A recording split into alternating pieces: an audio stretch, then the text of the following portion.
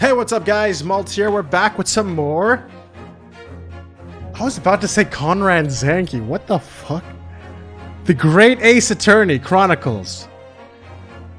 We are in the middle of chapter 4. I did not look it up, Chocobo. Oh, I didn't even say hi to everyone. And I started recording. God, I'm such an asshole. Hi, Bugsy. Hi, Jumpy, who's probably not here because he's trying not to spoil the game for himself because he wants to play it himself. Hi, Taco. Wow, amazing. Pikachu. Chocobo. Jeff. I think that's everyone. Fake friend? Nah. No, I'm not. Okay, let's go. Let's continue. Is this continue button? Oh, it says start playing for my latest save. Oh, why didn't I just press it before? Why didn't I just press that button before? Anyways, here's Sherlock. And he doesn't want to talk to me anymore because he's reading book. Alright? And we're about to go see... There's a landlord... This is like book. And this is basically the apartment that the Japanese guy was living in for like a week. So we're here just exploring. And we're going to check to see why the landlord is so sus. He seems very sus. So we're going to see why he's so sus. We're going to try to unsus the sus. You know what I'm saying? You guys know what I'm saying? All right, cool. Let's go. Garadeb is his name.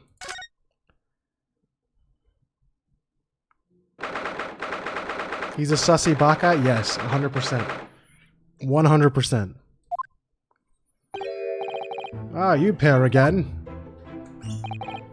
Tell me, was the detective chap, I forget his name, still hard at work down there? Mr. Sherlock Sholmes?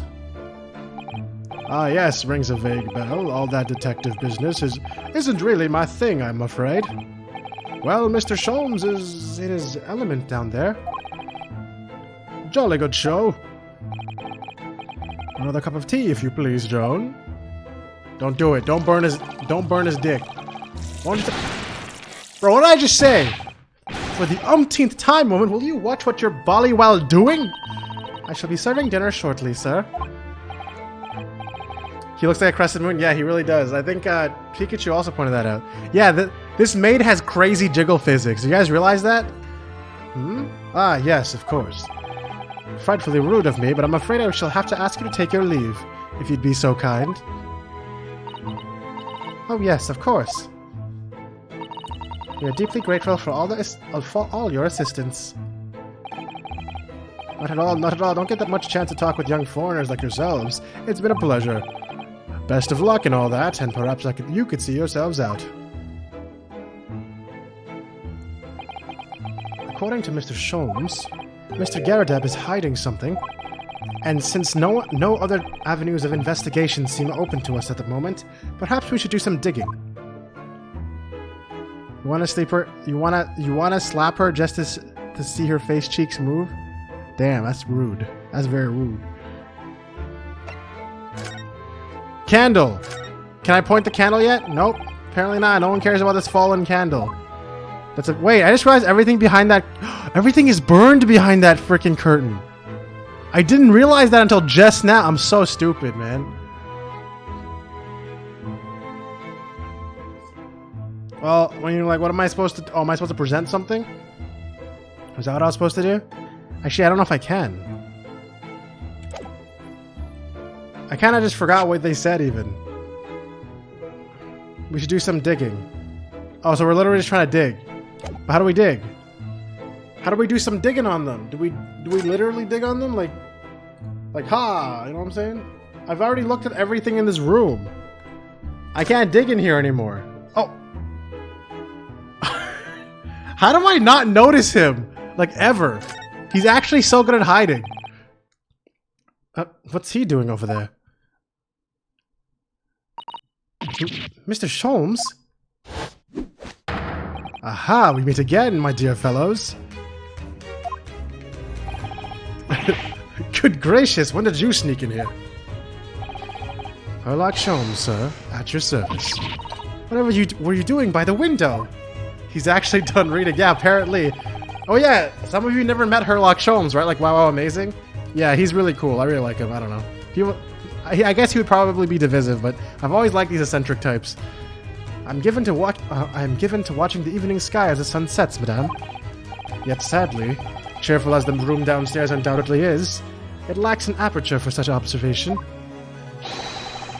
So I took the liberty of borrowing a small corner of space by the window up here. You ship Sholmes with Susato?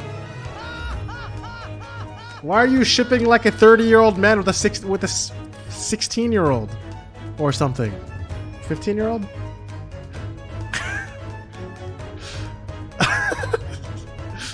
You can't abort that. That's in the VOD now.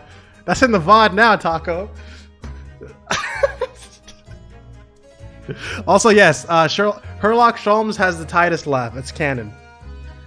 Well, keeping an eye on one's windows at dusk is the prudent thing to do in London, I'm gathering. I know, I admit that's also in the VOD, alright? But let's be honest. I could have... That was before any age reveals, okay? That was before any age reveals. So, you know, I have some excuse. I'm just kidding. In all honesty, though, I don't really... We all know it doesn't have to be serious, alright? I'm not like a fucking PC warrior. And one other thing, Mr. Naruto. Oh, me? I thought perhaps you might be in need of a certain great detective's great mind. Are we about to do a deduction? Is that what we're gonna do right now? Wait, he's not talking about... Is he? I didn't expect to be going through that again so soon. Do you mean Mr. Sholmes? Actually, no, wait, I guess I just remembered Wow Amazing did meet... Because you saw him at the beginning of like 2 streams ago, right? There's a mighty secret in this modern room. My eyes even see the most trivial of trifles. I take it that you're prepared, Mr. Naruto. I think so. There's just time enough for one of my greatly admired great deductions. Let us conclude the matter before dark.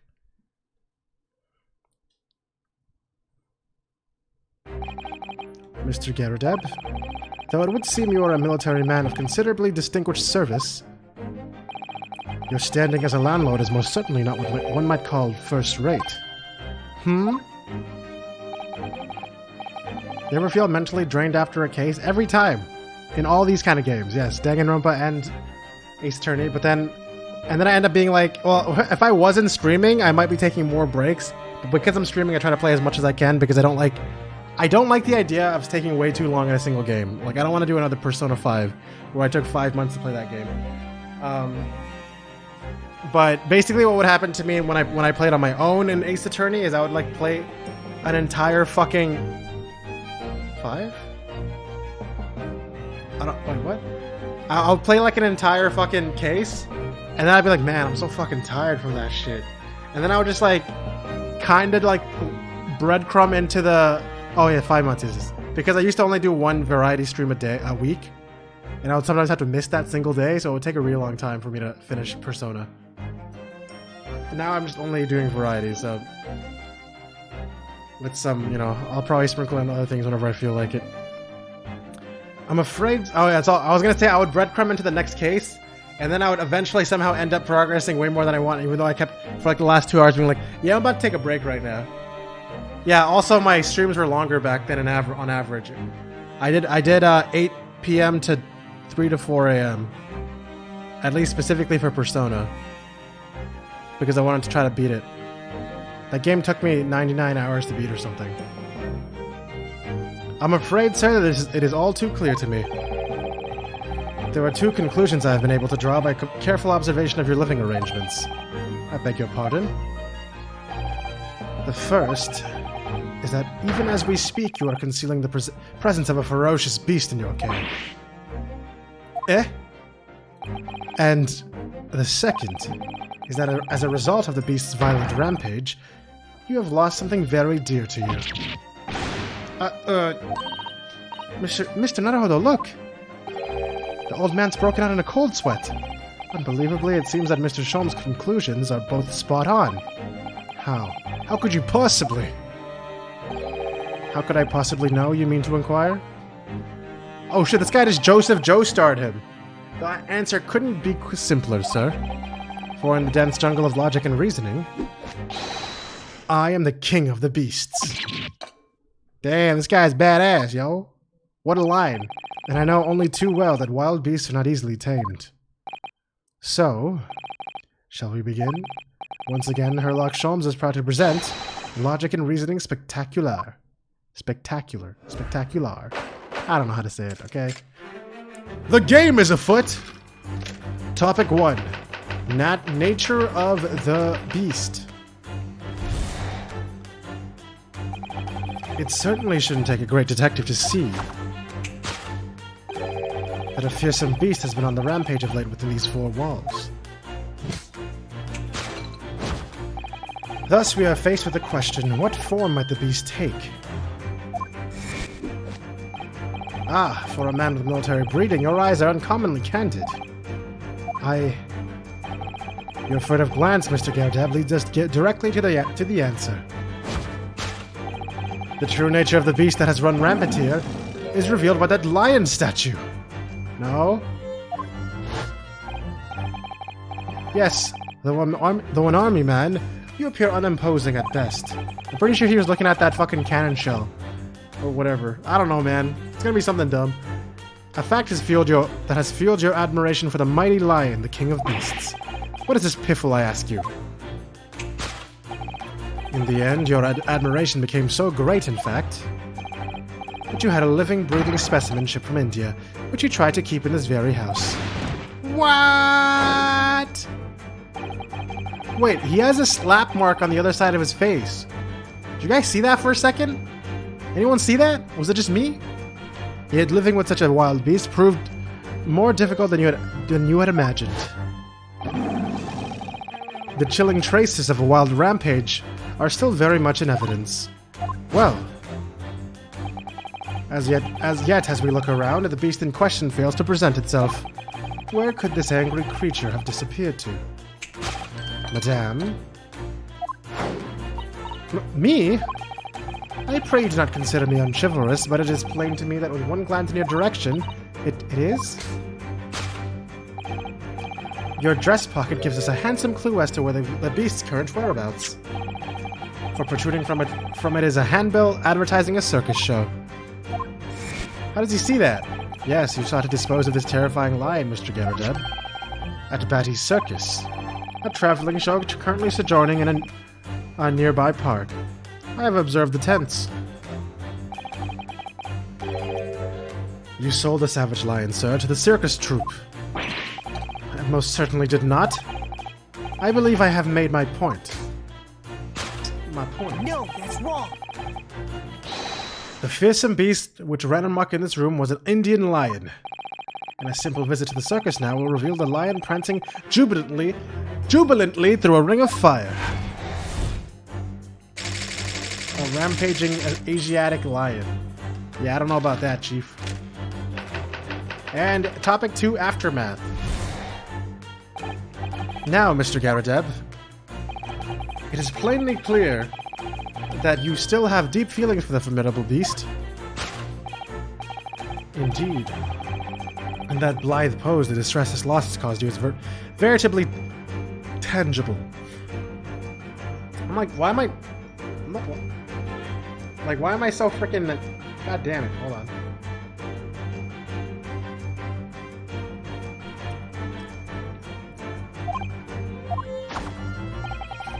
Your head weighs heavy on your shoulders, the pain you feel being revealed by that supporting arm.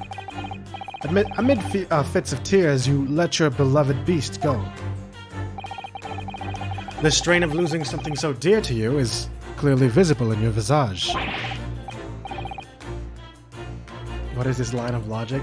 He just deduces as much as he can, and then I go, what the fuck are you talking about? And then I clean it up. You'll see if you haven't seen this before. Nonsense, man, I simply... But what? We must now ask ourselves is the true cause of this pain. And we need only follow the direction of your gaze to find the answer. Yes, it is this pile of bills that has given rise to the pain you suffer. Every envelope contains another demand for payment. Ah. For cartloads of meat, potatoes, wheat, and tea. Indeed, feeding your beloved has had a devastating impact on the financial circumstances of your household. Oh shit, he has the same goggles that Iris has. I didn't realize that until now. It's the same exact ones. I guess Iris made these. And so you had no choice but to let it go. Yes, well, Now, in a final fit of rage, the ferocious beast carried out one last and unimaginable attack. Unimaginable? The aftermath of which can clearly be seen by observing the carpet over there. A very expensive woolen carpet, if I am not mistaken. Oh, dearie me. Look at the jiggle physics! Look at that! Look at the cheek! What could have caused such a destructive outburst? Ah. This time, madame, I'm afraid it is you who has inadvertently revealed the truth to me. Your wandering eye has settled upon an answer very neatly indeed. The lion committed arson! Yes, to explain the dire state of the carpet, we only need to look at the Tower of Cakes. There is no creature more dangerous on this earth than a beast with an unsatiated appetite. Was it or was it not once said by a certain noblewoman, if they have no bread, let them eat cake. Food is at the heart of all tragedy, in fact. Whatever do you mean? Having tired of the taste of cake, the beast began to stalk its next prey. I'm sure I need not spell out the nature of this final act of destruction carried out by the beast. There's only one logical conclusion. Worked into a frenzy by hunger, the lion attacked and ate the carpet. The teeth marks in the carpet are a perfect match with those of a lion I once saw in India. Yeah? I don't know about that, Chief. Alright, let's see what it actually is supposed to be. Thus concludes Herlock Sholmes' great deduction of this beastly puzzle.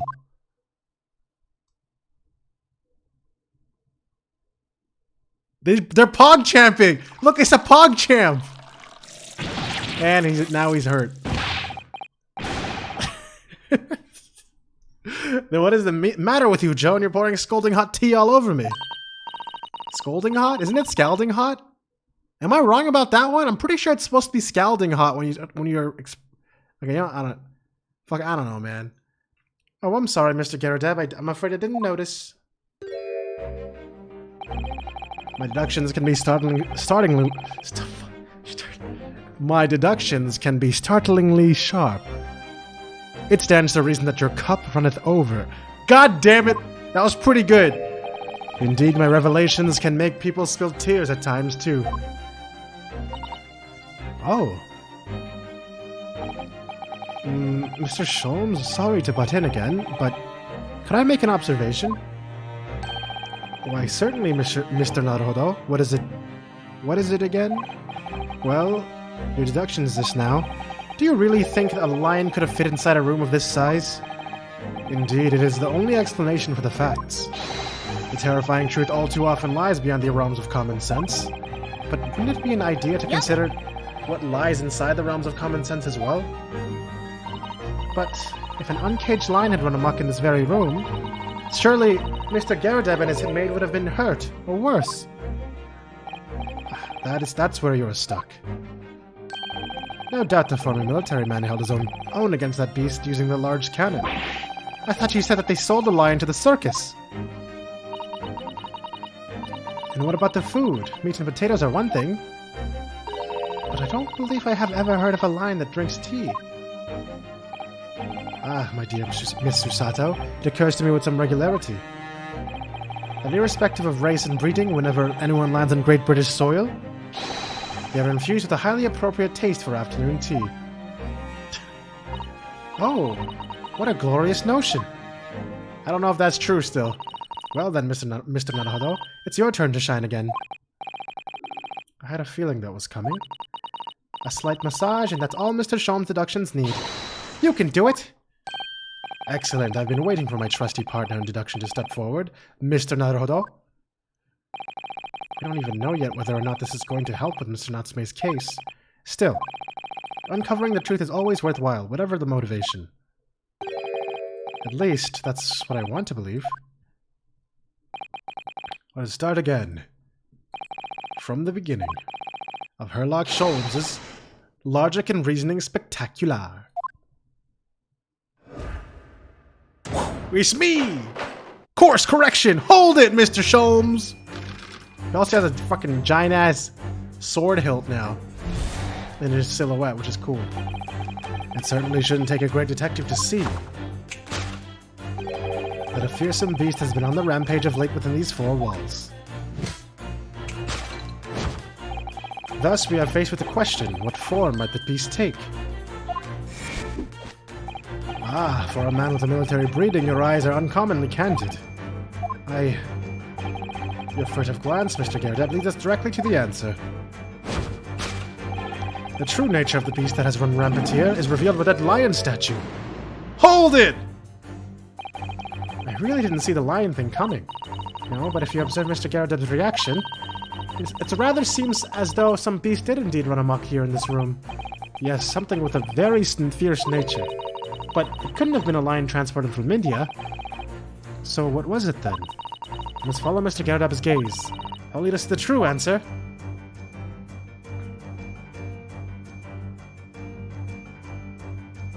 Oh! Of course it's always behind the fucking thing. What is that? What am I looking at? I can't even tell what that is from here. I guess I better zoom in. What is that? I'm scared. What is this photograph? It appears to be from Mr. Gerardep's wedding. He looks very happy, doesn't he? He does, but you can't make out his bride. No, how unfortunate. Someone must have struck the glass directly over the woman's face. I wonder what happened. Probably best not to delve too deeply there. Is that really? Is that real? That looks like a cat paw. What the fuck is happening in here? Or is that the maid?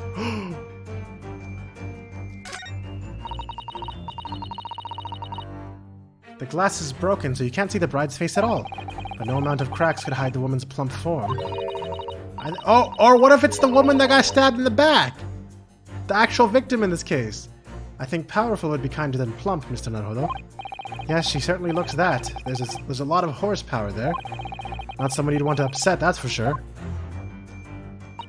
Oh look, have you noticed her wedding ring? It's very large, isn't it? It does look like a cat paw, but I guess it's actually a hand of a plump woman. I mean, a powerful woman. Yes, that's an unusual design. I thought it was like some giant cat or something, man. I swear. It looks like some... Am I the only one who saw that? Also, hey, Poro, you're lurking. Alright, sounds good. Like, come on, I can't be the only one. It looks like some sort of embellished sunflower.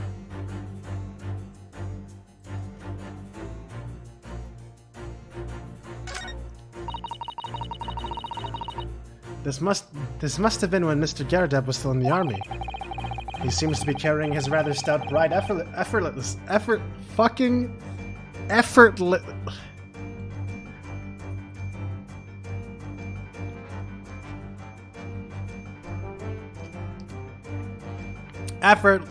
Effortlessly. And beaming his smile at the same time. I suppose he was very strong in his younger years. Shut up, Chocobo. That's true, though. But shut up. That's true, though. But I love you, Chocobo. Effortlessly, yeah. Fuck, dude. It's hard to say for some reason to me. Maybe I should do mouth exercises before I fucking do streams. Red leather, yellow leather, red leather, yellow leather, red leather, yellow leather, red leather, yellow leather. I don't know what else you're supposed to do. That's the only one I remember from drama class. What else are you supposed to say? Peter picked a pickled pepper?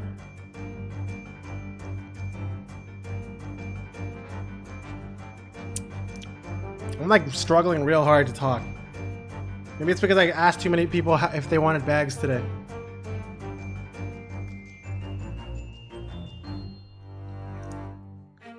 I did take drama on purpose. Once, when I didn't need to. Because I wanted to get over my stage fright. I had so much stage... True, that'll probably help.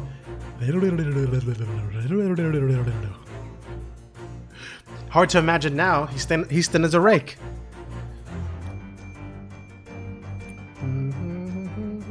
Why am I here? Why am I zoomed into this fucking... Am I not supposed to be here? Wait. Is the maid the fucking animal? Should I present the maid? I'm gonna do it. Take that!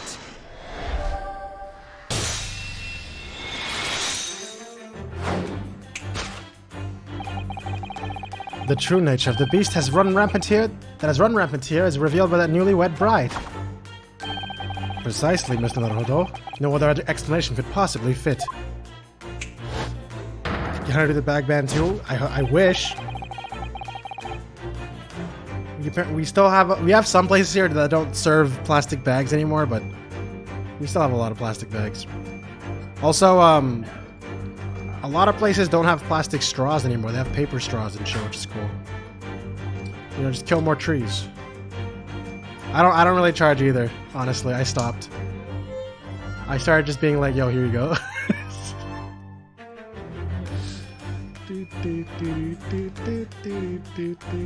Ruining the environment? Yeah, I know. A lot of people do bring reusable bags though, because we incentivize it with a very paltry sum of fucking loyalty points. Of course not, I won't. I actually sometimes do, because I don't know if they're gonna fucking... I don't think they'd call me out on like, oh, why do you never charge the bag button? But, you know, just in case, I don't want that bullshit, you know? I'm already tired of shit like, oh, like certain supervisors being like, oh, silently stare at me because I'm 3 minutes late. Versus, you know, instead of just like letting me start my damn shift.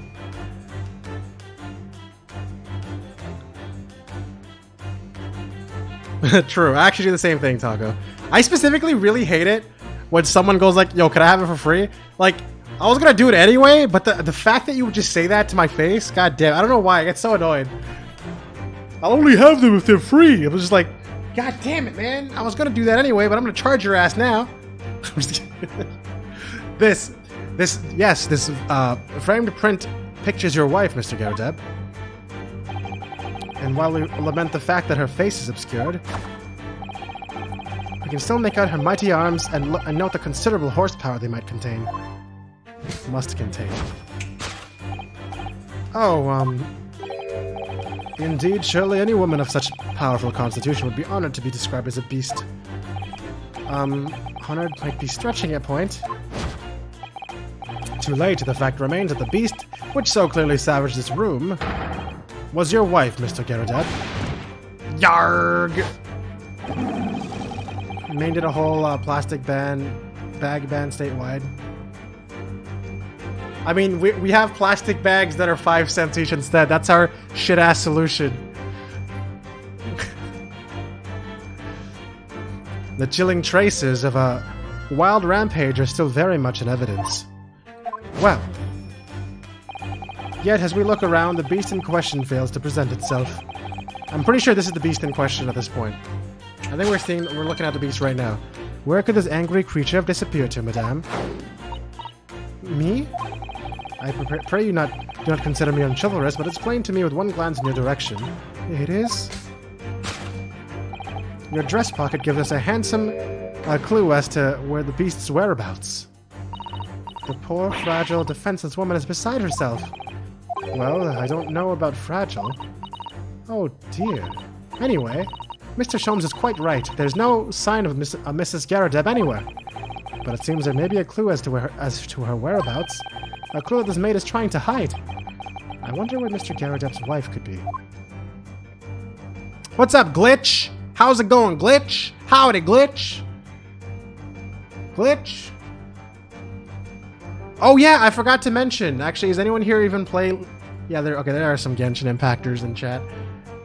I rolled Sarah Kujo twice, and then I got a Noelle constellation, and I just called it a day. It was a pretty good. It was pretty good. I'm not gonna go for ball. I don't really care about Raiden Shogun, so you know. Your dress pocket gives us a handsome clue as to the beast's current whereabouts.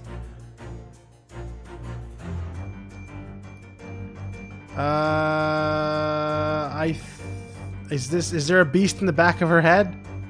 Wait, there's the true beast. Anyways, that's not really I don't think that's what we use here. I don't think this is what's gonna help us. We can't see?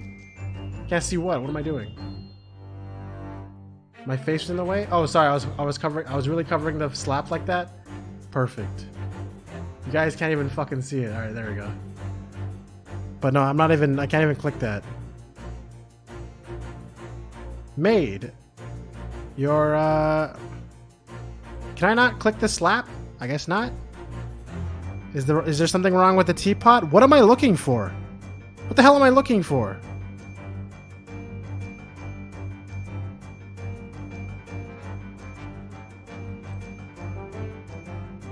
I don't know what the hell I'm looking for, man. I apparently can click the teapot, but like, why would I do that?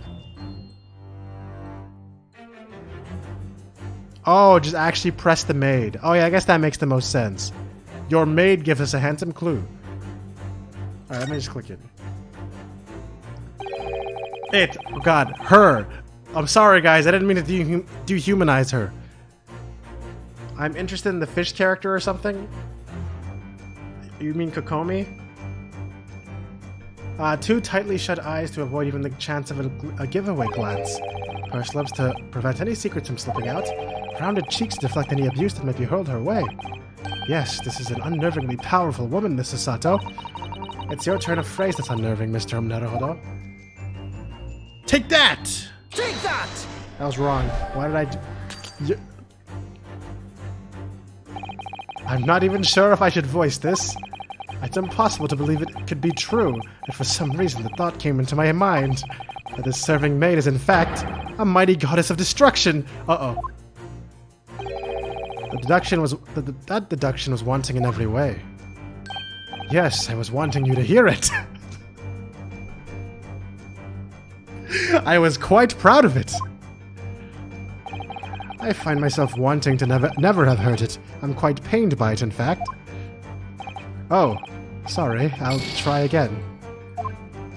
Bro, why is that so funny? That was some funny-ass wording, dude. That was the first time I made a mistake in this.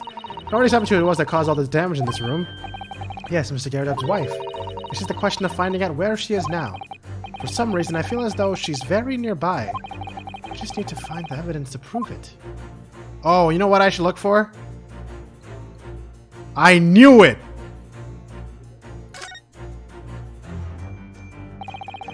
She's wearing a very large ring, look! Oh yes, a sunflower design with some rather nice embellishments. And it's on the ring finger of her left hand, which means it's surely a wedding ring. It looks like it's on there for life, too. I can't imagine it would slide off a finger of that size. Yo, Ryunosuke can't chill, man! Ryunosuke literally can't stop calling her fat in every possible way. That's possible in every single possible way, man. That's something to think, Mr. Naruhodo, not to say. Do you know Mr. Garredub's wife in the photograph had a ring very much like this one? It was a large sunflower design as well. Really? You have a great memory for these things. It was like 5 seconds ago. A large sunflower wedding ring. It's quite a coincidence that they have the same ring, isn't it? Yeah, you think so?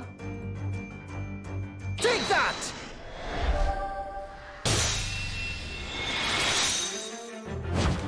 That sounds fun, Glitch. How far did you get? Your wedding ring gives us a handsome clue as to the beast's whereabouts. Ah.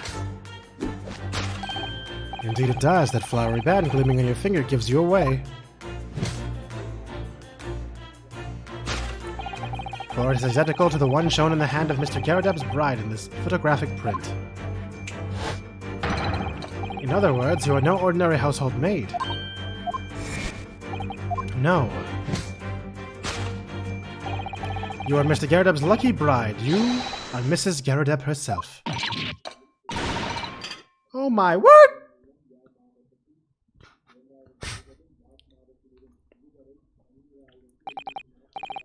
Well, jolly fine detecting, sir.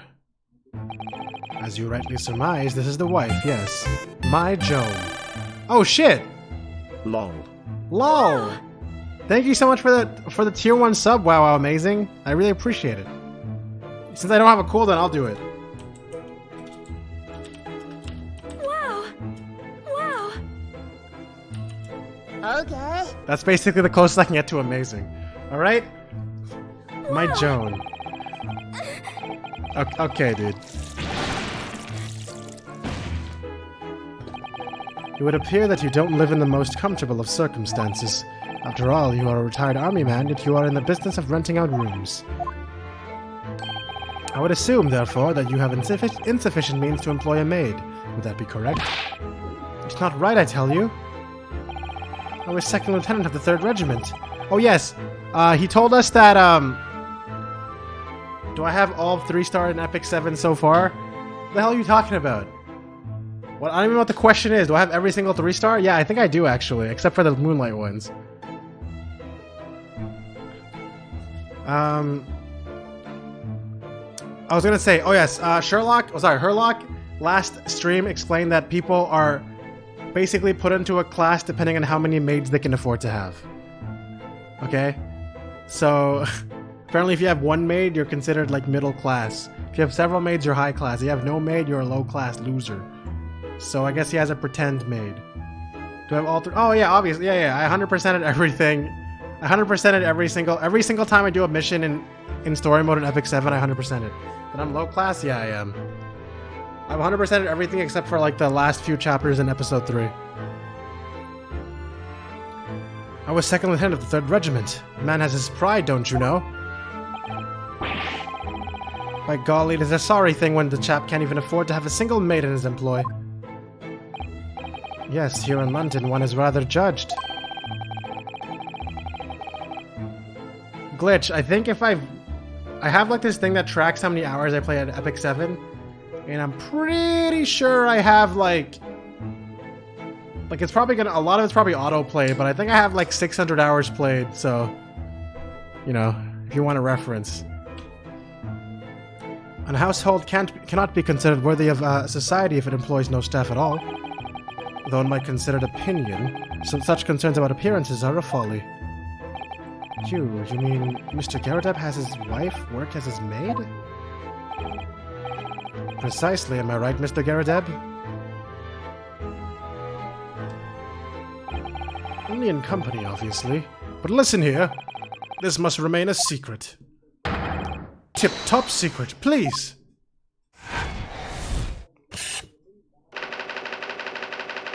The raging wife of Mr. Garadeb? Damn, man. They added some more instruments. That's how you know this is serious. Now, Mr. Garadeb, it is plainly clear to see that you still have deep feelings for the formidable beast. Indeed, in that blithe pose, the distress this loss has caused you is veritably tangible.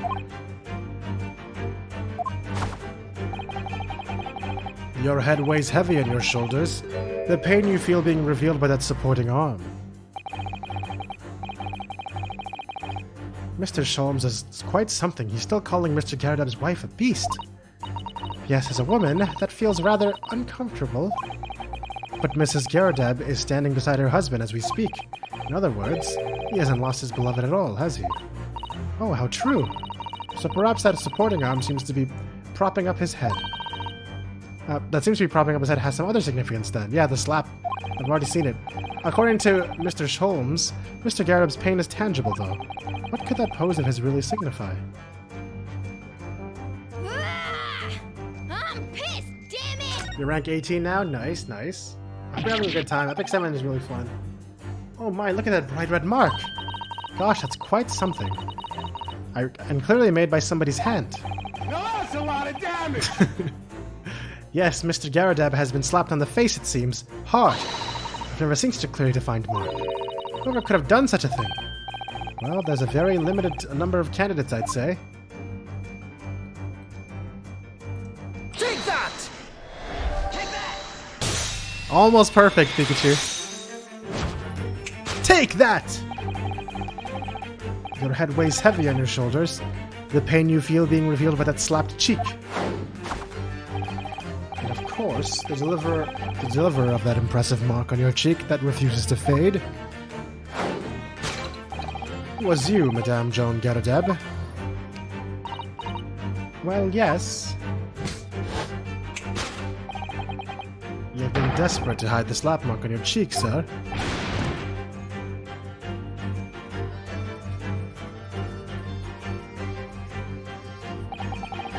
How the blazes did you work that out, man? Nothing escapes the notice of one trained in the art of observation, my dear fellow. That's why you haven't looked directly at us even once. To keep your other side from view. Well, Now, let us proceed to the next conundrum. Why were you subjected to such a violent slap? In other words, we must ask ourselves what caused Madame Garadeb to fly into a rage. And we need only follow the direction of your gaze to find the answer. Yes, it is this pile of bills that have given rise to the pain you suffer. One of your team CP is... That's pretty good, man. That's actually really good for where you are, yeah. My highest CP characters are 130k each. Didn't Mr. Sholm say the bills were all for line fodder? But it took me like a long time to get there. Yes, but now we've established that the line never existed, which can only mean that the thing responsible for gobbling up all that food was Mr. Garadeb's wife. Mr. Naruhodo! Mr. Naruhodo! Oh my god, it's hard to say that! She's a person, not a thing! Yes, well... She's also a person who gave her husband a mighty slap around the face. One so hard that it left a perfect hand mark, in fact. Yes, why would a woman want to hit her husband with such force, I wonder? I'd love to know the answer to that question. This is so interesting. We're really having an Ace Attorney fucking investigation about domestic violence right now. We're literally addressing domestic violence in an Ace Attorney game. That's what we're doing right now. Oh, this does not look good. Was he cheating? I'm far because I spend money on the game? No, I don't. Bro, I'm not far because I spend money on the game, bro. Are you joking? I literally just play it a lot. You can do everything in that game by just playing it.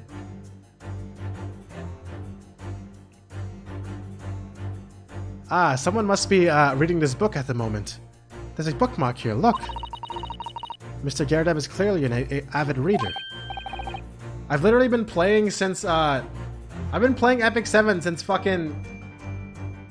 I think I've been playing it for 5 months. Like, literally every day. I never missed a single login for 5 months. No, nothing is exclusive to money. You can even get skins by paying free to play with battle passes that use Skystone. Since fucking? Okay, it's not. It has nah. I haven't been playing the game that long. Oh, wait a minute. I don't think this is a bookmark. Oh no, so it isn't. It's a note written in a woman's hand. Regret. Oh, James. I love you, yours, Mary. And look next to the signature here. Lip marks made with lipstick. Oh, what a passionate and romantic gesture. Don't get any ideas, Usato-san. Oh dear, I'm sorry. So this bookmark is actually a love note then.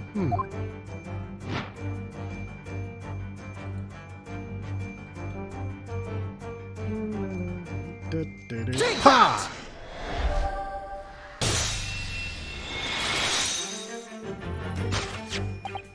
Yes, it's this love note that has given rise to the pain you suffer. Oh, James, I love you. Yours, Mary. Passionate indeed.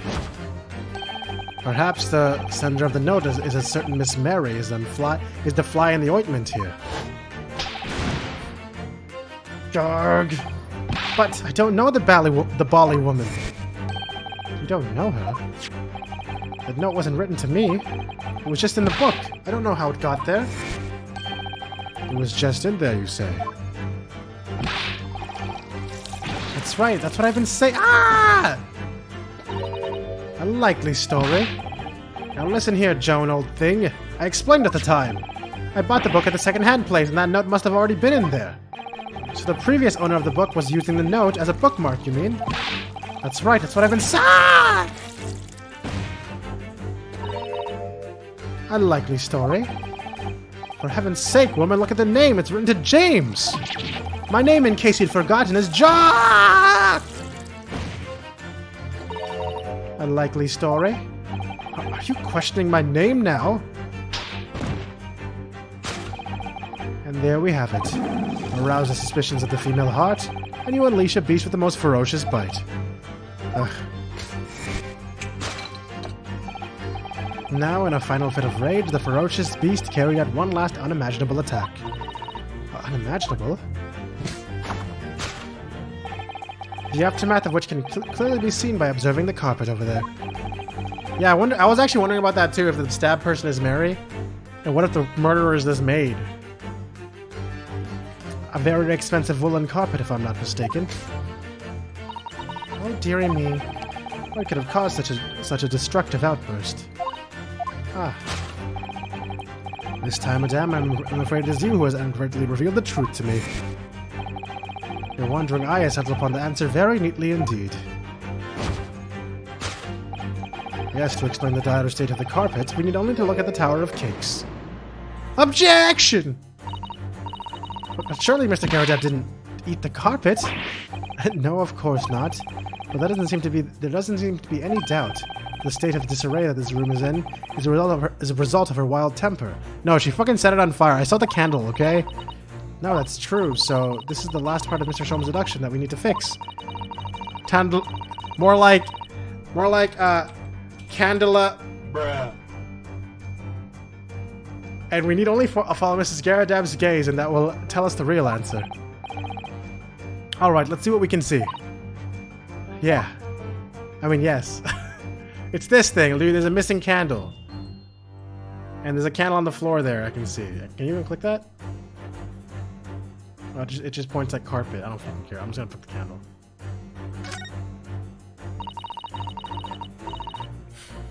This looks like a very old candlestick, doesn't it? The base looks too small. Surely it's very unstable. It looks to me like even the slightest knock would make it topple over. Oh gee, that would be dangerous. Wait, take a closer look at this.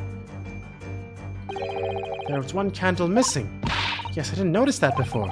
Why is that, I wonder? Why is one candle of the three missing from its holder? Take that!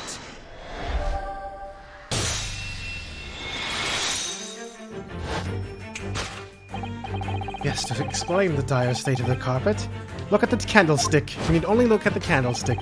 Most illuminating, my dear fellow, and of course the only possible way out of this logical labyrinth. Yes, the remnants of a ferocious attack in which the carpet was devoured are clearly visible.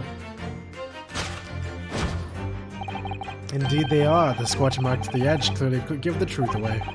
Scorch marks? It would appear that this room was the scene of a little marital altercation. Mrs. Garadab's mighty arm muscles left an impression not only on her husband's face, but on the entire room. The force of a strike caused the candle to fall from the holder. Damn! That slap made the entire room shake and break? That's crazy! And in 10 seconds the carpet was alight and the whole corner of the room in flames. Yes, But the most ferocious beast in this world is neither a violent lion nor a vengeful woman, but fire. In this room, the ferocious beast bared its claws and ran amok. Yeah, Arena's really annoying. You need to have really OP people to get anywhere in Arena.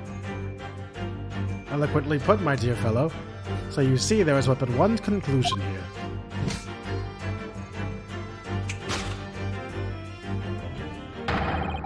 After the sparks of marital discord flew, this room was a scene of a fire.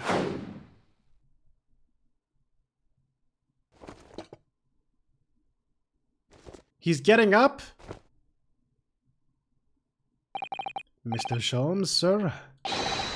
I salute you! What the fuck just what? He died! He just died! What just happened? Carpet scorched by a small fire. Why put high level in bronze? There's just some asshole who just sit there forever and be annoying.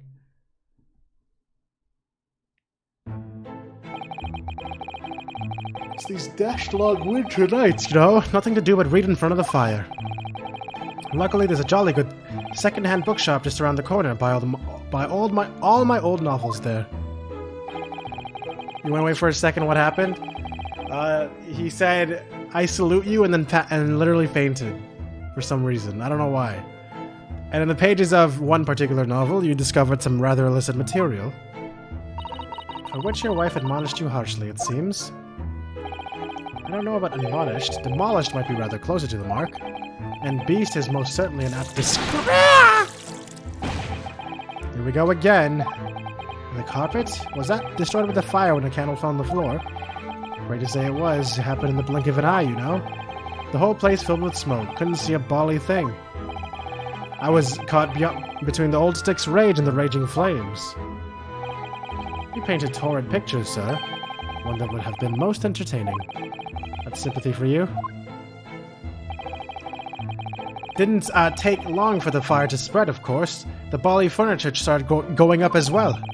We've had to hide the mess behind that screen for the time being. Over here, Mr. Garadeb? Well, you have nothing more to hide now, if you'll allow me. I feel like that bookmark might be useful to the case, for some reason. Had all my favorite old novels in that case. And as soon as the fire got a hold of them, that was it. Whoosh. Up in smoke. Having level 50 characters is pretty damn standard. It'll be you'll very quickly have all your characters be level 50 if you play enough. It's just like getting the first set to 50 that's hard. And then the wife started hurling things at me. What a terrible sight it must have been. There was I backed up against the window under heavy enemy fire. Incendiary books coming 10 to the dozen. Worst of it is, I lost my favorite. Book called The Lion's Pride. The Lion's Pride. Ah yes, your notorious love of big cats coming through again. I assure you the title didn't influence my choice in the slightest. So the poor man really did lose something dear to him as a result of the ferocious beast's rampage. Mr. Sholm's deductions turned out to be correct once again. It can only be described as a great British wonder. I tell you, it was total carnage. Flames everywhere and the old stick in full fettle. Out of interest, what time of day was that? Not sure I can remember. It was 2 days ago now, let's see. Around 5 o'clock, I think. So at exactly the same time, as a terrifying incident was unfolding outside your window on the street below. Even more terrifying on the inside, I assure you. The whole of Blighty could have been flattened outside my window at that moment. And I wouldn't have noticed a dashed thing. Oh, really?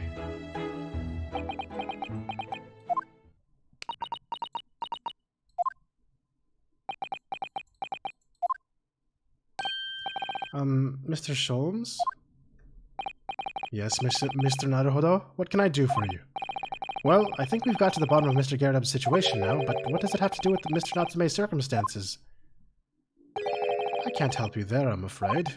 What? My dear fellow, if you recall, I did say as much from the outset. I warned you that although I knew the retired army man was to be hiding something, I could not be sure whether his secret would prove to be of relevance or not.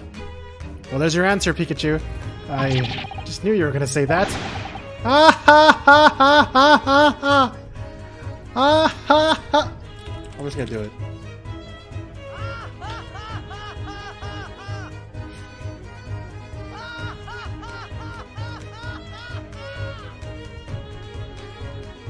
There it is.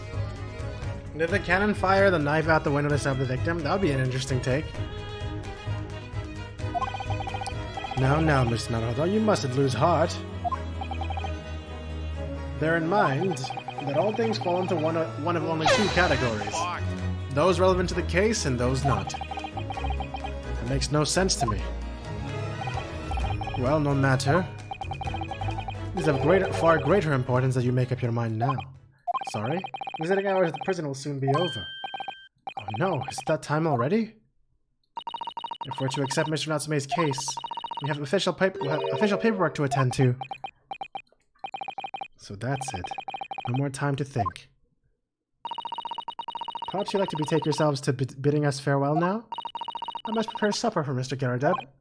Oh yes, I'm so sorry.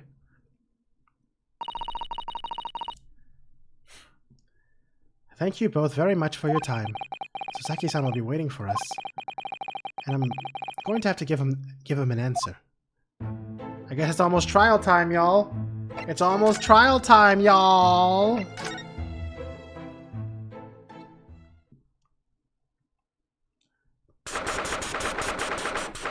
This is not where I went. I pressed prison. Why am I at Briar Road?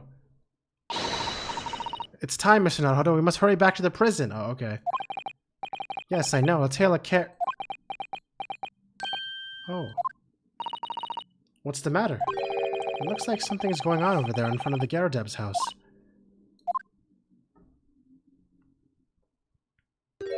Who is this? I know thee not, old man. Fall to thy prayers. Who you call an old man, you rum-looking niminy-piminy?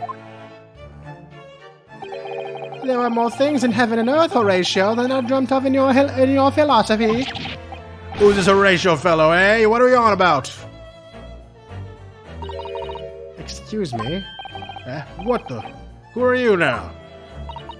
I'm sorry, it just looked as though there might be some problem here. And my associate here, Mr. Ryunosuke Naruto, is a lawyer, you see? A lawyer? What? I can be of any assistance. I'd be happy to, if I can be of any assistance, I'd be happy to help. I'm from Japan, but I've studied English law. Fine, I'll be on my way for today. But you mark my words. This ain't over yet. Get thee to the nunnery. Do I look like a bloomin' nun to you? Okay. Interesting. This guy just won't stop doing that face. I do hope you're not injured. Oh, fair Eastern maiden. Thou art so gentle, thank you. What's that all about? There are more things in heaven and earth, Horatio, than are dreamt of in your philosophy. I'm not Horatio either. Forgive the inquiry, sir, but are you a lodger here? In the Garadeb residence? Oh, fair Eastern maiden, thou art so right. Yes, I do dwell in this humble abode. Mr. Garadeb mentioned that he had another lodger, didn't he? This must be the man. Do you happen to know the other lodger who lives on the first floor? Ah, yes, a gentleman named Natsume. Oh, more worthy a polemist in my battle of words ne'er could there be. Sorry, battle did you say? Who is the stronger, Hamlet or Macbeth? Mr. Natsume and I sparred long into the night. I see. I don't fully understand, but it seems Mr. Natsume and this gentleman are acquaintances at least. So, fair maiden, so, good gentleman, I can tarry here no longer. Fare thee well!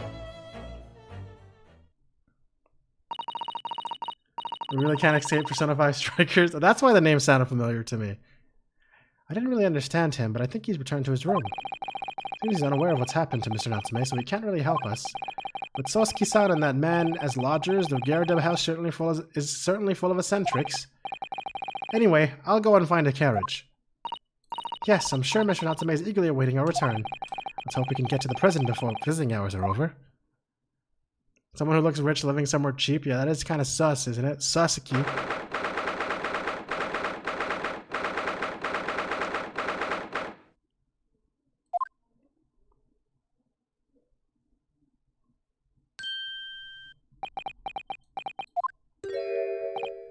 Oh, it's you. You're here. You came.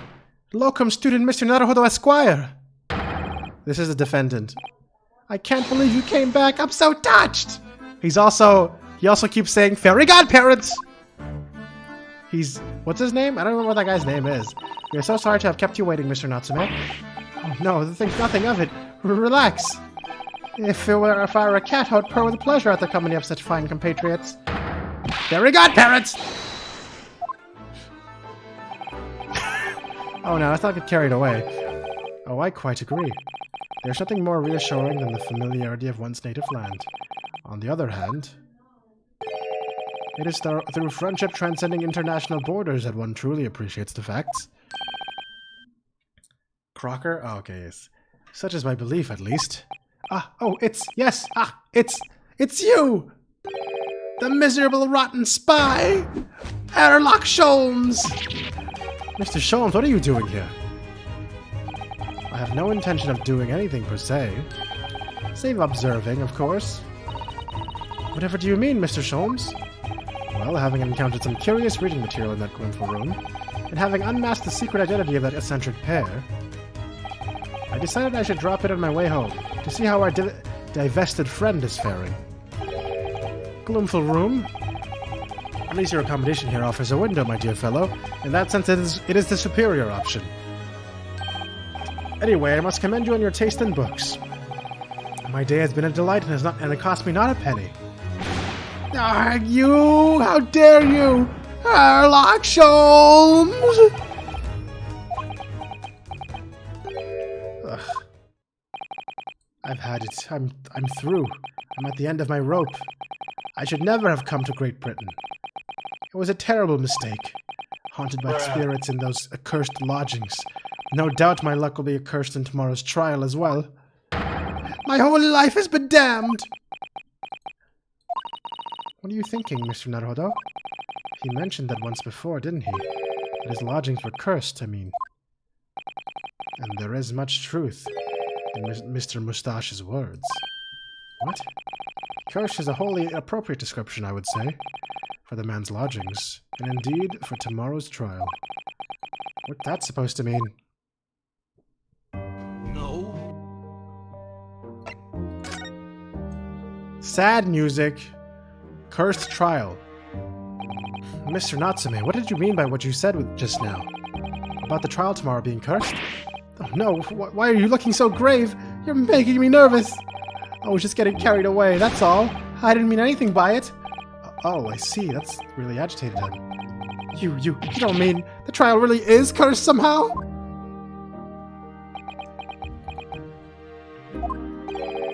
Are you referring to the prosecutor, the Reaper of the Bailey? The Reaper? No, what do you mean? Please, tell me! Summarize it succinctly in 16 salient words! No defendant has ever survived a trial in which the Reaper stands for the prosecution. Ever. 1, 2, 3, 4, 5, 6, 7, 8, 9, 10, 11, 12, 13, 14, 15, 16. Oh shit! I don't know, FaZe isn't here today, and Chocobo, I think, is here, but he's usually like busy and not like fully in the stream. Usually has other stuff he has to do sometimes.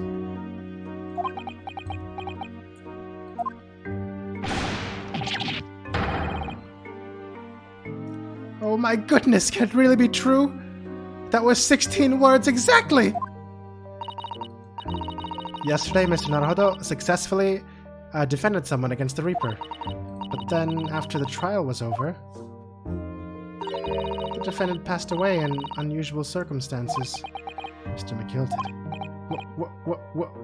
What? I'm impressed, Mr. Sato. You have an eye for detail. Actually, the Lord Chief Justice told us. Mr. Sholmes, surely it can't be that having failed to have the accused convicted, Lord Van Zieks killed the man himself? Oh, no, he couldn't have, surely. Actually, his name is... Ah! You have some wonderful notions. Yeah, the Irish guy was burned to a crisp inside the evidence that he tampered with. Literally, like, moments after we solved the case. The man isn't a mass murderer, he's a court prosecutor, my dear fellow. Oh, yes. Why, of course he is. Of course he is, then why are you trying to scare me? It could be said, however, that the real truth about the man is even more terrifying than your hypothesis. What on earth do you mean by that? This guy knows about the prosecutor? The Reaper is so... Man, I love learning about the prosecutor in every game. It's always such a fun thing. Van Zieks is a quite exceptional man. However, in London courts of law, exceptional does not equate to winning every case without exception. Ah, that's good. Susky-san looks like he's gonna try to cry tears of joy. As you are no doubt aware, in a British criminal trial there is both a judge and a jury. The judge officiates based on the letter of the law, whilst the jury offers public opinion and common sense. It's an excellent system, whereby the defendant's guilt is considered from several points of view. However, public opinion in particular is somewhat easily manipulated. Right. Criminals and corrupt lawyers, for that matter, can use it to their advantage by any means at their disposal, contriving evidence, calling imposters as witnesses, and so on. Imposters? That's sus! By such underhand means, those who would want to are able to sway the jury, which means that even in the light of irrefutable evidence, the prosecution can fail. But it means the wrong verdict can be passed. And sadly it is from time to time, my dear madame. It is simply the reality of the situation. And that's alright. However, those indicted by Lord Van Ziegs cannot escape justice. Their fate is sealed. Oh my. The education may see them leave the courtroom with their freedom. Within months, they all disappear. It is most striking. Disappear? But how? Ah, by all manner of misfortune, sir. Perhaps they are trampled under a passing carriage. Perhaps they fall into the Thames and drown. Perhaps they suddenly overcome by a raging fever. Or perhaps attacked by the highwaymen. Damn, so anybody who... So instead of him always winning his cases, the person who gets fucking prosecuted just dies somehow? Within months? Oh, no, no, no. All examples of the reality of events here in London, I'm afraid, Mr. Naruhodo.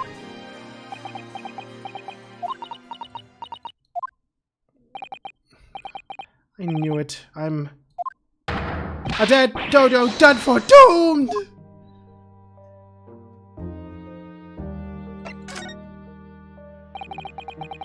When you said accursed lodgings before, you were referring to your room at Mr. Gardeb's house, I assume? Do you mean to say you believe the place is cursed? It's been a year now since I came to Great Britain, but I'd only been in London a week before I started to notice strange feelings in myself. That didn't take long then. Everywhere I looked, there were foreign faces staring at me, laughing behind my back. I was sure people were talking about me. I should have become nervous about going outside. They were always staring at me, all the time, from dusk till dawn. Oh, dawn till dusk, sorry. So I shut myself in my room, but even that didn't help. The fear wouldn't go away. You must have been very lonely having been away from your homeland for such a long time. I had to move a number of times, most recently to that room on Briar Road a week ago now. Yes, why did you choose that? It seems a little inconvenient. The rent is cheap. I have so little money it appealed to me straight away. Of course, I asked why it was so affordable. The landlord just simpered and said, "The room is cursed." Oops! He quickly tried to cover his mistake, but it was too late. So I told him, "If you have something to say, then say it, but if not, don't mention it in the first place!" Yes, well said. But it was true. It was all true. You mean, the room really is cursed then? Ever since I moved into that windowless hellhole. My sleep has been plagued with nightmares. I awake feeling as though I'm being choked to death. You know, in my waking hours, people are stabbed in front of me as I walk down the street. I'm branded a killer, thrown in prison. Nobody wants to know me. I'm surrounded by scary, sinister spirits! If only there was someone, just one person on my side. Can no one find it in his or her heart to believe in me? Really, no one at all? To believe, yes, to believe. To believe. Believe it! Mr. Sholmes? Ah, me, Mr. Naruhodo? Pray, what can I do for you? It's about the case on the SS Buria, if you recall. The Buria! The Buria! Ah, that case. The one with the snake. Well, yes, but at the time I was a suspect, but you believed in me and listened to my side of the story. And you helped us to investigate. I did I? Interesting. What I want to know is, why? Why did you believe me? I see, yes, you mean... because you were a grimly dressed, shady Eastern fellow found with the victim in a locked room? Well, if you like, yes. If you like, yes. I'm a little surprised that the answer requires explanation, my dear fellow. It's quite simple, really. You said I didn't do it. But I could have been lying. Surely you must have had your doubts. You must have suspected me a little. I think perhaps you have misunderstood. I neither recall believing in you, nor in that which you were telling me. What? You see, the only things I believe in are those I choose to believe in. What? What do you mean, Mr. Sholmes? I make up my own mind about what is to be believed and what is not. If I should like to believe in something, I do. The circumstances can hang as far as I'm concerned. But I could have betrayed your trust. Ah ha ha! In that case, I should have made an elementary error of judgment, nothing more. Betrayal of trust is an overused excuse, in my opinion. Meaning, whether or not one should trust another one is, in the final analysis, down to oneself. It is a matter of whether or not one can trust oneself. Yes, he's right! He's right! Mr. Locum Student Mr. Naruhodo Esquire! But whether or not I can believe myself. A defense lawyer is only as good as his faith in the client. And that comes down to how much faith he has in himself.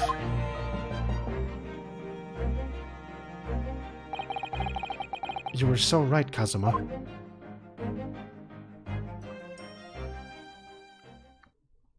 So I choose to believe in things. I suppose that makes sense. Well, my dear fellows, it is time we were leaving, I believe. Already?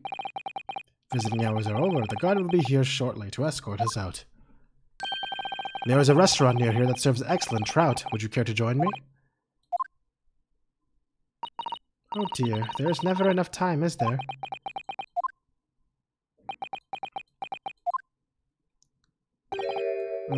Mr. Natsume? If you'd like, in the trial tomorrow, I'd be happy to represent you.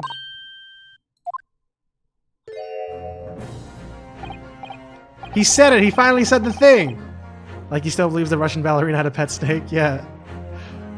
Locum Student Mr. Naruhodo Esquire! As I said, I only experienced a British courtroom for the first time yesterday.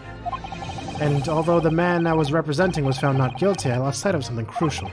Something crucial? What to believe in. The defendant, justice, or the truth. How to believe even. But I think I finally worked it out. I decided I must believe in myself above all else, to trust my instincts. Yes, Mr. Naruhodo. And my instincts are telling me that you, Mr. Natsume, are innocent of this crime. And it's imperative that we've proved that in court. Locum Student Mr. Naruhodo Esquire, I will fight for your innocence until the bitter end, with every weapon available to me. So I hope you'll permit me to represent you tomorrow. As I said when we first met, I'd like to entrust my fate to someone who will listen to me in my native tongue. Of course, Mr. Natsume. It would be fair to say, Mr. Naruhodo, that your mind was in many ways made up from the outset. You merely needed the events of today to fully realize it. Yes, I think you're right about that. It's been a roundabout journey, but I got there in the end. She can kill people by yelling, yep, and she can also do something. Her ultimate is just a titty flop. That does bonus damage if the enemy is buffed, which is ridiculous. Mr. Sato, yes? Would you be willing to stand on my side tomorrow and help me in court? Absolutely. As I said this morning, you may consider me your personal judicial assistant.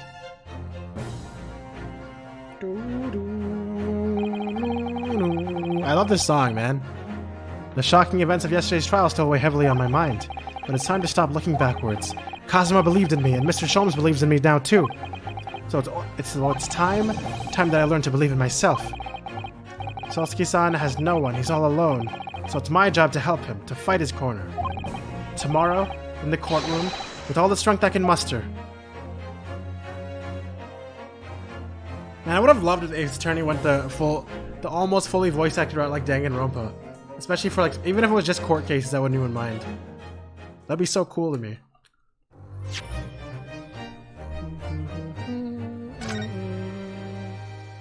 Alright. Let's save the adventure of the Clouded Cock right here. My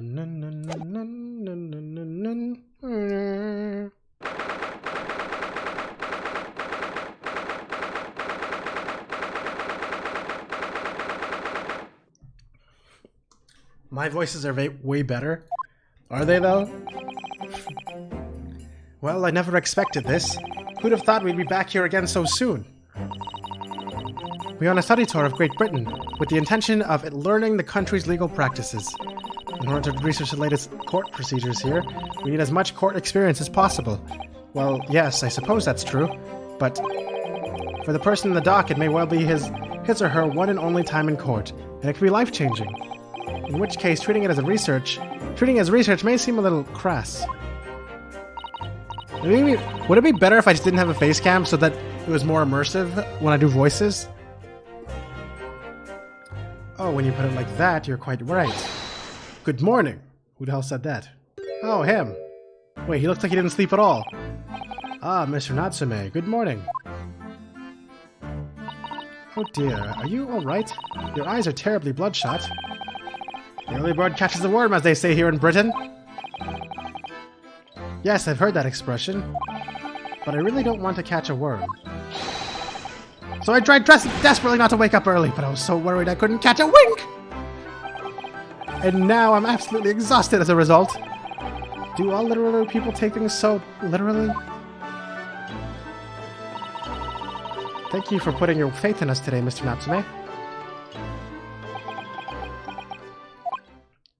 I wish I had 9 lives. My whole future hangs in the balance. I'm too terrified to tremble. Really? Because I can feel tremors in the floor. I can't do this. I can't take it. Although, welcome to Mr. Naruhodo Esquire. Yes? I caught a glimpse of the public gallery as I walked by the courtroom. It looked like the opening night of the opera. There were so many people. I had no idea my case was such a notorious affair here in London. Oh, neither did I. Do you know why that might be, Mr. Susato? I'm sorry, Mr. Naruhodo, but I have no idea. So that all-knowing look on your face is just coincidence, then, is it? Don't hide the truth from me! It's because of the Reaper, isn't it? Lord Van Zeeks? Is that right, Miss Susato? I purchased as many different newspapers as I could find this morning, and yes, Lord Van Zeeks is on the front page of every one. I knew it. Sometime after the prosecutor was dubbed the Reaper of the Bailey, he stopped appearing in court, it seems. It's been several years now, in fact, until the day before yesterday. Yes, Inspector Gregson told us something similar, didn't he? Isn't he so cool? Does nobody agree with me that this guy is such a badass? I actually want to draw a fan art of a man because he's so cool. The trial 2 days ago marked Lord Van Zeek's return to the courtroom after a very long hiatus. Thanks, Jeff. Oh, that's hot. That's hot. The trial of Magnus Begilded. What a harrowing experience that was. Shut up, Chocobo. I believe that appearance made even greater waves here in the capital than today's. But we wouldn't have realized, of course, having only just arrived in the country. Why is the Reaper back in the Bailey so soon, and for what appears to be a mundane murder? That's the question the papers are asking. They're all speculating various answers. Mundane? Mundane? It's the most significant saga of the century to some of us! Oh dear, I meant no offense, Mr. Natsume, but that is how the papers are describing it. Well, lest we also forget the fact that it could spark an international incident. Obviously, the reappearance of this infamous prosecutor has caught people's attention. But there's another blatant similarity with the trial of 2 days ago. Yes, I agree. Welcome, student Mr. Naruhodo Esquire. It's you! Me? Well, I suppose that's true. At times it is you who stands against this legendary prosecutor.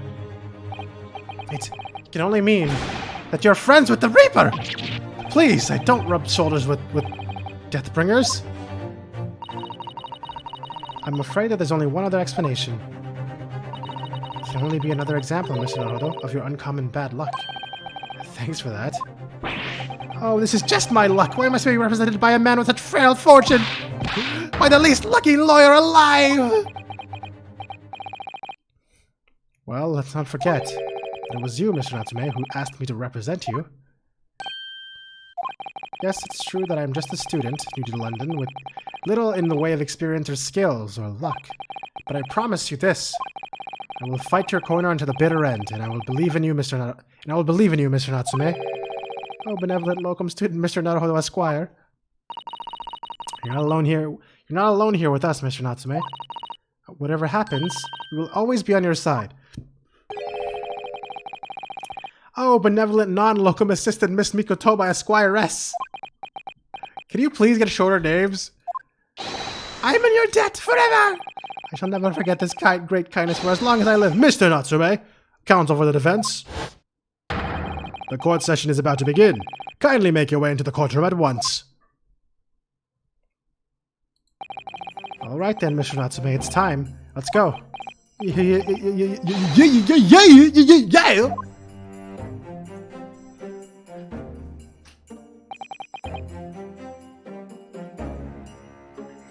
This is it. My second appearance in a British courtroom. And my second trial against the Reaper. Hope you're watching over me, Kazuma. Yes! Because this time, I won't let my faith waver. I'll believe in my client to the last. Just like you believe in me. I believe I can do this now. I'm ready for this fight.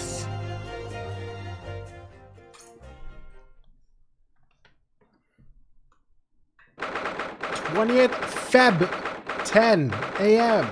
Yo Bailey courtroom.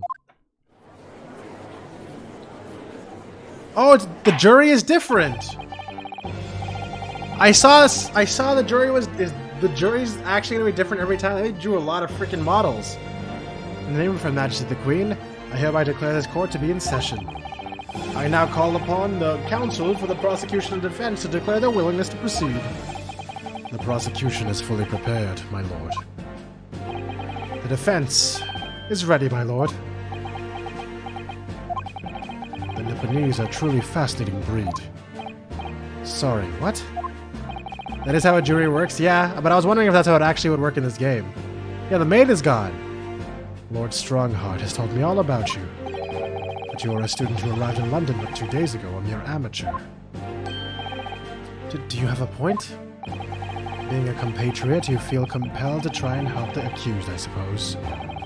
Typical Nipponese arrogance. Forgive me, but I do not believe arrogance is an appropriate description. Susato-san. After all, at a previous encounter, the defendant was found to be innocent.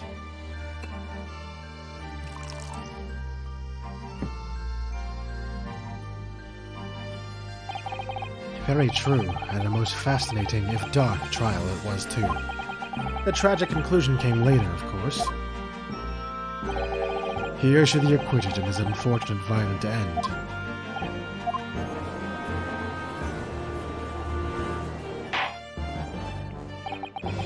Thank you, counsels.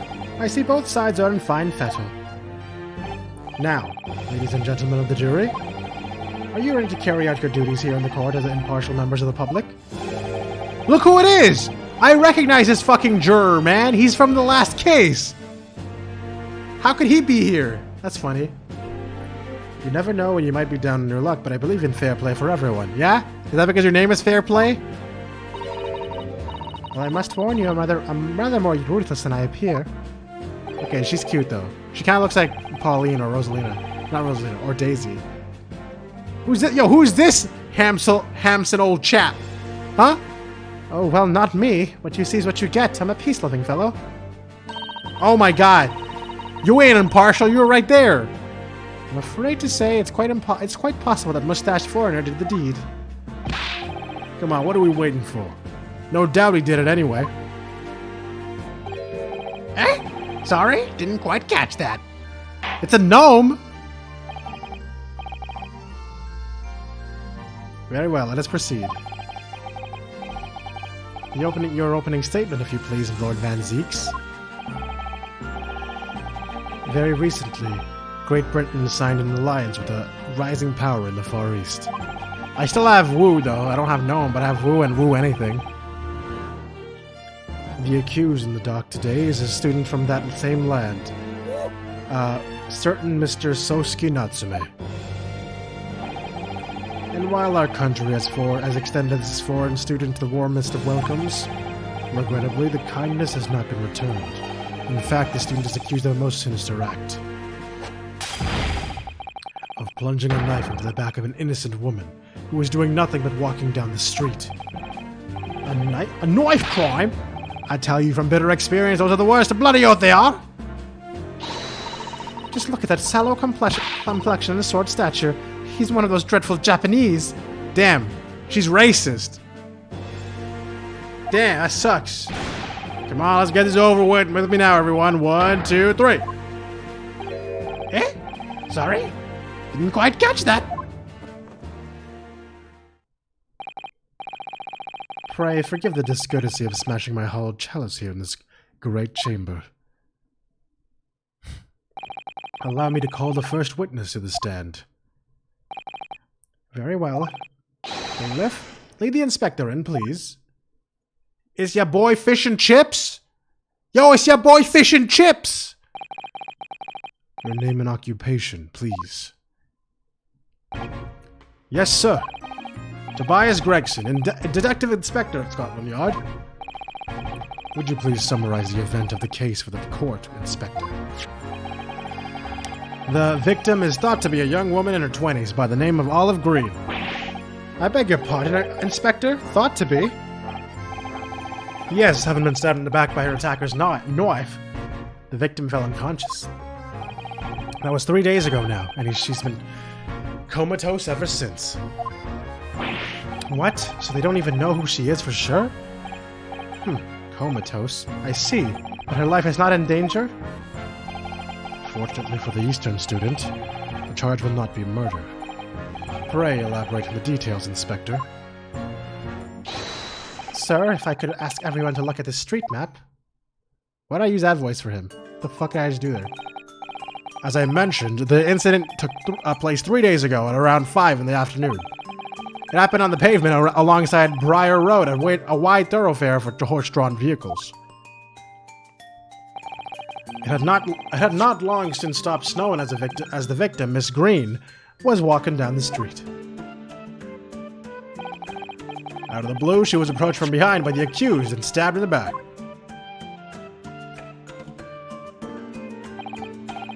Luckily, the young lady's life was spared and she's currently being treated in one of the city's hospitals. But being unconscious as she is, we've been unable to take a statement from her, of course. This is the case file with everything we know about the victim so far. Thank you, Inspector. The court will accept the documents as evidence, if you please. The entire case is he walked up to her and stabbed her! Now, what are we supposed to do with that? What of the weapon that was used? Sir, I have that here. It was removed from the victim's back. Ouch, that big thing is starting to make me scared to walk down the street now. With a heavy blade like that, almost anybody would have been able to stab the poor woman. Even the scragged looking Soski-san, I suppose. A common or garden jackknife, I would say. Rather nondescript. Thank you, Inspector. The court accepts the blade as evidence. The jack has been added to the court record. Now then, what do we know of the motive? For money or valuables, I presume. From what we can tell from looking at the woman's possessions, it seems like she's a poor student herself. Hard to imagine she would have had anything much worth pinching, my lord. I see. Well, in that case, are we looking at some deep-seated resentment toward the victim? I'm afraid I couldn't say. Apart from visiting second-hand bookshops, the defendant, Mr. Natsume, doesn't appear to get out much. At this moment in time, we haven't been able to establish any sort of connection between him and the victim. Yes! This guy's just fucking fist pumping at the side, like, yes, I knew it!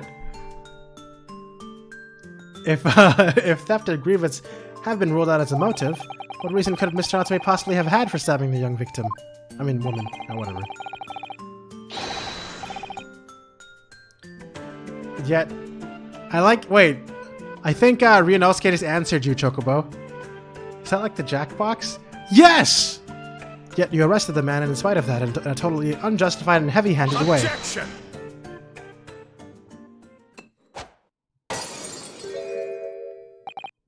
Pray, forgive the discourtesy of flinging a freshly uncorked bottle into the public gallery. What the fuck? How does this guy get away with this? But your words have soured its hallowed bouquet. For it is you, my learned friend, who is being heavy-handed here. What? Scotland Yard does not arrest people without good cause. That should be beyond question. Inspector Gregson, the prosecution calls for your formal testimony. Explain to the court precisely why the constabulary came to arrest the Nipponese student. Yes, sir.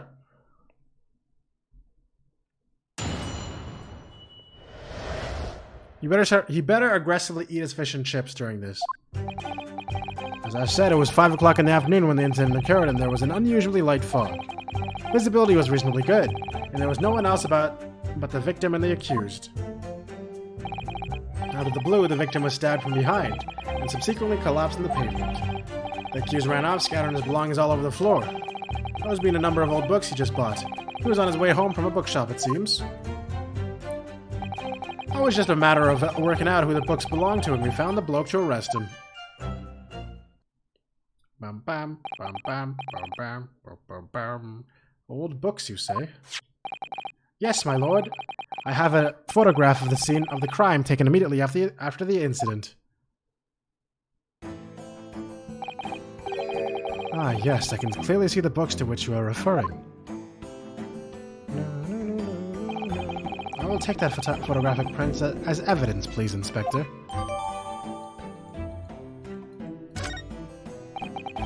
You Nipponese are a spineless breed, too cowardly to admit defeat, denying everything despite overwhelming evidence to the contrary. Well, Forgive me, Lord Van Zieks, but the defendant is not denying everything, as you put it. What are you doing, Mr. Sato? Do go on. Mr. Natsume has admitted to playing some part in the incident. Isn't that right, Mr. Naruhodo? Well, now that you mention it. When we visited him in the prison yesterday, he did tell us what had happened. 25 more to 700? Nice. Probably around when we finish this series. As I was walking along that accursed pavement, I could make out the sole silhouette of another ahead of me. A woman, wearing a green overcoat she was. And just as I went to overtake her, she suddenly let out a little scream and collapsed onto the cold, hard slabs of stone at my feet. I was terrified. I had to get away from there. So I ran as fast as my legs would carry me back to my accursed lodgings. A green overcoat? Well, that's exactly what the woman in the print was wearing. Oh my, a photographic print in full color. What will the world come up with next? The defendant has done nothing more than admit he fled the scene of a terrifying incident. But does not mean he's guilty of the heinous crime of stabbing the woman in the back. There was nobody else there at the time. Just the two of them, the victim and the accused.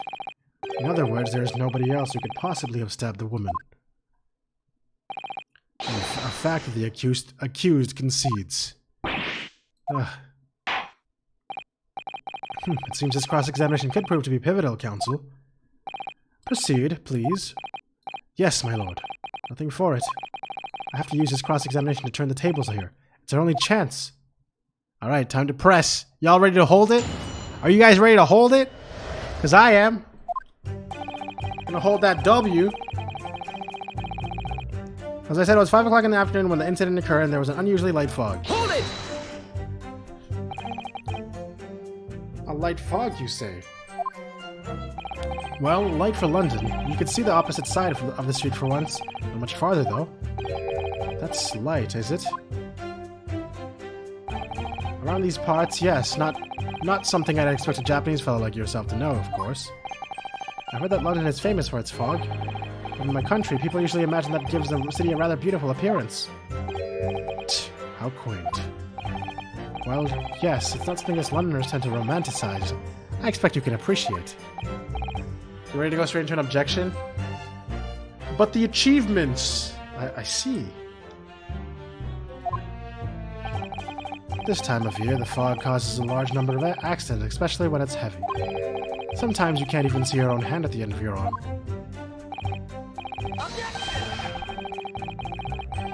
Indeed, the other day I actually don't even know what you're talking about. I'm guessing there's something more obvious than I'm realizing.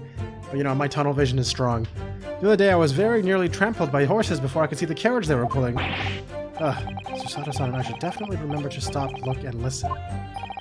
However, on the day that concerns us, the fog was somewhat lighter than usual. A fact no doubt lamented by the accused. I'm just being silly? Oh, okay.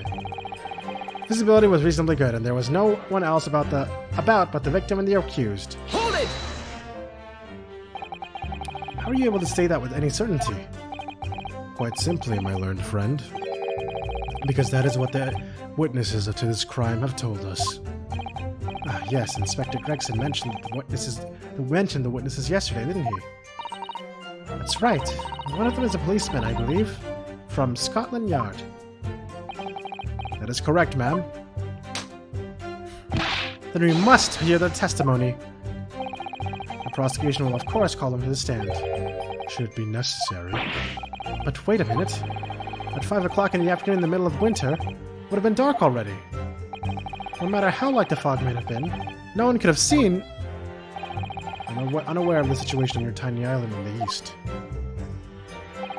But here in the capital city of Great Britain, all main roads are illuminated in the night by gas streetlights. Ah! The prosecution believes there would have been ample light to which to witness the crime. Quite, here in London, for the first time in history, mankind has completely conquered the darkness. Which means we really need to hear those witness statements. If only I could just get through the fog of this cross-examination, we will be able to. It seems the counsel for the defense is taking stock. Continue with your testimony, Inspector. Out of the blue, the victim was stabbed from behind and subsequently collapsed on the pavement. Hold it! From behind, you say? That's right, as you can see from this print. Yep, that's definitely behind. Yes, quite so, Inspector. The handle of the weapon is clearly protruding from the victim's back.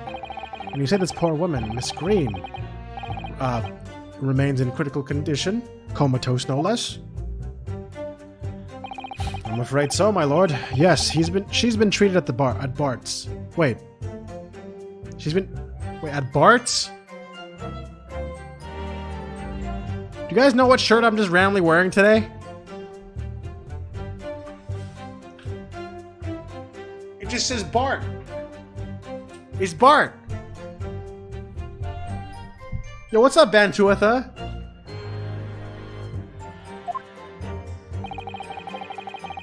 Eat pant, yes. True. I was hopeful that she'd come around before the trial started so I could take a statement, but it wasn't to be.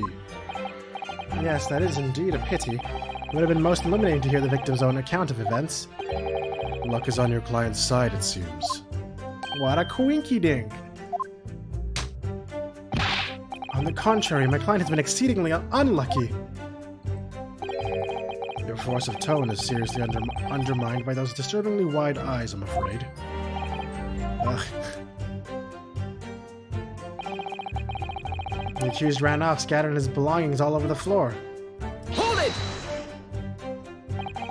Mr. Natsume's belongings? I think you'll find it's all there in the photographic print of this crime scene. Yes, the 3 books on the floor. That's right, my lord. Second-hand books, as they were. Irreparably damaged after falling in the snow, of course. Came back to Daddy Van Zeek's? Yes, you did! The accused could easily have carried all 3 books in one hand. Which means... his other hand would have been free to wield a knife, for example. He's very clever, isn't he? What do you mean? He's made it extremely hard for you to assert that Mr. Natsume had his hands full with his books. He's managed to close the one avenue of escape we might have had before we even knew it was there.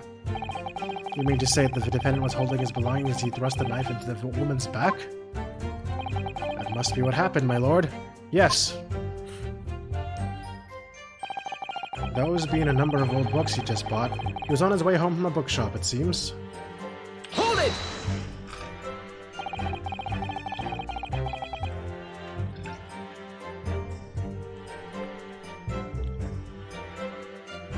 The defendant apparently visits a second-hand bookshop on a daily basis. Yes, so I understand. A shop full of old English literature. I commend the accused on the lofty subject matter of his scholarly attention. The bloke's room was stacked floor to ceiling with those busty old books. Can you tell us more about the bookshop in question, please, Inspector? Well, if I must, I'll have to ask you to look at the street map again, I'm afraid. The closest second-hand bookshop to the accused lodgings is in place here at the Bourbon Books. A little place on the corner of Briar Road and Meerschaum Street. As it happens, the accused is currently living in lodgings on the other side of Briar Road at the opposite end, which means it doesn't take a genius to work out the route he would have taken home. Something like this.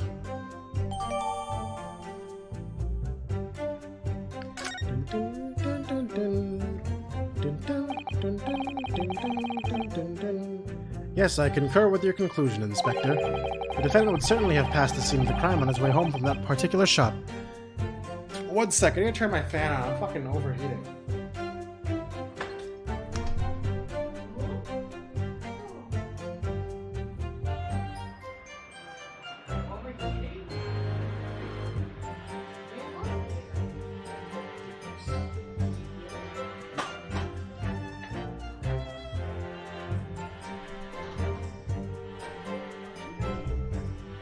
I'm back. I feel this makes him less likely to be the killer.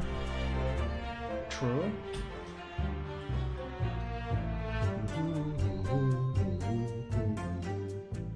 The defendant would have certainly passed the scene of the crime on his way home from that particular shop. Mr. Naruhodo, I think that what the inspector just told us could turn out to be of vital importance. Yes, I agree. The most important point that the inspector just made being... Shit!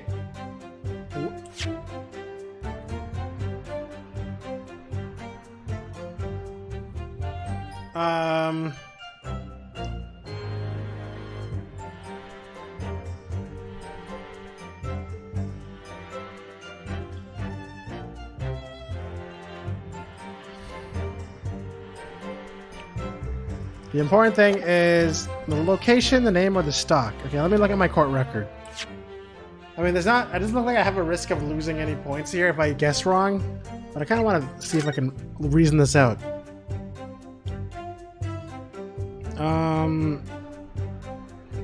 Okay, so Mr. Nate lives here. Bourbon Book. Okay, so this is where the murder happened. So the location is probably not important.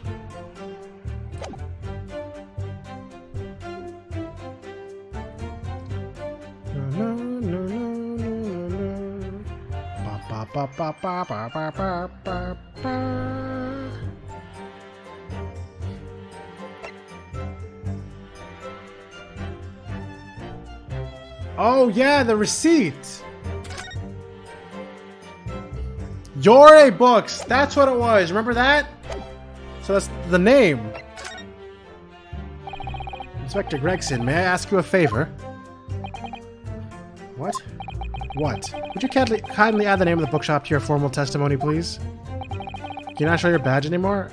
I don't have the badge. I mean, the student badge is here now, but because I took Kazuma's band, that's my new thing now. I have Kazuma's band and sword now. I believe it may be of vital importance. Maybe. Oh, well, you know. I mean, yes! It could be a very important clue. Very well, not that I can see it being of any great significance. But please revise your testimony accordingly, Inspector. Yes, sir, my lord, whatever you say. Could the man be any more sardonic? What does that even mean? I don't even know what that means.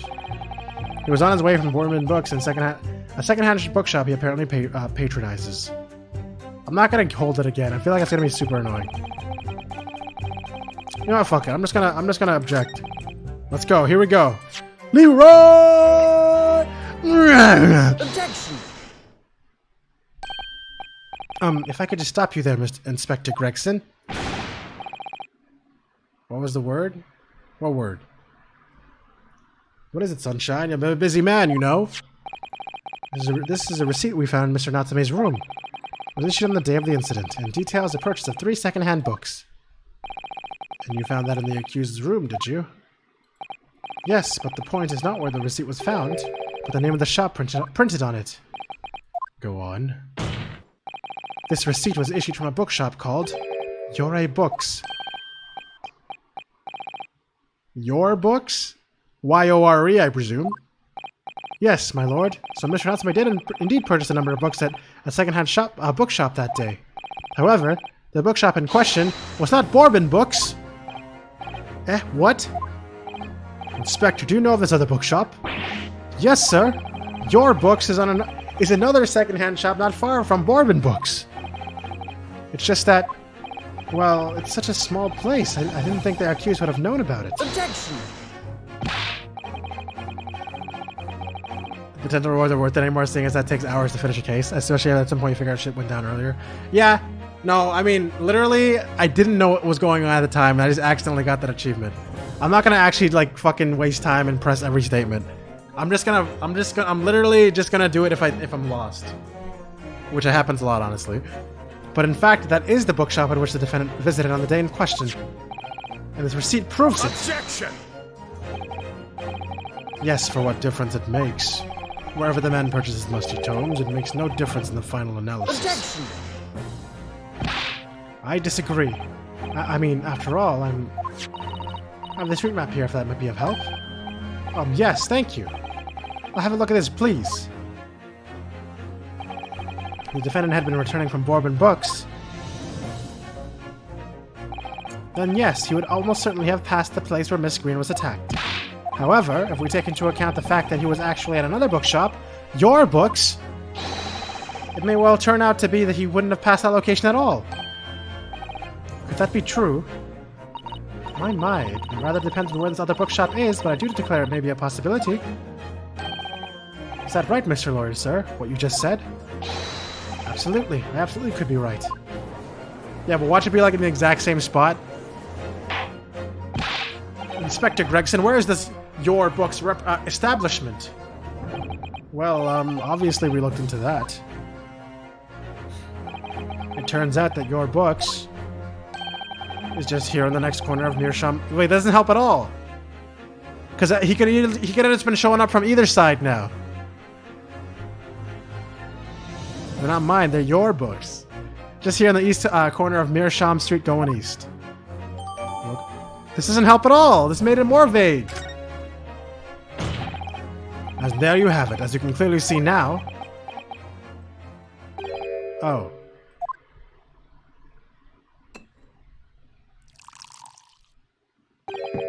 My learned Lebanese friend is obviously in training to be a clown. The way he regales us with such witticisms. To your future career in the circus. This guy really said that to me. Bro, this guy really just Edgeworthed my ass and said, "You're not the clown, you're the entire circus." Except he just called me a clown anyway. Fucking man really called me a clown. Alright, you know what? Hold on, give me a sec, guys. I gotta be right back. I'm gonna set it on this screen. But I'll be right back.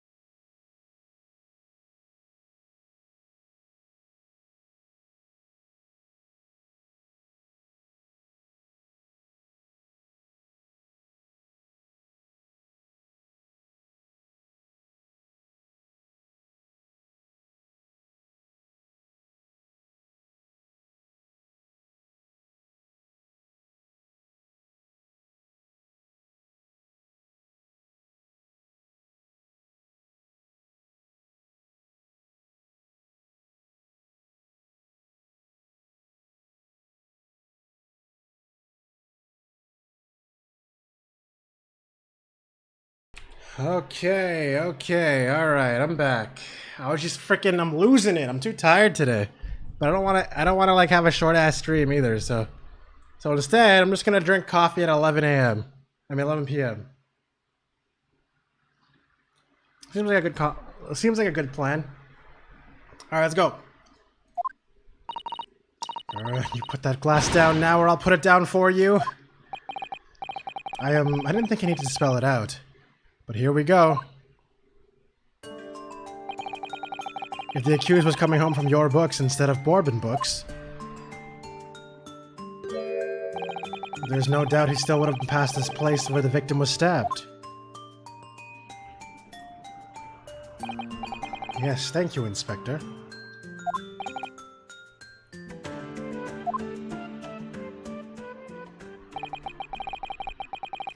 Allow me to reiterate from my learned, if somewhat slow, Nipponese friend.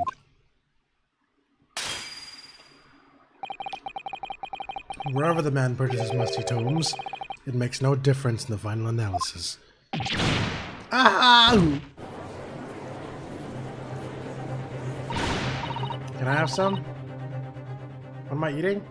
Fluff on bread. The marshmallow spread.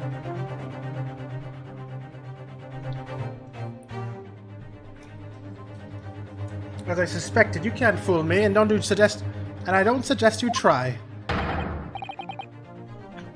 What did I say, eh? I've had enough of this now. Beg your pardon? Terribly sorry, but would you mind repeating that? Mr. Naruhodo, you mustn't give up. What do you mean? The prosecution's assertion is correct. The members of the jury may very well decide that Mr. Natsume is guilty. Ah, she's absolutely right. You must think. You must consider the assertion just put forward by the prosecution very, very carefully. He claims Sosuke must have been past the location of the incident on his way home from your books, but... Fuck you! The assertion just made by the prosecution is fundamentally flawed. Explain yourself, counsel. Yes, my lord. You can see what I mean on this map. When returning, I'm pretty sure I think I messed up a bit. Maybe I did, I don't know. When returning from your books to his lodgings, Mr. Natsume could have followed the route suggested by the prosecution. However, this is the only conceivable route to take between the two places. Okay, never mind, so that's what I was saying before about it being ambiguous. The defendant used these streets, look what happens. He arrives back at his lodgings without passing the location where the victim was attacked. Objection! Talking back to a clown is a fool's errand, of course. However, I feel compelled to point out that route is what's commonly referred to as the long way around. Ah, on a cold winter's night, why would any man choose to take a longer route home? Well, The answer is extremely simple. He wouldn't. In other words, the accused took the obvious route back to his lodgings and is the obvious perpetrator of this crime. Objection! But... Ah, yes, I've got it. Obviously, we must ask the man himself. Ask Mr. Natsume which route he took home. I've already informed the court of the accused's response to such questioning. He claims he has no recollection. Huh. That's right. As I said, the bloke seems to spend his outside wandering aimlessly from A to B. That day was no exception. He says he doesn't remember where he was or which route he took home.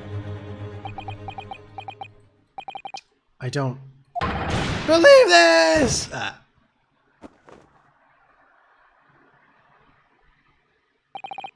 I thank you, my learned friend, and suggest that we do not waste any more of the court's time by wandering aimlessly around this subject.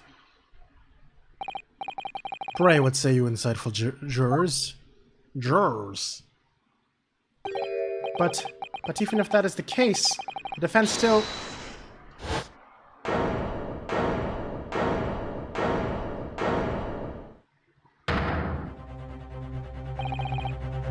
I agree with Lord Van Zeeks. Wholeheartedly in every way. What? I don't believe it. Does this mean... We members of the jury are completely convinced now.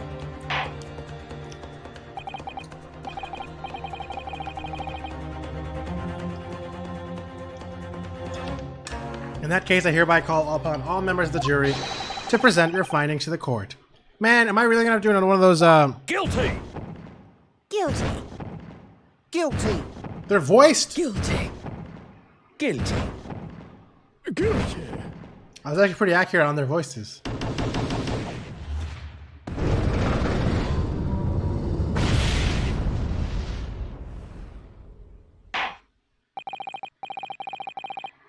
It would appear the jury's leaning is unanimous. Don't worry, it's time for us to do that one thing we do.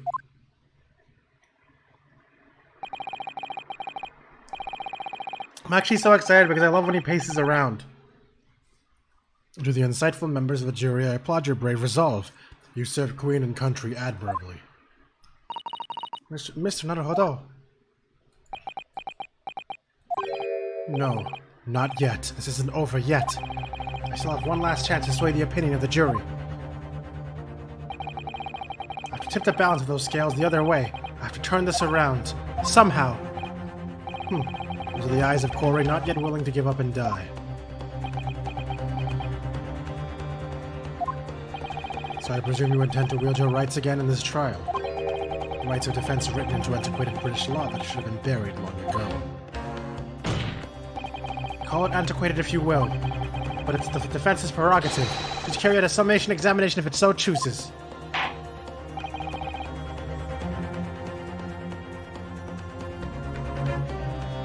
Very well, counsel.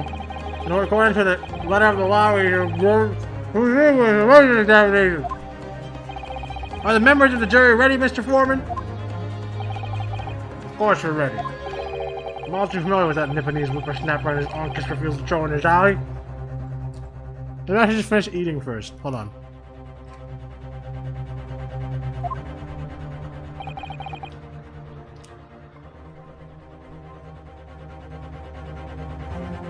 Very well then. Judge, stop talking with your mouth full. Sounds like a bread-heavy meal. It is. I'm literally just eating bread.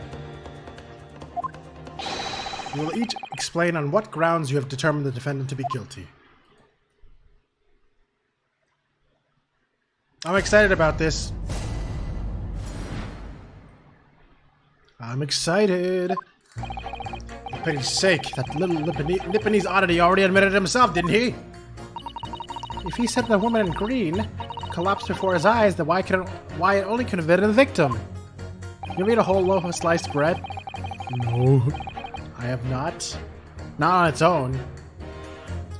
The man wouldn't have gone around on the houses on his way back, or gone around the houses on his way back from the bookshop, not in winter. So the poor woman was attacked from behind, was she? How dreadful. Is she gonna keep doing that? Yep. Look at those jiggle physics.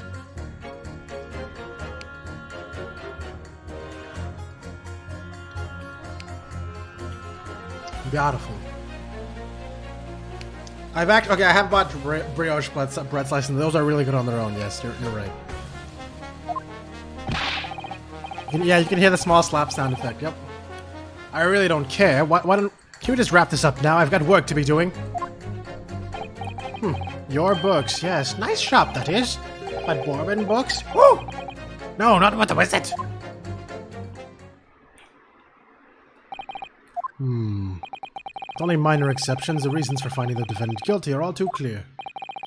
When the stabbing occurred, only two people at the scene were the only two people at the scene were the victim and the accused. And the accused himself has admitted to seeing the victim in her green overcoat sink to the ground before his eyes. Furthermore, we have heard from the inspector the defendant then fled the scene. I must say, I would have ample ground to convict this man already. Oh dear, even the judge appears convinced of Mr. Natsume's guilt now. Why did he have to run away why did he have to run away like that? And how are we supposed to believe in some phantom attacker that nobody could see? This is impossible. How can I possibly make a case for the defense? Mr. Naruhodo, this is no time for grumbling. If you want to force the trial to continue, yes, I know, I have to turn the tide. I must make the jurors change their minds. Well, 4 of them at least. Exactly. We have no choice but to forge forward. Alright, here we go. You guys ready to pace? Will the floor council begin your summation examination? Yes! Slap! So many people slap their cheeks in this game. This game is all about slapping cheeks. I just need to keep this trial going somehow, whatever it takes. Come on, Ryunosuke, you can do it.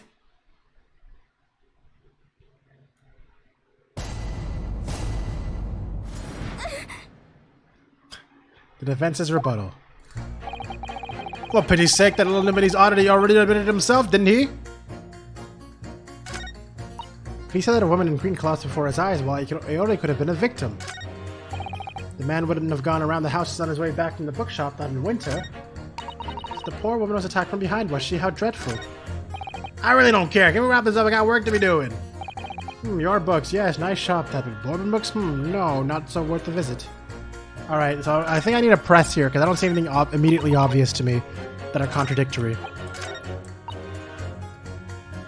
I really think this character here is very pretty, even if she's racist. Alright. Let's press a bit. Hold it! Excuse me, but aren't you... Yes, that's right. I was in the witness stand myself just 2 days ago. Yes, I had a feeling I knew your face. Or the side of it, anyway. If I remember correctly, you're a banker, aren't you? That's right. After the gold rush down under, I came back to London to work. And it was all going swimmingly until you started fossicking around. Bruce Fairplay was a man of repute. Sorry? Don't think I've forgotten how you treated me the other day. You had me and that young hatter pegged as criminals. Oh well, you know, water under the bridge. Now, there's all sorts of rumors buzzing around, and the police had been badgering me non-stop. If I could turn back the clock... Well, anyway, I don't know about the hatter, but at least I'm in the clear now. I'm free to make up my own mind about who's guilty and who isn't. Huh. Thank goodness. Alright, maybe I might struggle to change this man's mind, given our awkward history. Oh dear, I wonder what's become of Mr. First now. So basically, I have nothing to do with that guy. He won't help me at all. He said that a woman in green collapsed before his eyes, why I could only have been the victim. Hold it! You're right that at the time of the incident, the defendant admits to having seen someone wearing a green overcoat walking ahead of him. Well, quite, that's precisely my point. Clearly that someone wearing green was the victim. And clearly that funny little Nipponese man with a disturbing moustache is the culprit. Unless I forget, madame, the defendant vehemently denies attacking the woman. Why, of course he does. If he admits to stabbing her, his life is over. The man is obviously a liver-faced coward, honestly. Claiming the woman simply collapsed before his eyes. That's why they're Far East or Nipponese at every given moment. Yeah, I mean, seems pretty accurate for 1800s England. But if that's a lie you're suggesting, do you not think that he would have concocted something more credible? Well, I really couldn't say. After all, you are foreign. Who's to say what goes through your funny little minds? I could tell you what's going on through my funny little mind right now, but you wouldn't like it. I declare that the man has already made the admission. He himself has stated that there was nobody else around. Surely the conclusion is obvious. No one else could have possibly committed this awful crime. Ugh. No one else could have done it. The accused must be the man. Really, it couldn't be more simple. Your argument is compelling in its simplicity, I must admit. Oh my, you are too kind, my lord. That went well, for her.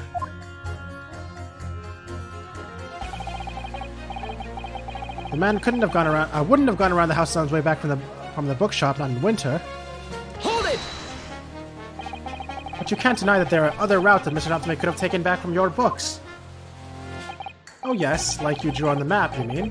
What was it? Calabash Road or something? Precisely. Well, it seems to me that what counts is whether the little Japanese fellow actually went that way or not. Well, yes, that's true. At the moment, there's no proof that shows he did, is there? Well, yes, that's true as well. And as I understand it, the accused himself doesn't remember which way he went, does he? Well, yes, that's also annoyingly true. Winter nights are dark and cold, so the way I see it, you'd want to get home as quickly as possible. Well, yes, why is all this true? So really, the only thing that makes sense is that he went along home Went home along Briar Road. I'm supposed to be convincing you here. I've given it a lot of thought, you know. I didn't just make up my mind on a whim like that he did it. I mean, if there was some logical reason why he might have gone the Calabash Road way, it'd be different. I'd be happy to reconsider my position in that case. Honest, I would. A reason why Sosuke-san might have taken the longer way home. Yeah, because he was fucking paranoid. He probably didn't want to go through a major road, I don't know. Yes, a good reason. I don't imagine you'll be able to sway this young man's opinion without one. So the poor woman was attacked from behind, was she? How dreadful. Hold on, let me look at my court record here. Do I have anything useful?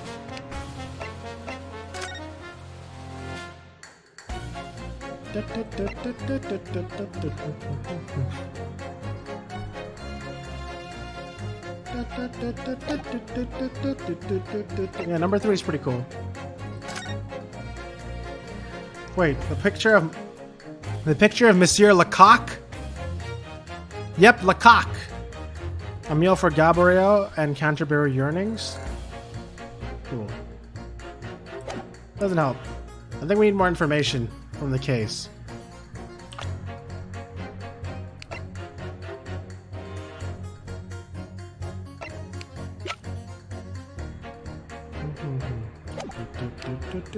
Alright, anyways, we gotta keep going. Hold it!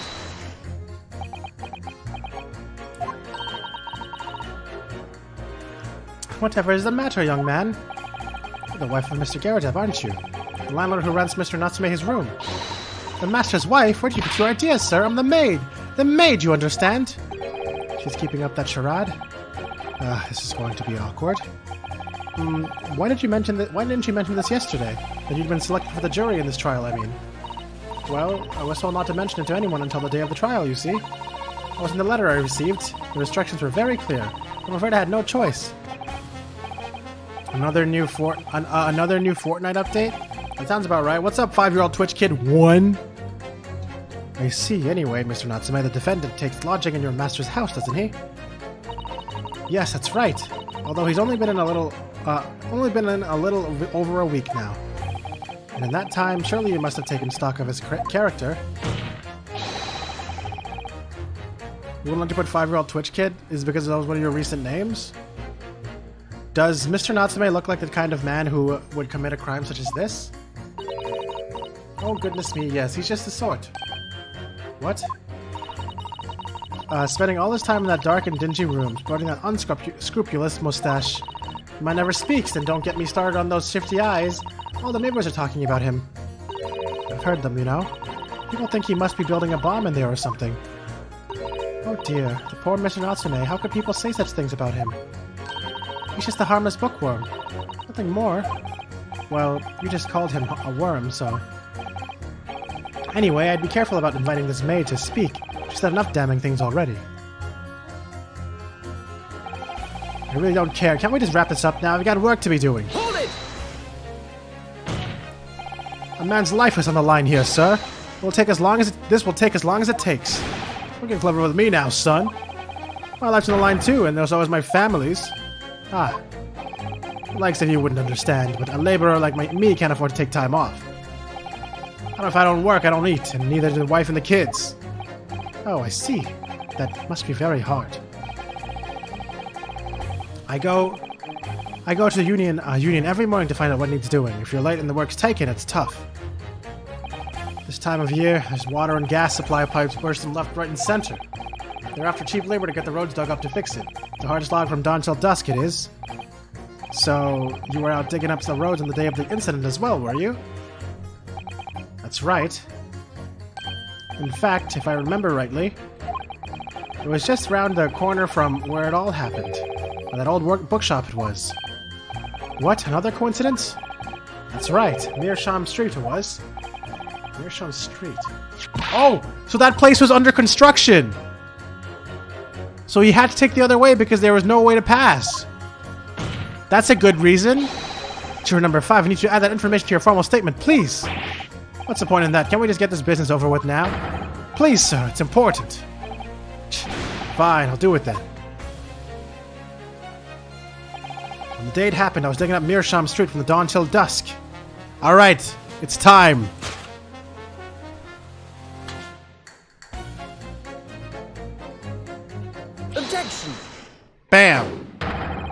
Those two statements are clearly at odds with one another. An odds, counsel? Explain yourself. Please don't point. It wasn't me, I swear. What? I just want to get this done and dusted. Well, juror number 3. Oh, me, sir? What do you mean? Oh, here we go, dude. The pacing. Yo, let's pace. Epic pacing time.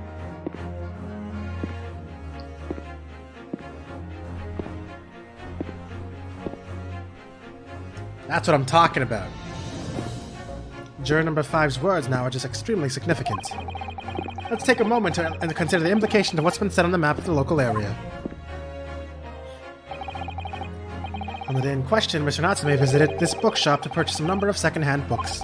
And on the same day, we now know that there are works being carried out on Mearsham Street, making it impassable, which means that the defendant's route home could not have taken him along Mearsham Street and down Briar Road. Oh, yes, of course. But what do you think, sir? Well, yes, you can't argue with that, really, can you? You must have had a good 2 yards or more of... Thank you for the 20 bits for pacing. I really appreciate that. Total of 1,059. We must have had a good 2 yards or more of pavement up. Every gentleman and gentlewoman that came along had to turn back and go the other way. So, the only conclusion is this. The defendant must have taken the longer route back to his lodgings. Yes, I suppose he must have. I suppose that must be right, eh? Juror number 3, you said the following. The man wouldn't have gone around the houses on his way back from the bookshop, but we see now he had no choice. Yes! My lord, Mr. Judge, sir, if I may. Yes? I don't think in all good conscience that I can say the man's guilty now. Yes, I'd like to see this trial continue so we can get to the bottom of what really happened. I really like this guy. He's so honest. He's literally... Is he actually honest about being honest? What about you, sir? Who, me? Well... Alright then. If there's a hole in the prosecution's argument, it should be filled in, that's what I say.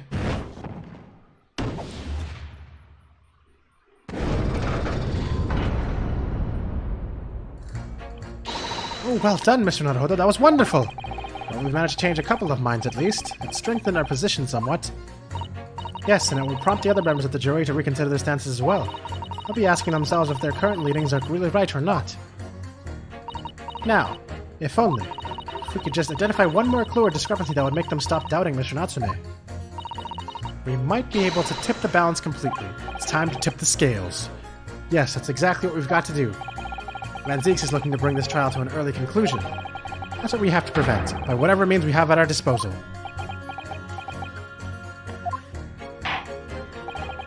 Thank you, counsel. On with the summation examination, please. Yes, my lord. I have to say not guilty at this point, so I can see where the trial goes from here. Alright, so I gotta press this guy. I gotta press the gnome. Hey, gnome! Woo! Sorry? Fold it, you say? Fold what? No. What I said was hold it. What I wanted to ask was, do you visit your books often? I like the old books they have in there, yes. I enjoy reading them over a nice cup of old tea. That's my daily routine, you see. Same thing every day, including the day you're all talking about. At what time did you visit your books on the day in question? Well, I was picking out books in there all afternoon, and it would have been just before 5 that I left. That's my daily routine, you see. Same thing every day, including the day you're talking about. Just before 5, you say. Exactly when the victim was attacked. Are you sure about the time? Oh yes, no mistake there. I remember it well. I'm not about to forget that day in a hurry. Not after the dreadful time I had. What do you mean? Well, I was walking down Calabash Road when I slipped on the ice and donked my head. Always worse after the snow stopped falling. I think it's more slippery.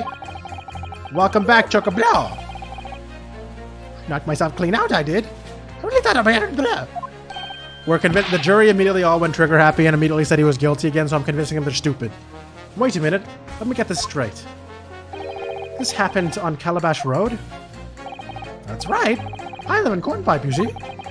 Heading down Calabash Road is the quickest way for me to get back from your books. Juror number 6, I must insist that you add that information to your formal testimony. It may very well be extremely significant. Sorry? Extremely sick? No, I'm quite alright now.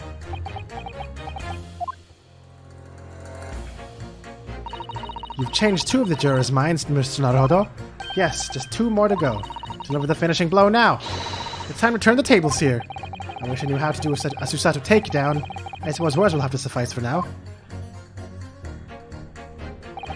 For pity's sake, the little Lebanese oddity already admitted it himself, didn't he? If he said that a woman in green collapsed before his eyes, why can it only be the victim? Oh no, but the road was slippery. Oh, I get it. I stepped over that evening. Oh wait, he's also wearing a green coat. Oh, he slipped around the same time and looks similar to her from the back. Oh, I get what this trying to do now. All right, guys, yo, I'm about to pace. I'm about to pace on their asses, yo. Y'all ready? Y'all ready for me to pace on their asses? Here we go. Objection! Those 2 statements clearly show a flaw in the juror's reasoning. A flaw? What are you talking about, counsel? Well, juror number 2, juror number 6? My, whatever do you mean, sir? I think perhaps the old man didn't hear you. Unbelievable. It's not like I was loud or anything. There was at least one fact of which that we can be sure here. Pace time, baby. Let's go. The bookshop receipt found in the defendant's room clearly indicates that... Pacing! Thank you for the 10 bits. The bookshop receipt found in the defendant's room clearly indicates on the day of the attack that he had been to your books and purchased a number of secondhand titles. He then returned home on foot. Right? I don't know why the simple act of pacing is actually just fucking badass in this game. Like, this simple ass shit is super badass in Ace Attorney. I don't know why. Like, pointing and shit becomes badass. But the man says he has no recollection of his return journey. That's correct. But what he does remember is seeing someone appear in front of him on the way. Someone in a green overcoat who suddenly collapsed on the pavement before his eyes. Yes, and we're all well aware of this. The poor young woman who was stabbed, obviously. Objection! Can we really be sure of that, madame? My, whatever do you mean? I'm sure you heard juror number 6's account of what happened to him that day. That same afternoon, there was somebody else apart from the victim who was wearing a green overcoat and who fell over on the icy streets in the neighborhood. Oh my. My goodness, you mean... That's right. I'm referring, of course, to hard of hearing juror number 6. Are you really suggesting the person in the green overcoat whom the defendant saw collapse in front of his eyes was the jolly old gentleman on the end of the bench here with me today? That is entirely possible, yes. After all, the old man has a somewhat similar build to the victim. Well, look at that. My goodness me. Sorry, you need a pee? And crucially, we know precisely where the old man in the green overcoat fell. On Calabash Road. Therefore, if the person whom Mr. Natsume saw collapsing in front of him was in fact juror number 6, it means the defendant must have taken the long route back to his lodgings. If that's true, then clearly the crime scene on Briar Road where the woman was stabbed was not on his way home. Oh my! You idiot old man, if you hadn't been so deaf as to have been roaming around there, we would have boxed this off hours ago. Really, what were you thinking wearing such a befuddling coat? What did you say to me? Is it a crime for the elderly to walk the streets these days? Is it a crime to step over the ice? Is it a crime to kill the ladies? Is it?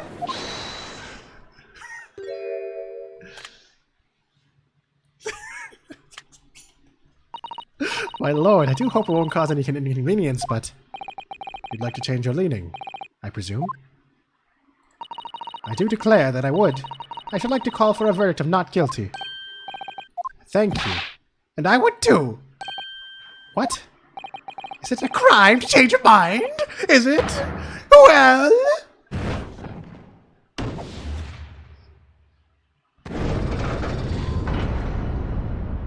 Yeah, he doesn't have a filter at all. That's great.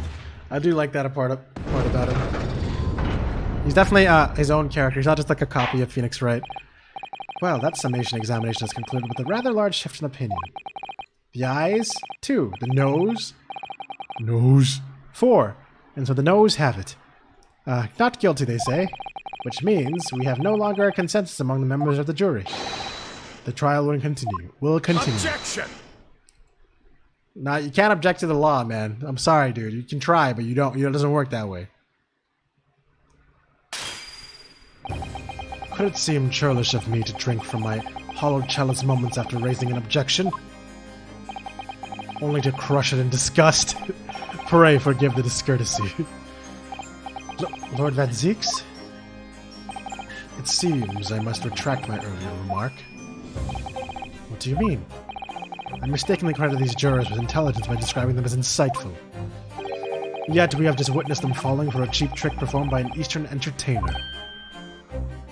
His poor hand is covered in glass shards. Yeah, I'm pretty sure that glove is actually all glass shards, eh? Whatever do you mean? Objection! I haven't tricked anyone. Everything I've said is the truth. Indeed. Stalwart juror number 5 is undoubtedly repairing the road, as he claims. I believe you said it was a good 2 yards of the pavement which you excavated, sir. Good thing he's wearing gloves? True. That's right. Took me the whole day and they paid me a measly tuppence for it. You end up with like Diego from AA3? True. Now, my learned Nibonese friend, tell me. Do you have any notion of the distance that 2 yards represents? Well, if I'm honest, I don't have a clue, no. 2 yards is a little less than 2 meters. Now it makes sense to me! Less than 2 meters, that's not much at all. In other words, a distance readily vaulted by anyone of moderate vigor. Okay, no one would fucking vault the 2 meters, even if it was like a random guy. You're not gonna vault over some guy doing road work? Give me a fucking break, dude. No fucking way. 2 meters? Bro, there's like... No one would do that. They'll be like, okay, well, I guess I'll just, I gotta cross the road. Might as well. I could probably make it, but fuck it. Just fuck it, dude. I'm gonna vault it. Nah, dude. Yeah, and it's snowy out. Bro, shut the fuck up, Zeeks. Seriously, shut the fuck up. Alright? Me? Well, I can't say you're wrong, no. What? Yeah, you would do it? Holding 3 books you just bought from the store? In the middle of winter at night? In the snow? You would do that? No, you wouldn't. Yes! Shut up. And maybe you... Actually, yeah, you would. You're a chocobo. So I guess chocobos can jump pretty far. And did you perchance erect... He said erect. A sign to prevent pedestrians from passing the site of your works? No, I wouldn't dream of it. What a waste of time. No coaches would have had a hope of passing anyway. We just turn any gentlefolk back when they come. Kids just jump right over us all the time. He's not a kid! The accused is no gentleman as far as I can see. I have little doubt, however, that he could spring over a 2-yard trench in his meanderings around town. Ah! Is that true, is it? But you can't prove it! You can't prove that he could jump it! How about that, huh? What if I turn this shit around on his face? The incontrovertible truth is that the books just purchased by the accused were found at the scene. There can be no doubt that on his way back to his lodgings, Mr. Natsume walked down Briar Road. Crushed in a single sentence. And, old man... Cold man? You can talk! You say that around 5 o'clock on the day in question. You slipped and fell on Calabash Road. Pray, was there a suspicious-looking Nipponese behind you at the time? Oh, I can't say I remember. You don't remember? How about a wager, then, my learned friend? You say it was this old man that the accused saw, but I would lay 1,000 to 1 against you being able to prove it. What? Why is the burden of proof on me? If you can just randomly say shit like, oh yeah, he could jump over 2 meters, and you don't have to say shit, but I gotta prove that this guy was the guy in front of him? Order! Order! Lord Van Zieks, explain yourself. My lord, if you had such a trenchant argument up your sleeve, Why in the world did you not proffer it during the summation? Because he can't talk during the summation examination. He literally explained that. Why don't you know your own fucking law, Judge? I wanted to give this young foreign student the sightseeing experience he no doubt came for. I wanted him to see for himself, but the opinion of the jury is so readily swayed. What? He literally... No, what are you talking about? Last friggin' trial they said that he's not supposed to talk during a summation examination. He didn't do shit. He literally just had to sit there and shut up. What is... Bro, what the fuck? I'm actually mad. But my hospitality has its limits, and they have been... You didn't do shit! You didn't make a decision! You had no choice!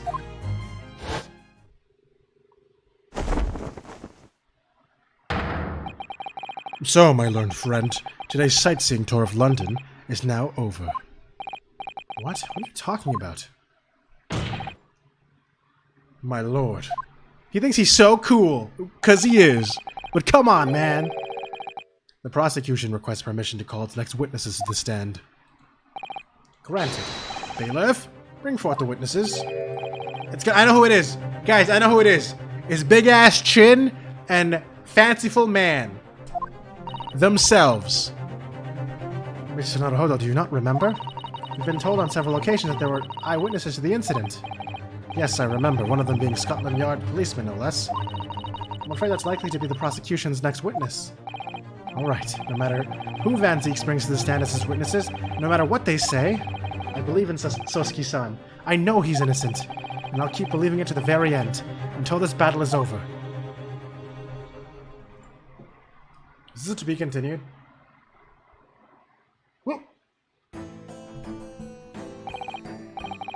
I was entirely wrong!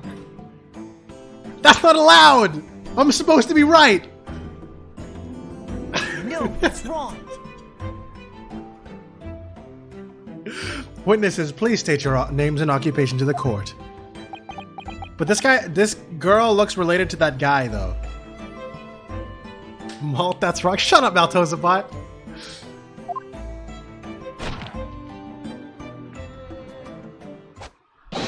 Wait, she has Hu Tao eyes.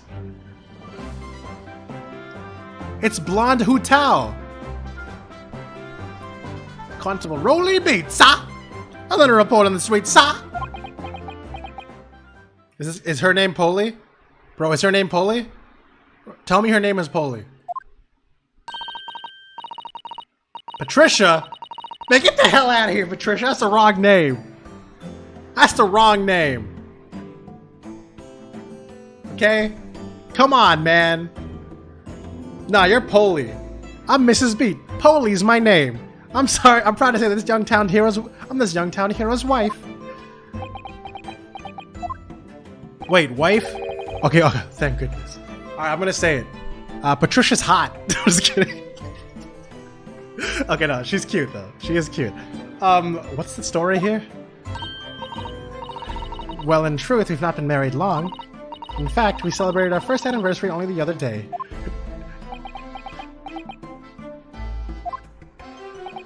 No, it was your husband I was asking about. He seems tired. Hardly surprising. Whilst being an honorable occupation, patrolling the beat is the most demanding work in the world. Remember, you could probably get married at age 16?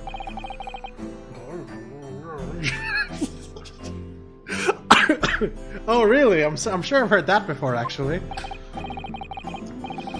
Indeed, apart from the rare days off, our gallant officers trudge some 20 miles a day, you know.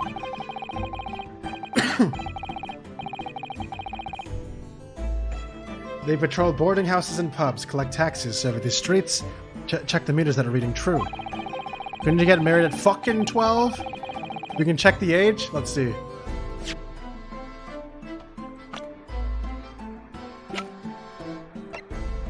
$21. Woo! We good! We good, everyone! We good! Let's go! And they're responsible for keeping the streets clean, lighting and extinguishing our street lights. There are a number of items on that list that don't sound much like policing duties at all. I wouldn't just be falling asleep on my feet. Wait, disappointing? Chocobo, what the fuck? Monka S? Monka W? What the fuck you mean? What do you mean disappointing, Chocobo? I wouldn't just be falling asleep on my feet. I'd have collapsed long ago. But it goes without saying that a policeman's primary duty is the apprehension of criminals. Even when he's off duty, a constable is expected to investigate and resolve any crimes on his beat. Wait, why am I'm using the wrong voice. He became so kind. For the London Bobby is a man of honor.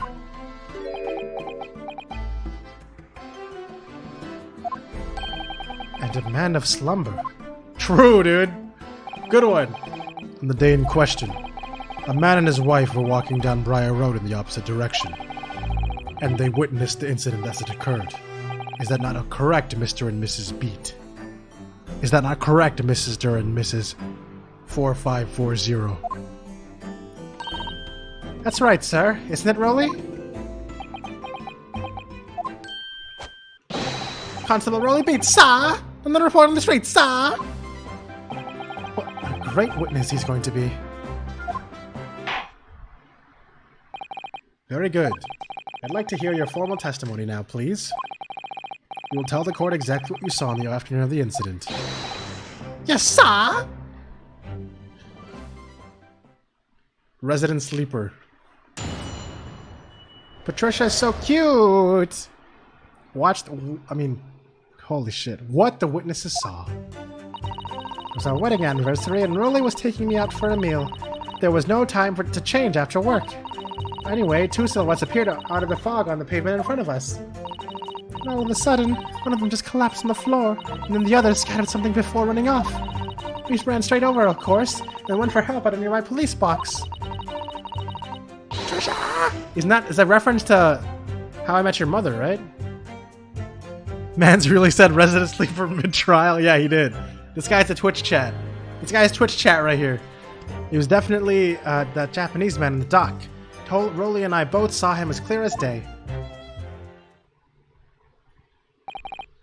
Well, this is extremely compelling testimony, I must say. Oh dear, this policeman and his wife are claiming to have positively identified Mr. Natsume at the scene. If the testimony is true, the alternative course of events that you established in the summation examination will be quashed. It's a death knell, in fact. Because that alternative was never viable in the first place. What an unfortunate be chancing. On your wedding anniversary, too. Oh, I know. I know, but I still managed to go out for the evening with my man. I thank the Lord for that. Dude, this woman is hardcore simping for that. Bro. Man, I'm so lonely. Gosh, the life of a London Bobby does sounds very hard indeed. Indeed, however, this cross-examination will be over in minutes. You may well have time to rest this afternoon. What do you mean by that? My learned friend, the witness who saw the face of the man fleeing the scene. They are testifying under oath that it was without doubt the accused, Mr. Sosuke Natsume. I'm not lonely in Maltosier? Man, I guess that's true, I guess. That's sad. And one of these witnesses is a policeman, no less. So you appreciate the gravity of the situation, I'm sure.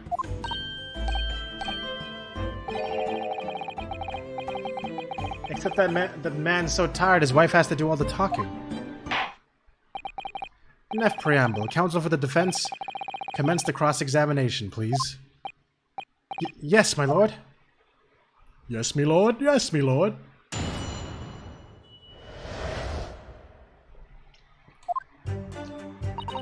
It was our wedding anniversary and Rolly was taking me out for a meal. There was no time to change after work. Hold it! There's always time to change after work! Hold it! No time to change. Wait, he's actually mentioning that one part of the Bro, I was just joking, but he's actually talking about that part. No time to change after work, you say? Are you also a member of the police, Mrs. Beat? Oh no, sadly not. It's a job for strapping young men only. Women, children, and the elderly can't even apply. Well, I think you can probably see why children and the elderly can't do the job, can't you? I think Rolly looks ever so handsome in his uniform. It suits you down to the ground, doesn't it, darling? I think it's really cool that they have a lot of models, like pairings of characters that actually like interact with each other now as like animations. They're really like fully embracing the 3D models, which I really like. It's something that they would have had a hard time doing with sprites. What? I just finished my beat. Pat and I were heading back to the station. I was actually planning on getting changed there. Is he talking in his sleep? This is creepy. Oh no, Rolly, I much prefer you in uniform. Sometimes I don't recognize you when I see you in plain clothes. Okay. Now I'm kind of thinking that Patricia has some weird shit going on where there's literally, bro, there's no sex unless you're wearing the uniform. I'm sorry, but I don't give a shit about you unless you're wearing the uniform. Sometimes I don't recognize you when I see you in plain clothes. Oh dear, that doesn't seem healthy. I kindly adhere to the point. You were going for a meal after you had finished your beat for the day, correct? Bro, if he got fired from his job, I don't know if Patricia would still be around, I gotta say. Kindly adhere to the point. You were going for a meal after you had finished your beat for the day, correct? Aye, that's right, sir, yes. Although I was fit to drop. You're about to drop the beat? Oh shit, this guy is fucking gangster! To be honest, after spending the whole day on my feet. The policing is my life, sir. As long as I'm a proud owner of this, I'll serve my city and my queen to the end. What's that now? She'd be gone frame 1. My warrant card, sir. Why is that always so funny to me? It's like a joke that only people who play like either fighting games or Smash will understand, but it's so funny to me when people say frame 1 in like a total different context. My warrant card, sir. Profile of London Kappa. It has the... Wait. Oh my god! Bro, is the word cop literally just a short form of copper and that's what the actual name is supposed to be? Bruh. I never even knew that! But why is it called copper? Is it because they cop people? They cop people? They cop a feel on people? And throw them in jail? It has the noble founding principles of the force written on it as a reminder to us, to all its policemen, of our sworn duty. To patrol the streets of London town and uphold the peace of the common man. Sir, and for such a noble cause, I will cover 20 miles every single day without fail and without a grumble. Because I know that the plodding of my boots is all that Londoners need to hear to feel safe and secure. So, fighting crime doesn't appear to come into it then. But sir, just on that one particular day, I was looking forward to celebrating my wedding anniversary. Mrs. Beat puts up with a lot of being... Whoa, holy shit, he's being a Chad. Puts up with a lot being married to a Bobby like me. I want to show my dear wife how much I care. Wait, holy shit, this guy's a Chad. Look at the way he doesn't even hover hand his wife. Oh, Pat. Oh, Rolly. Oh, what a charming couple. Their young love is such a joy to behold. If a little over the top, perhaps. And then, kindly describe what happened next. Anyway, and then he's back to sleep. Anyway, the two silhouettes appeared out of the fog and on the pavement in front of us. Hold it! Two silhouettes. That's right, they were coming toward us, walking up the Briar Road in the opposite direction. There was a rather plump figure followed by a scrawny, thin-looking man. It does sound exactly like the victim as pictured in this print, and like Mr. Natsume. Yes, unfortunately it does. You're certain that at the time there was nobody else nearby? Oh yes, quite certain. It was dark, but there are streetlights on Briar Road, you see. There was nobody else around at all. Isn't that right, my darling?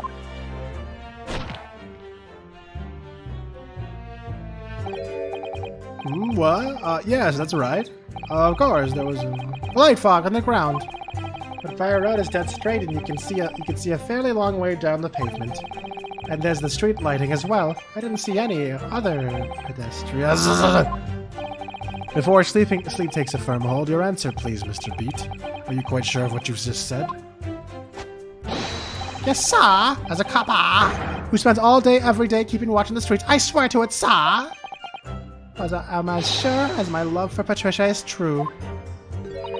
Oh, Pat. Oh, Rolly. They're still maintaining there was no one else around other than the victim and the attacker.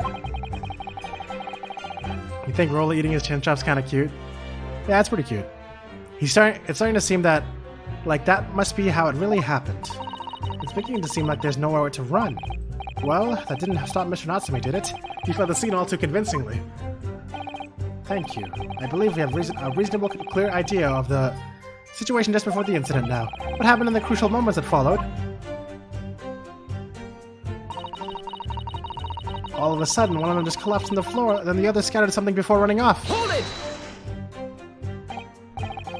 Scattered something? What do you mean by that?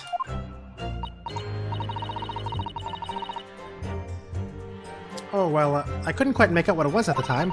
But then we got closer, we realized that it was what it was. Didn't we, darling? Didn't we, darling? What? Ah, yes, that's right. It was some old books. Like book? I see. Like book? Yes, sir. The culprit had dropped a number of them around where the victim lay on the pavement. Say it. Say it's a number other than 3. Say it's like 5 books or some bullshit. Come on, give me something to work with. That rotten Japanese man did that when he did the deed. Hold it! Let's not forget that it remains to be established that the defendant was indeed the attacker. But we saw him. It was the man in the dock without a question. Saw? The mustache, the hunched back, the cat-like eyes, the taut mouth, the snub nose. Everything! Any more insults you want to throw in? That's right, he looked down at that poor, defenseless woman with those terrifying, intense eyes, and then suddenly threw his books onto the pavement and ran away. I see. This is tough. They seem as though they're telling the truth here. May I remind the court that this unambiguous testimony comes from a policeman and his wife. Now please, continue. Yes, sir? We ran straight over, of course, and then went for help at a nearby police box. Hold it! Was it your husband who went to fetch help? No, I went. I may not be a police officer myself, but I'm the proud wife of one after all. Isn't that right, my darling?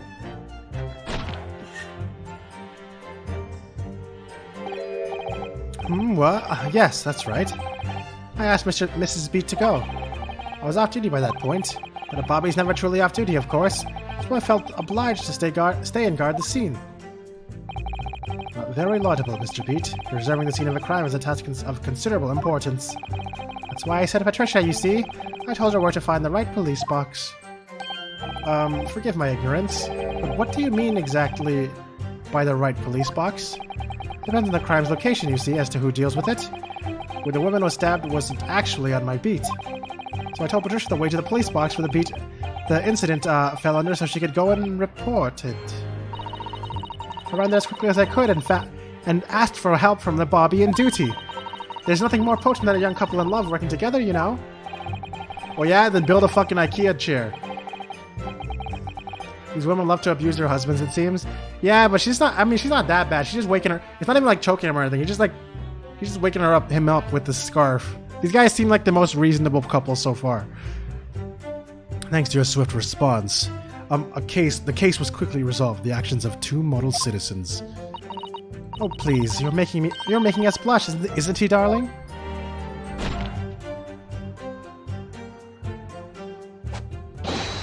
Yes, sir. What Patricia said, sir. Let's move on, shall we? It was definitely that Japanese man in the dock. Rolly and I both saw him as clear as day. Hold it! Wait, but it was nighttime. So it can't be as clear as day. Lots of whiplash, true. But surely you wouldn't have been able to see his face by the light of the gas street lamps, would you? Oh, okay, never mind. Never mind, abusive. No, you're right. Pikachu, you're onto something this whole time. I shouldn't have doubted you.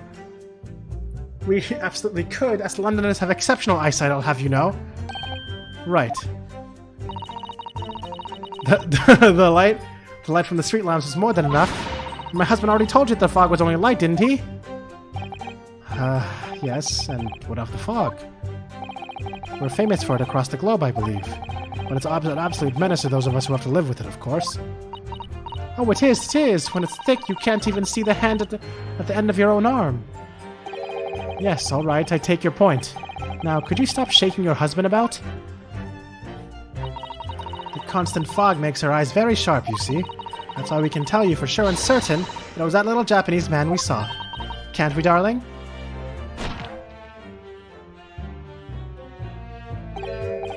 What? Ah, yes, it was the accuser, no mistake. The mustache, the hunched back, the cat-like eyes, the taut mouth, the snub nose. Unmistakable, sir! As far as this couple's testimony is concerned, there can't be any question. It was Sosuke-san they saw running away from the scene of the crime. So that's it, is it? That's their entire testimony? What do you think, Mr. Naruhodo? Well, I hate to admit it, but on hearing the testimony, it really does seem as though Mr. and Mrs. Beach saw what they saw. Mr. Natsume running away from the scene on the Briar Road that day. Yes, I feel the same. So if that's true, where does it leave us? The members of the jury are sure to call for a guilty verdict after this testimony. Oh no, then what do we do? If Kazuma-sama were here... What are you trying to say? I think he would try to find a contradiction somewhere else within their testimony. What do you mean, somewhere else? Their statements about seeing Mr. Natsume is unequivocal. Calling that into question won't help. But if you can identify some other part of their testimony which appears to contradict its facts, you might be able to discredit them. Discredit them and make the jury doubt if the pair's memories of the day is accurate. Oh, right. To put simply, we must focus on finding a discrepancy in these statements somewhere. If we don't, I'm afraid the trial may reach an early and an unfavorable conclusion. Why do I always seem to be so up against it? Mr. Lawyer, sir, can I ask you something? Oh, yes, of course. What is it? Well, you keep asking us all these questions about everything we've told you, so... Seems like you don't believe our testimony, is that right? Is it? Well, out with it. Oh, shit! She's got a puppet! What? No. Oh, no, it's really not that. It's really not that at all. Well, Chocobo's offering it to you, Glitch. My husband's a policeman, remember, and I know what I saw. I remember every last detail. Everything, like, oh, I know. What about the books the man dropped? I could tell you the name of every single one I could. Please do, because I can definitely prove you wrong if you do. And you dare to question how reliable my testimony is? That will do, Mrs. Beat. No, it won't do at all. The Japanese lawyer has no idea what I'm capable of. Even if I decide to forgive him for insulting us, don't think for a minute that Rolly will. I really didn't mean to cause offense. Please put your husband's fist down. What a line. Perhaps you would like the opportunity to supplement your testimony, Mrs. Beat? Chocobo literally grabbed it for you, Glitch. Why are you yelling at him? Might that appease you? Oh, thank you, my lord. That would settle things nicely. Wouldn't it, darling? Wow, I thought she was going to pull her. I can even tell you the names of the 4 books he dropped at the scene. Do it then! Wait, 4 books? You already messed up! There was only supposed to be 3 books! You done fucked up, Patricia. You done fucked up, Patricia. There's only 3 books. I'm pretty sure. See? 1, 2, 3. 1, 2, 3 Fake Street. Objection! So, you're saying that there were 4 books? That's right, I remember all of them. A picture of Monsieur Somebody, What's It Yearnings, a meal for someone, and the Thingamy's something. Wow, very good. Good job. I'm sorry, Mrs. Beat. But there is a fundamental flaw in that statement of yours. Oh no, what? What flaw? Simply that at the scene of the crime, there were only 3 books, not 4. Wait, I actually called this out too. I really called out that they were going to use a number of books as the fucking contradiction. That's me, dude. I'm a genius lawyer. I'm a genius lawyer. What? This is a receipt from the bookshop where the defendant bought his books. How does he do it? He can't keep getting away with this genius. Your books. Yes, and it details Mr. Natsume's purchases that day. But as you can see, only 3 books are listed. Only 3, but no, that can't be. I remember seeing them. Knowledge. There are 4 books, I tell you. 4 dirty old books. Oh, really? Have a good look at this photograph of the scene of the crime. As you can clearly see from the evidence as well, there are only 3 books. What if there's another book under her fat ass? But I just don't believe it. I saw them there, I swear it. I saw them. No, madame, I'm afraid your powers of observation cannot be relied upon. Grr. So it can't be denied. Though you say it was the defendant you saw, you could very well be mistaken. Oh no, oh no, oh no, oh no. No!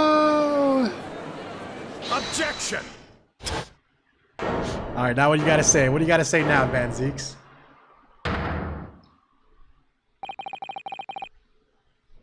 Alright, give us the most clever statement you got. Alright, let's see this.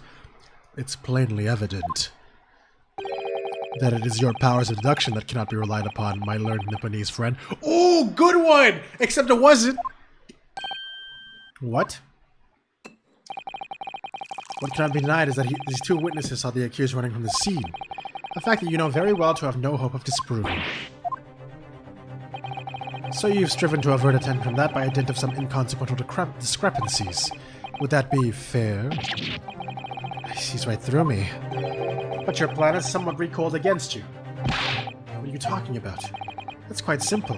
Let me explain with a toast. To the policeman's wife and her entirely accurate testimony in every respect. Oh, you see, the matter is not up for debate. The scene on Briar Road, a total of 4 books are most definitely found. Objection! But what about the photograph? Look at this photograph! Quite right, only 3 can be seen in that print. But check out this other print that has 4 books in it, because fuck you. Okay, that was unnecessary. You didn't have to break another fucking... God, that was like 5 cups so far. Allow me to present another, one that shows the victim's hand. Wait, why did it look like he half ate this book?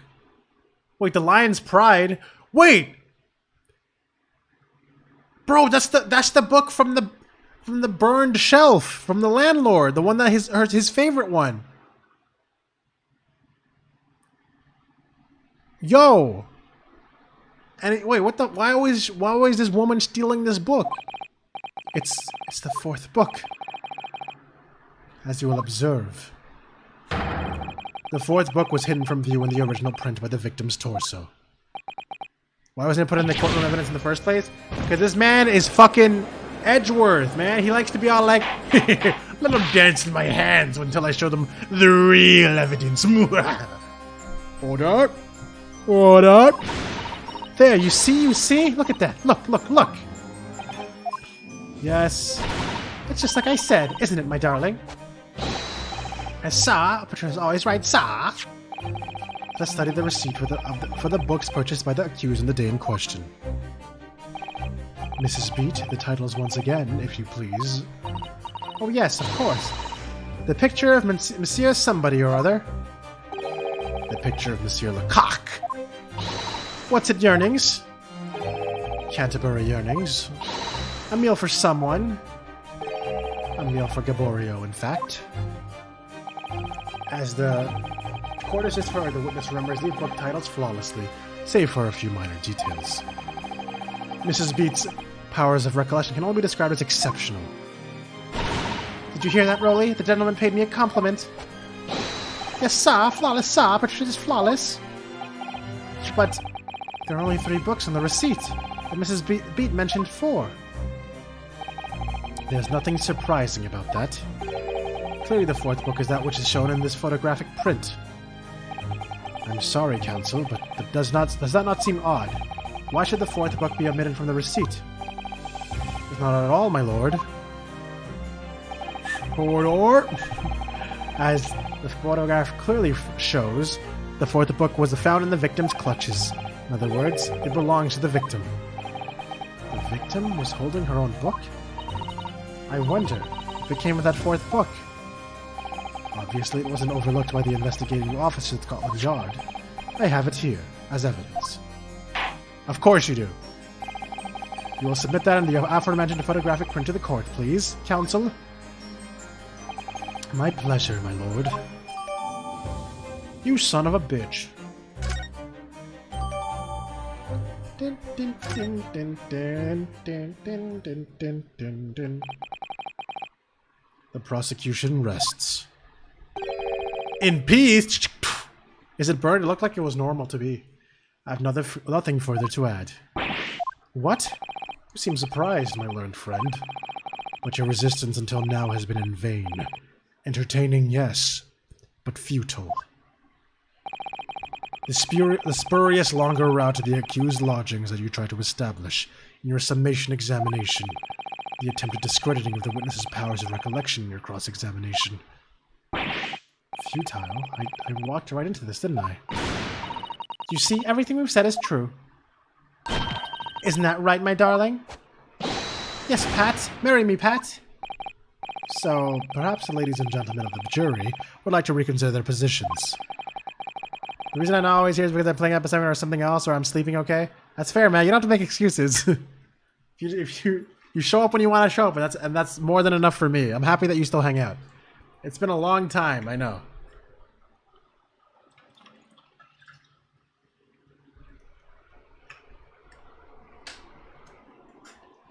Should the court waste any more time on this Nipponese travesty? Or is the decision you have to make all too apparent already? Not again.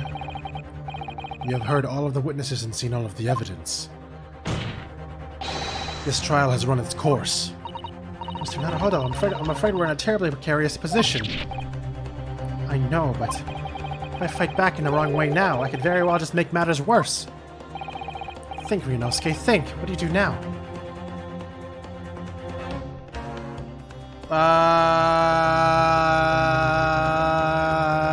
Fuck it. Sometimes you just gotta chill.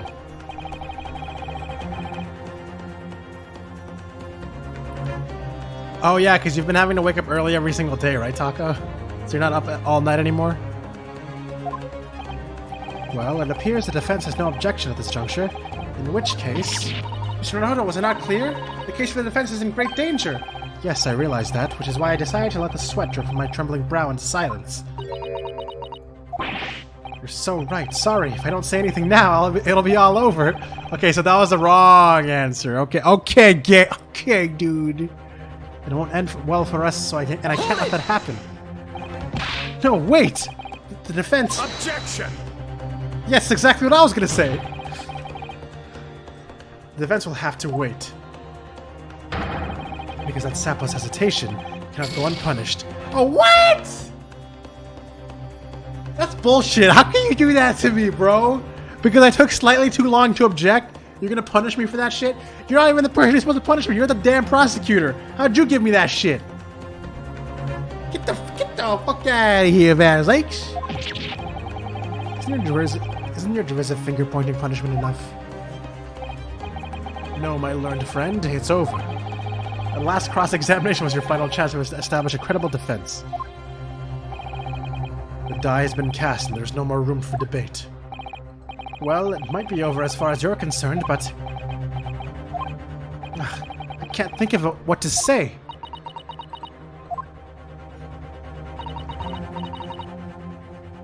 If I may, Lord Van Ziet, it seems somewhat boorish to close down the debate at this point.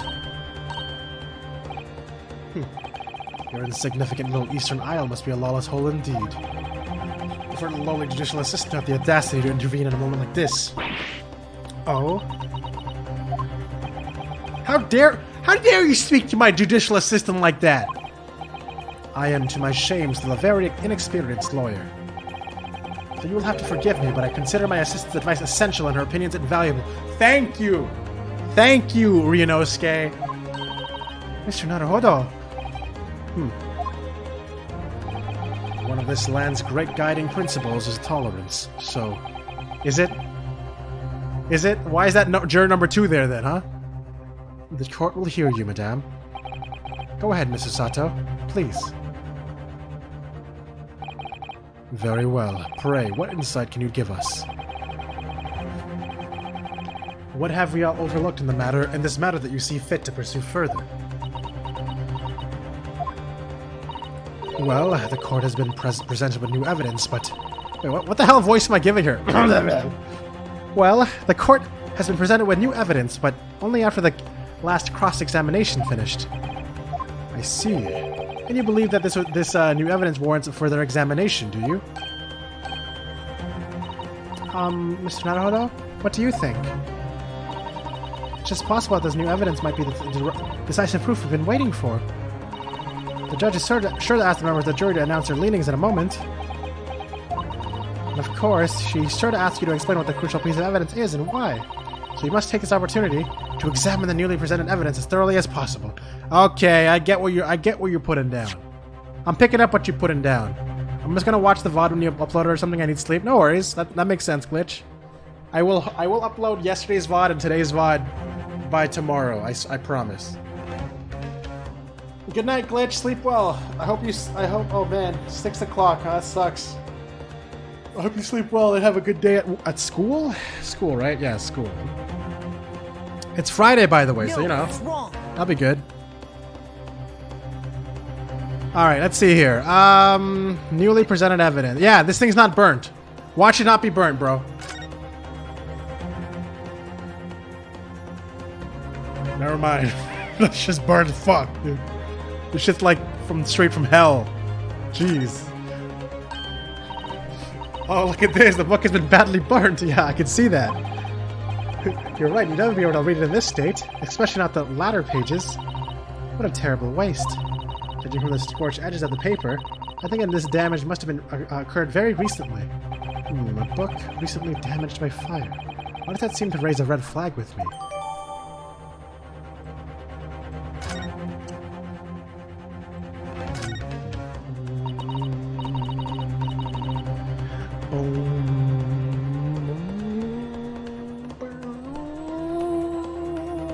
Let me see. It's a book titled The Lion's Pride. You know the fucking tension theme, the suspense theme from the previous games was one of my favorite themes, even though it's like the most repetitive thing ever. I loved listening to it. And this is like literally like a mix on that. And I love that. It's so cool. It just makes me like, I don't know, that's why I really like this fucking theme. I'm afraid I don't know any English literature at all, so it wouldn't be something I've heard. Wait a minute. The Lion's Pride? That's strange. I think I have heard of a book by that name before. And very recently, too. It's title I recognize too, Mr. Naruhodo. Yeah, I know why, because it's from Mr. Yaboy. Yeah, I know it looked burnt in the picture. That's why I was actually wondering, because when they presented to us, it looked like this. So I thought I thought I was supposed to be burnt here, but apparently not. Bum, bum, bum.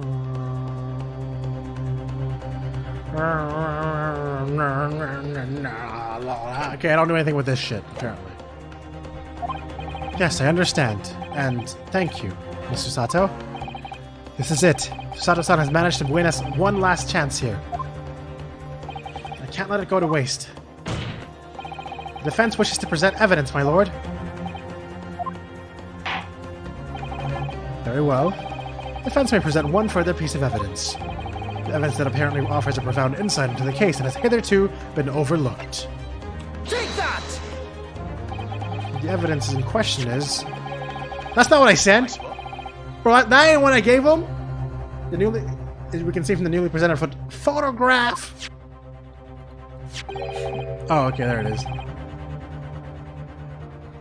What is this clip? I kind of want to check it out. Hold on. Oh shit, where did it open? Oh, there it is.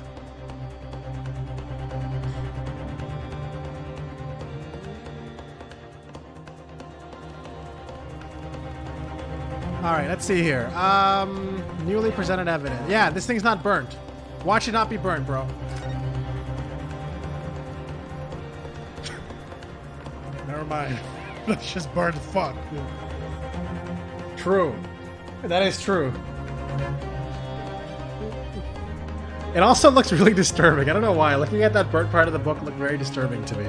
Like, triggered some weird-ass reaction from me. Why is Racy in the link? Because it's fast. Because the clip was made really fast. That's why.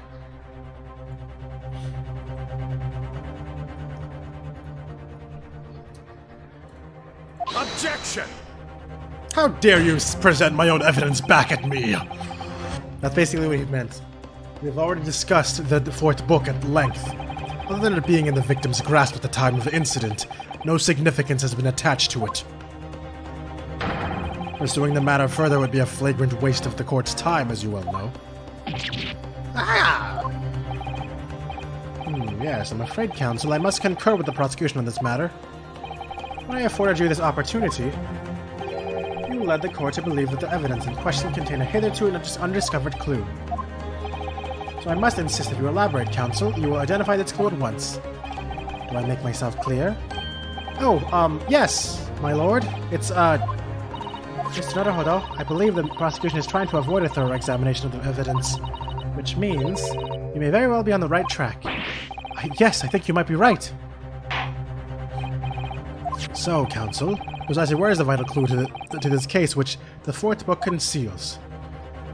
Over there! Over there! Got it!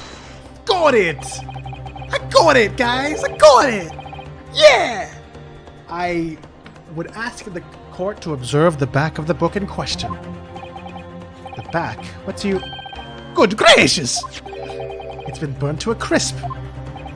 So we have to ask ourselves, why was the victim clutching what is clearly an unreadable book?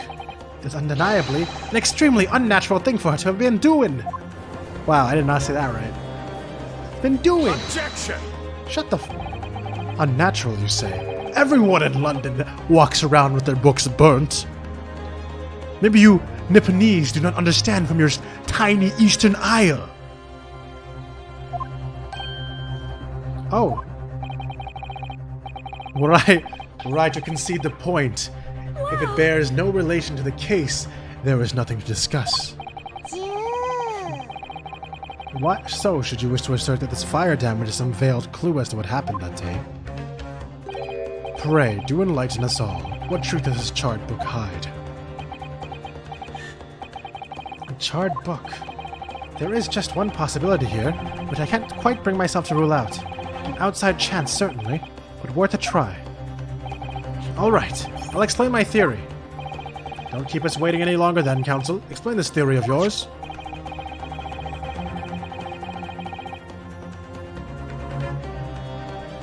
What are you saying you can ascertain from the fire damage the sorry Thomas suffered? Its owner! My lord, the burn on the back of this book reveals a startling truth. It's about the book's owner. I beg your pardon, but we already know who the book belongs to. The victim was gripping it in her hand as she fell to the floor after all. It's obviously hers. I totally forgot they were even here. The question of how this book came to be in the victim's hand has yet to be answered. However, as to the questions of who the book really belongs to and where it originated, the defense has very credible answers. Good gracious, how can you possibly? Very well, I'll play along with this futile attempt to delay your inevitable demise.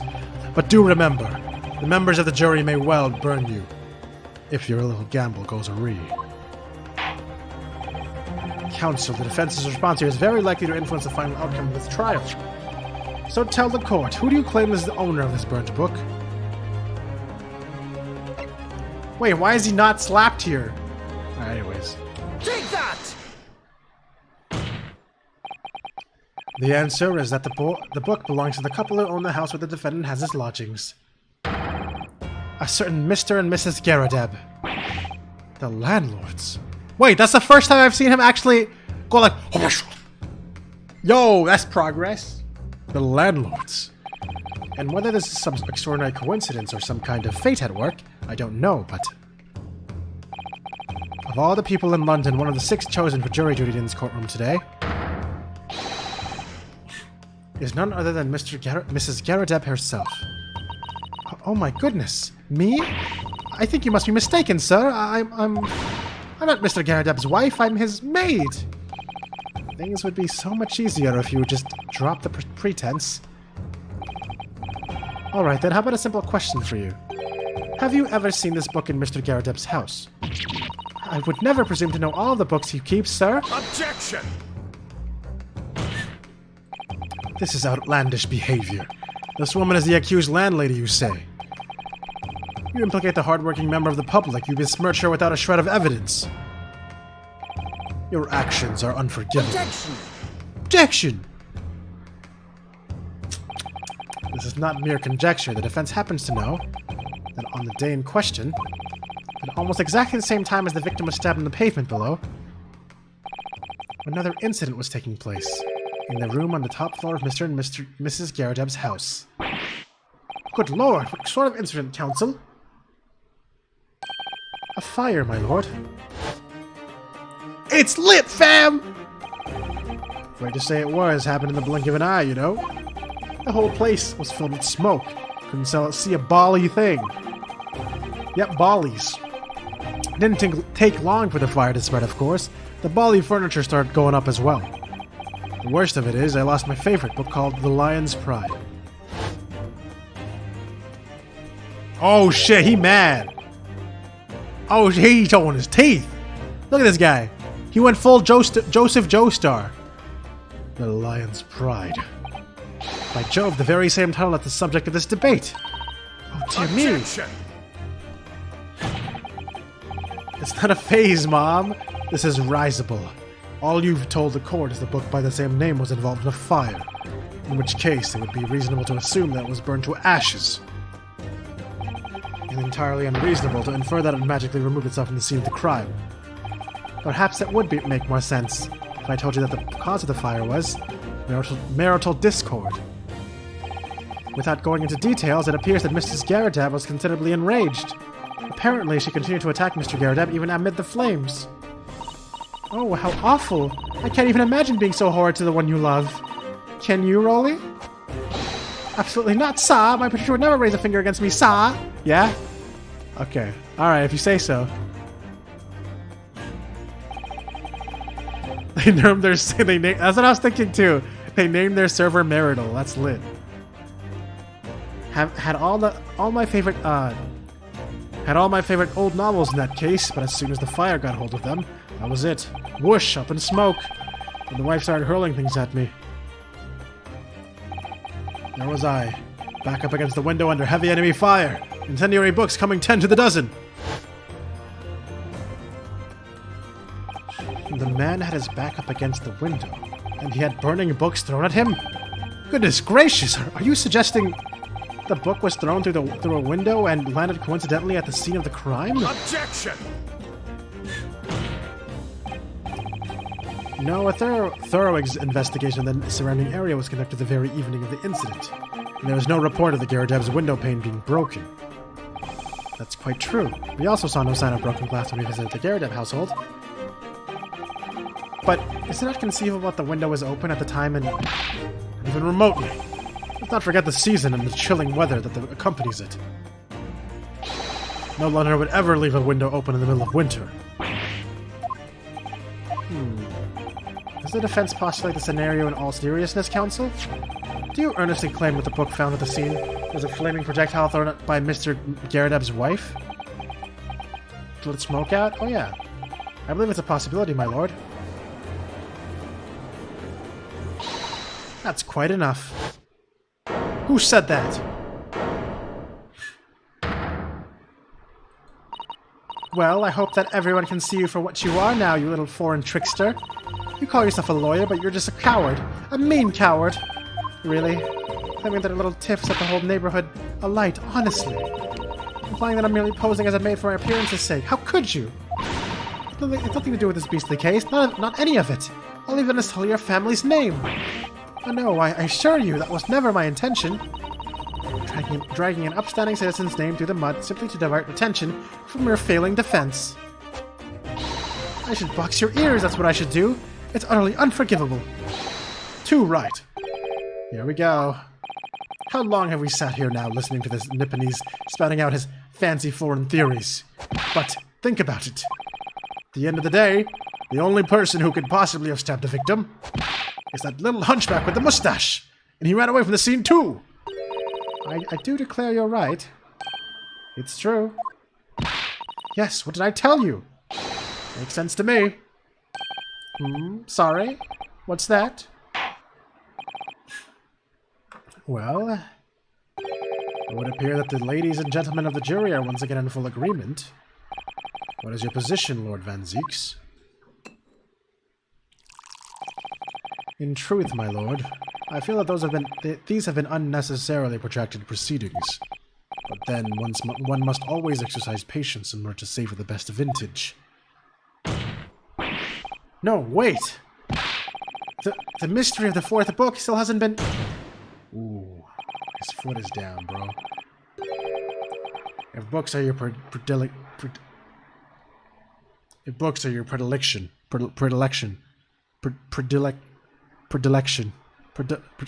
my learned friend, study them on your own time.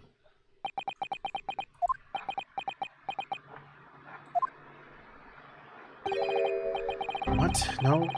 Forgive the discourtesy this time? Ahem, in that case, ladies and gentlemen of the jury, you will now state your individual decisions regarding the defendant's culpability for the... Guilty! Stop! Guilty. Stop! Guilty. Stop! Guilty. Stop! Guilty. Stop! Guilty! Stop! God damn it. Not again. Wait, two of them never, like, unvoted though, so didn't they technically double vote in the guilty? Two people never changed their votes. Why did they vote again? Thank you for that unambiguous response. That's twice now. It's over. Mr. Naruto, don't give up. Mr. Sato, have you forgotten? The battle isn't over yet. You're not suggesting... Of course, this defense has the right to another summation examination at this point. You can still convince the jurors to change their minds. We're gonna do it twice? Dude, the defense can be so annoying in Britain. That's great. My lord. Defense asked to exercise his right to a summation examination. You believe you still have tricks up your sleeve? I don't intend to trick anybody. I intend to uncover the truth. This is no time to be downcast. As long as there's a chance, I have to stay strong and determined. Now is it to be continued?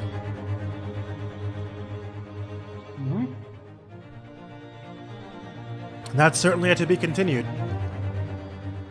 Let us continue immediately. Dun dun dun dun.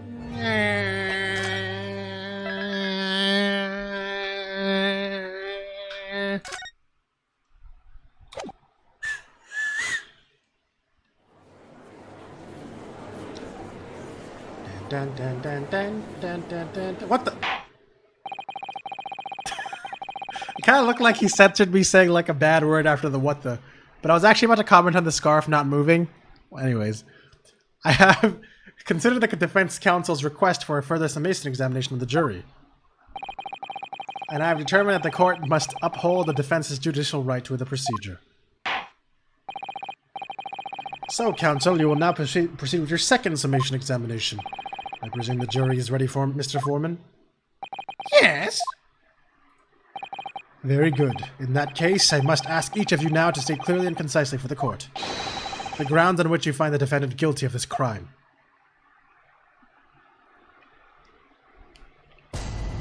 Judicial findings. The jurors' contentions.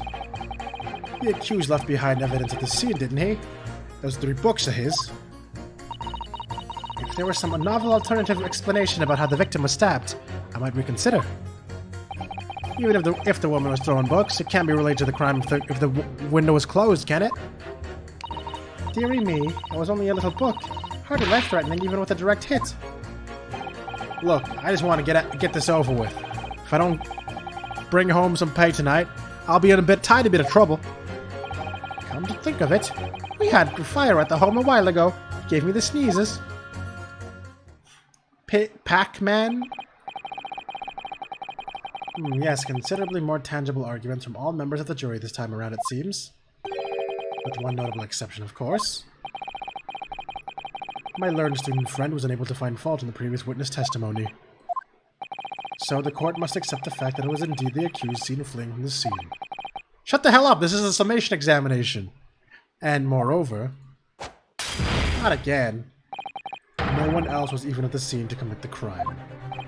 Well, if the eyewitnesses are correct, it would seem as if the conclusion is somewhat set in stone. I fail to see how it can be argued any other way. That means, I'm afraid, that during the summation examination, it's essential that you establish some other tangible explanation for the facts. But how? What would even constitute a tangible explanation here? Isn't it obvious? Who stabbed the woman, and how? Those two details are all you need to provide. Simply give us a name and a method in which by which the attack was conducted. So you're saying I gotta do a perjury? We gotta lie until we find the truth, just like in Danganronpa 3? Or V3? And there I was thinking this might be hard. And Mr. Nuttahoe, you have to do it, otherwise this really will be where the trial ends. No pressure then. That's quite enough preamble. Proceed with the summation examination, please. I presume you are prepared, counsel? Oh yes, my lord. Alright, Ryunosuke, focus your mind now. Slap! Slap! Double slap! Oh, that's how you know this is serious. Clearly the key to this summation examination is going to be juror number 4, the maid. Or should I say Mrs. Garadeb. We have a book that disappeared from the Garadeb's house on the evening of the incident. And the fourth book found in the victim's hand. There must be a way to link the two. Yes, that's what we have to find. Using every technique we have learned in my short career so far, whatever it takes. Don't forget to keep an eye on Mr. Garadeb and how she reacts, and to the things that other people say. True, that's a big spoiler, but thanks.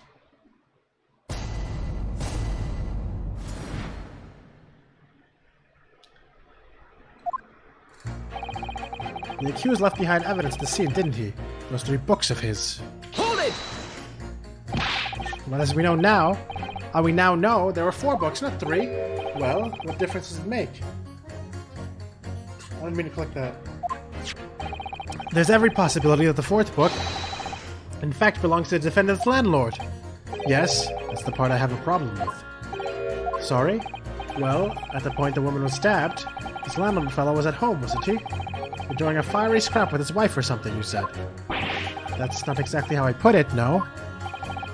Well, and anyway, the point is, the fellow and his wife were somewhere else when it happened. I think that's what you call a strong alibi. So it couldn't have been the landlord who did it, which only leaves the Nipponese fellow. Honestly, I can't see what all this palaver is about. It's a done deal, isn't it?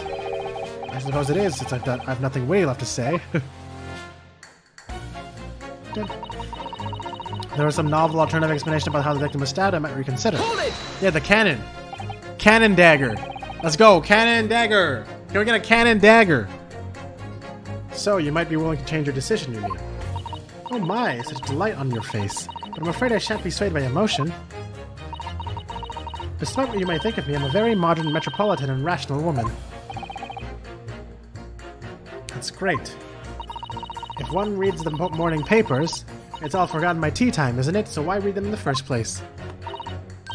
You see, modern, metropolitan, and rational thinking, wouldn't you say? I didn't mean to click that. And not at all extreme. I keep accidentally clicking that when I'm trying to progress a text, and I keep thinking something's about to happen, but it doesn't. And as I see it, an overwhelmingly suspicious Japanese man has been implicated by overwhelmingly strong testimony. But despite one or two minor puzzlements, I do declare that the man is overwhelmingly guilty. Modern, metropolitan, and rational logic, wouldn't you say? Overwhelmingly. But as modern gals are always allowed to embrace new fads, you know? So I'd be only too happy to consider an exciting new theory if you could come up with one. I'd be happy to do that, too, if only I could. Let's do our very best not to disappoint the modern and metropolitan young lady. Right. I'm glad you admitted the rational there. The rational there. Even if the woman was throwing books, it can't be related to this crime if the window was closed, can it? Hold it! What about the possibility that the window was open? What about it? I mean, there's just no way it could have been. How can you be so sure? The prosecutor fellow over there said it earlier, didn't he? Windows in London are no joke. You don't want to invite that sort of cold indoors. So no, that window wasn't open. Us Londoners like sitting by the fire and saying warm, see? But you couldn't categorically say that the window wasn't open, could you? It just wasn't. They wouldn't have opened it. Then what's the point of even having windows, huh? Counsel, you will kindly refrain from childish bickering. Sorry. Somehow I need to show there's an undeniable possibility the window was open. Because this young man isn't going to be going to budge otherwise. Here to me was only a little book, hardly life-threatening, even with a direct hit. Hold it! But the little book was on fire at the time, was it not? With flames of love, I'll have you know. There's really no such thing as a loving incendiary bomb. Well, he brought it upon himself. It's playing with fire to betray a fiery love. Isn't it? Well, don't you agree? Oh, well, any kind of betrayal is certainly a bad thing, yes. But I think the argument might have arisen out of your misunderstanding, Mr. Garrideb. Mrs. Garrideb, oops. Never you mind that. The point is, we were just having a jovial dispute, nothing more. I like how she keeps swinging her slap hand, and then he has to dodge it. And I won't have any more of the suggestions that it was anything that it was anything whatsoever to do with this crime. Right, well, we'll see about that. What about juror number 5?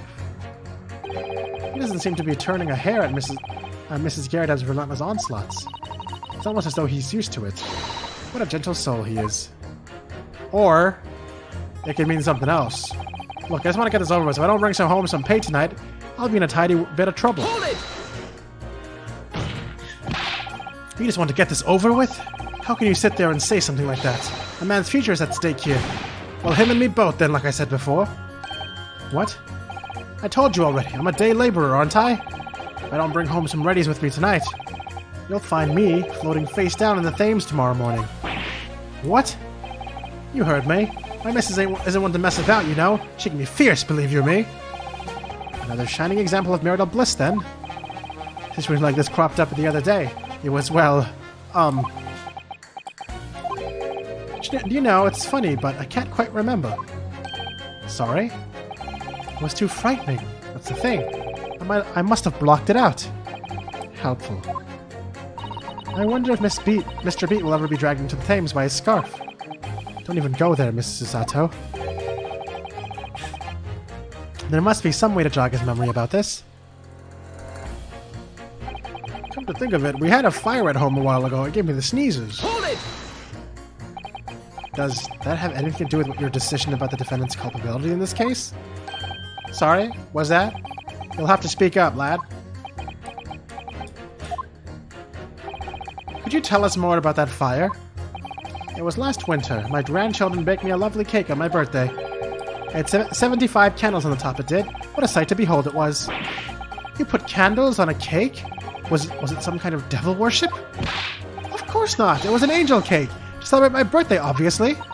It seems that's a common custom here in Great Britain, Mr. Naruto. Anyway, I mustered all of my puff to blow them out.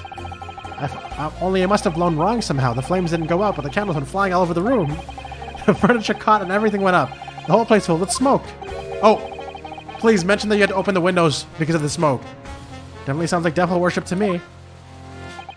And by the sneezes, I presume you mean a cold. But how did you catch a cold from a fire? Because the windows were open. What a fiasco it was. The grandchildren, bless them, they threw water all over me as I tried to put out the flames. And then because the whole room had filled up with smoke, of course, you had to open all the windows to clear it. Windows. The biting winter air rushed over me like the devil dancing on my grave, it did. I caught a terrible cold from it. He's always so useful, even though he sounds like he's saying nothing at all. They put me in the hospital for a while. I won't forget that birthday in a hurry. I knew it was devil worship all along. And something about this old man's story is playing on my mind for some reason. We need to demonstrate who, apart from Mr. Natsume, could have attacked the young woman on the street, as well as how he or she could have done it. Yes, but once again, the jurors' statements are full of personal prejudice. A lot of them seem convinced that they're right, even in the face of logical arguments to the contrary. They don't say contrary like that. To the contrary. I think you're going to need to pit them against each other to force them to accept an alternative explanation.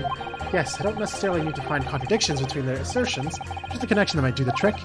Alright, I'll see what I can do. If anything stands out, I'll go in for a strike. That's the spirit.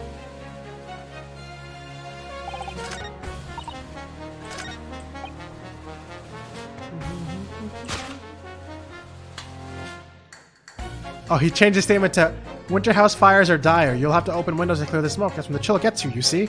Objection! Those two juror statements clearly contradict one another. They do? How exactly, counsel? Don't point at me again. I told you it wasn't me. What's that you say? Speak up, lad, speak up. Juror number 3, do you see? Oh, me? See? See what, sir? Did you hear juror number 6's account of his birthday celebrations last year? It seems, despite being a Londoner, he once opened his windows in the middle of winter. Well, yes, of course, because it was an emergency. I mean, obviously, if the room was filled with smoke from a fire, then you'd be mad not to open the... Oh! Exactly. On the day in question... Oh shit, the fucking pace, man. At the time of the incident, there was a fire in the Garrideb household. Mr. Garrideb had the following to say about it. The whole place filled with smoke. Oh my. Oh my hat! Wait, what the fuck? I didn't expect this right now. Excuse me. Juror number 4, do you have something to say about that? Mrs. Garrideb. Oh, dearie me. What is the meaning of this? How dare you imply that I'm hiding who I really am? It's imperative that you confirm something for the court. So please, it's time to drop... Pacing! Woo! Bits are running low. Well, that's okay. I appreciate it regardless. Thank you for the 1 bit. You deleted your 69 by doing that, though. You had this like 15 minutes ago? Yeah, you did. I do remember that, Pikachu. So please, it's time to drop the pretense now. But what is it? When the fire started in your house that day, did you or your husband open the window? What? I beg your pardon? What are you insinuating? The room would have been thick with smoke after the carpet and bookcase caught fire as they did. In a situation like that, it's inconceivable that you wouldn't have opened the window. And what if we did? Oh, alright then. Yes, you're right. My husband was frantically trying to open the window, which can't have been easy since I continued to give him a justly deserved book battering. Even though your house wasn't on fire? Oh, you never stop throwing until the anger subsides. It would be terribly bad for the nerves to do otherwise. Of course, I should have realized. That's a significant step forward, Mr. Naruhodo. You managed to establish that the window was open. We simply must have that added to Mrs. Garrideb's formal statement. Now you mention it, yes, the window was open at the time. I'd clean forgotten, but it's true. Okay, how do I use that?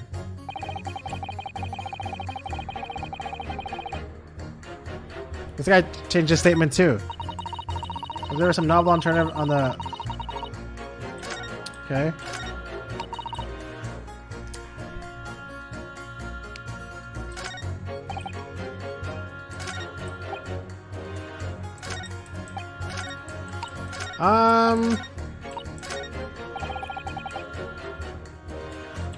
Okay, I guess I have to press it and see what happens. I can't just stop there. Hold it! The 4th book found at the scene of the crime shows very obvious signs of fire damage. And the title of the book is The Lion's Pride. The same title, in fact, as the book that Mr. Garrideb told us he had been reading. Well, I really couldn't say. On the day in question, did you or did you not throw at your husband a copy of Lion's Pride that he had been reading? I did. It was the first thing I could lay my hands on, so I hurled it straight at him. And now you come to mention it? Yes! He was rather enjoying reading it, you're right. Why did you not reveal this information to the court from the outset? Because I couldn't, you insolent little man, I didn't remember. Times like that, you pick up and throw whatever you can lay your hands on as well, you know. I really don't. I barely noticed I was throwing a book, much less the title of it. You okay there, chap? Excuse me. Excuse me. What is it, juror number 5? You know something? I've remembered what it was. The memory I'd blocked out. I was listening to what this granny was saying. Brought it all It was listening to what this granny was saying and brought it all flooding back. Who are you calling a granny, you cheeky devil? I'm Mrs. Garrideb, or the maid, I'll have you know.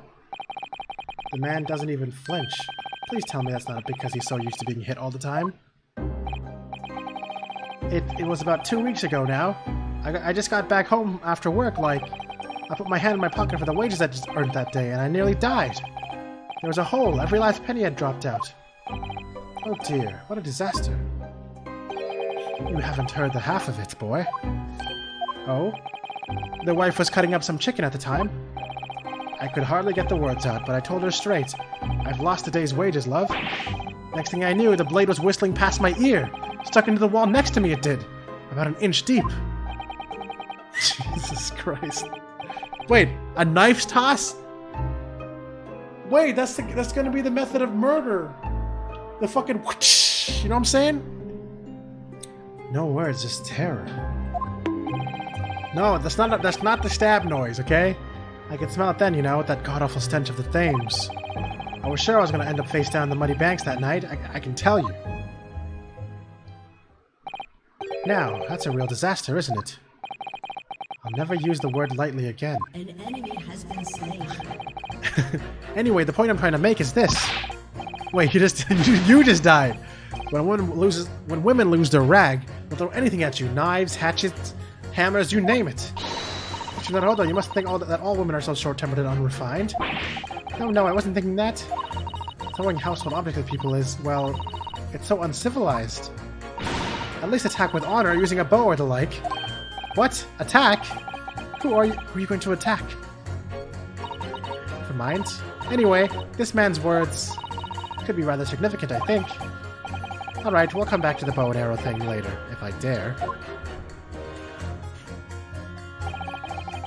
A woman in a rage will hurl almost anything at you. The kitchen knife really brought that home to me. Okay, can I do this?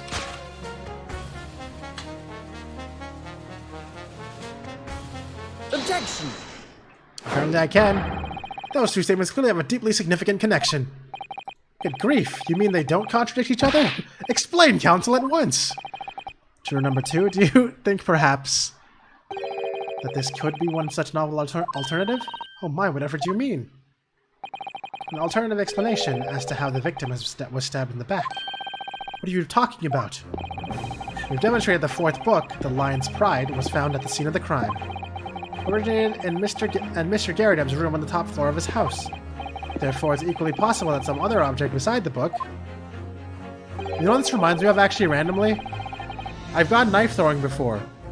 Like, there's a place in like downtown Toronto that offers axe throwing, bow and arrow archery, and knife tossing into like a target.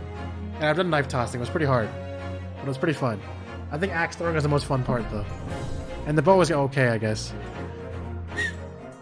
Could have found its way. Did I hit someone? Yeah. I got a double, baby. I got a double, baby. Is this the end of the case? I don't think so. What do you mean, is this the end of the case? Or are you talking about what I just said? Could have found its way from the Garrideb household to the street below.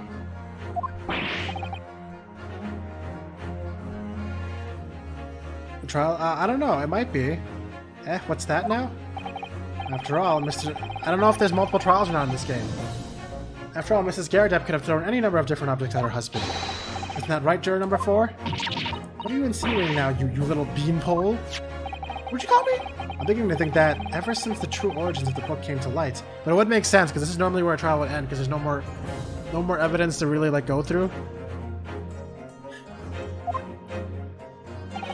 Perhaps she's had a feeling this might be what happened. Now you listen here, you Eastern Gala. The foreman of this jury, I demand a straight answer.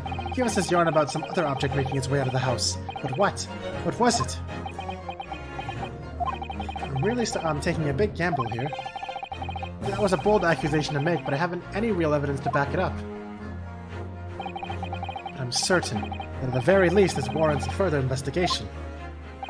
Alright, Mr. Foreman, I'll try to explain the defense's theory.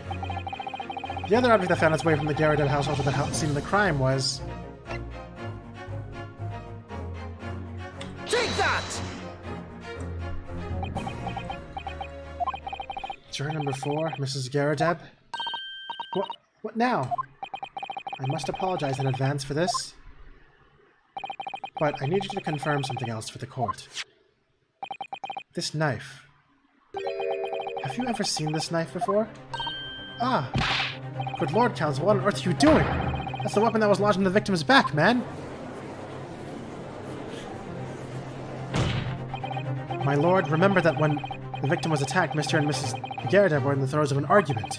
Mrs. Garadeb was hurling anything she could at her husband, who'd been backed up against the window. A window that had been opened to clear the smoke, and through which a book was sailed to land at the crime scene. I can't seriously believe that. The book was found in the victim's grasp. Are you saying that it flew out of the window and across the street to land neatly in her hand? Huh? Even my missus hasn't got an aim like that. Yes, I admit. There are many details we don't yet understand. But that's the point. That's precisely why we must not allow this trial to end, not right now. Oh my. Mrs. Garadeb, your answer, please. Have you seen this knife before or not? Oh, Thud. She's dead! Someone threw a knife at her! My lord.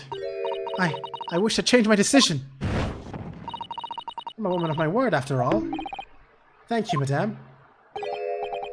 Yes, I agree. I certainly didn't see this coming, but... I just don't think it would be right for this trial to come to an end now with so many unanswered questions. I'm so glad... I don't understand how, but I think it would be messed up, too, if they had a jury that was, like, kind of fucked up. But the jury actually being reasonable and open to changing their minds? Damn, man. That's at least a breath of fresh air. I'd have to agree. Not that I think the granny did it, mind. Mr. Foreman. Yes, you know what? I'm not quite happy about this at the moment either. All together now, ladies and gents.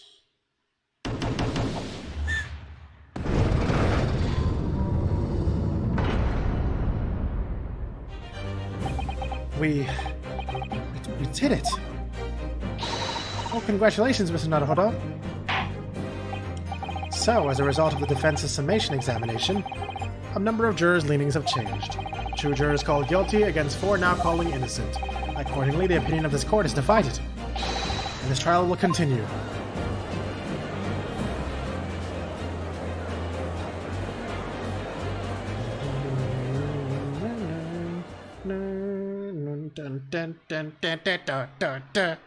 Okay. Now then, Lord Van Zeeks, how does the prosecution wish to proceed? Is he gonna... Let me guess, he's gonna break it? Is he gonna break it? This trial is rapidly descending into a farce. He's gonna drink it, and then is he gonna break it? Or is he gonna throw it at the fucking candle again? Like a corked wine, the first few sips are bitter enough. He's not gonna do it. Oh! Boy, who guessed number 2, baby? Who guessed number 2? Because I didn't. What follows is so repugnant that it's good for nothing to save the gutter. If I may, Lord Van Zeeks, the defense has just put forward a credible alternative explanation to what happened. Credible? Is that your considered opinion, Mr. Foreman? The defense's argument is a joke, to which I barely know how to respond, but let me start by insisting that you must all familiarize yourself better with the relative position of those places being discussed. What do you mean by that? What's his angle this time? It should already be more than apparent that between the crime scene and the Garadeb household runs a rather wide street, Briar Road. Which means that the distance from the Garadeb's house to the scene is some, yes, 15 yards. Let me see, 15 yards. That's around 14 meters. 14 meters? Oh, that's a little farther than I imagined. And as you ladies and gentlemen of the jury rightly noted, it has having portentous significance. The 4th book was found in the victim's clutches. In In other words, the smoldering book, wantonly hurled by the lady of the house, traveled some 15 yards, to land on the opposite side of the street, neatly between the collapsed victim's fingers and thumb. Is that your final conclusion, my learned and deluded friend? And did the jackknife follow a near identical trajectory to plunge into the middle of the victim's back? This fantasy is somewhat stretching the notion of having a bad day for the victim, I think. Even those pathetic serialized detective stories have more believable plots. Ah! Ooh. There's nothing I can say to that. The prosecutor loves the sound of his own voice. Mr. Sato, serialized detective stories are pathetic, are they? How dare he! Maybe let's pick our battles here. My lord, might I be allowed to speak? As judicial assistant, you may speak for the defense, yes? Go ahead.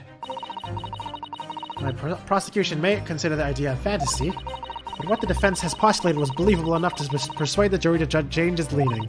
And as such, the court has duty to explore this alternative explanation as thoroughly as possible. To that end, juror number 4, Miss Joan Garritab, must be called to testify and submit to cross-examination.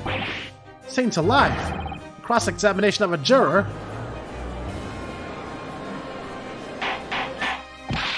Hold on. Oh! Huh. Well, this is highly irregular. This is unprecedented for a member of the jury to be summoned to the witness stand. Objection! Oof!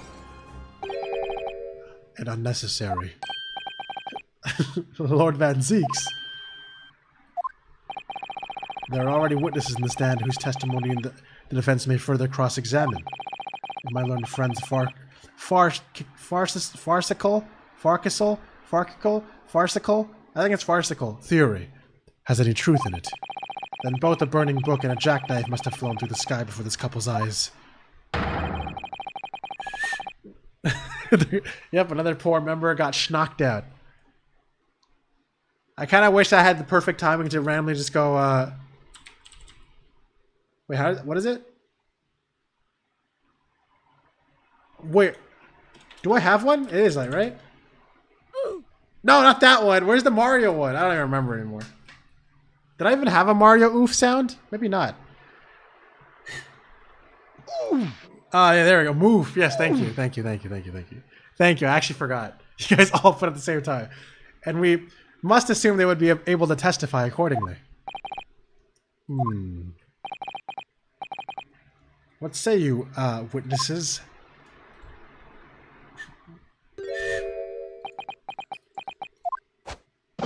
Yes, sir. I'm Constable Rolly Beat, reporting for duty, sir. Well, good morning, officer. Sorry for dozing until now, sir. I haven't slept for a month on account of a villain who's appeared on my beat, sir. Oh, they're so heroic, these London bobbies. Patricia, my darling, I've been neglecting you, but no more. Oh, Rolly, my hero, you make me swoon. Very well, I hereby reject the defense's request. Oh. And order the witnesses in the stand to testify again. Take forthwith before the court any details pertaining to the defense's alternative explanation of events. Yes, sir. Rejected.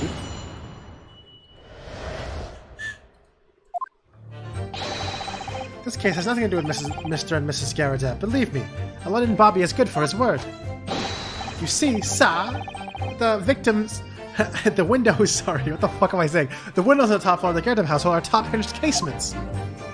Obviously, if anything had been thrown out of the window, we would have seen it. I did leave the scene to go and fetch help, but my trusty Rolly was there to make sure nothing was disturbed. I didn't take my eye off the crime scene for one moment, sir. Nothing strange to report on that front, sir. Well, this is quite startling. Top-hinged casement windows. The detail was not in the police report. Constable. Ah, yes, sorry about that. I must have been a little drowsy. You cannot excuse your sins with drowsiness every time, Constable. No, sir! Sorry, but...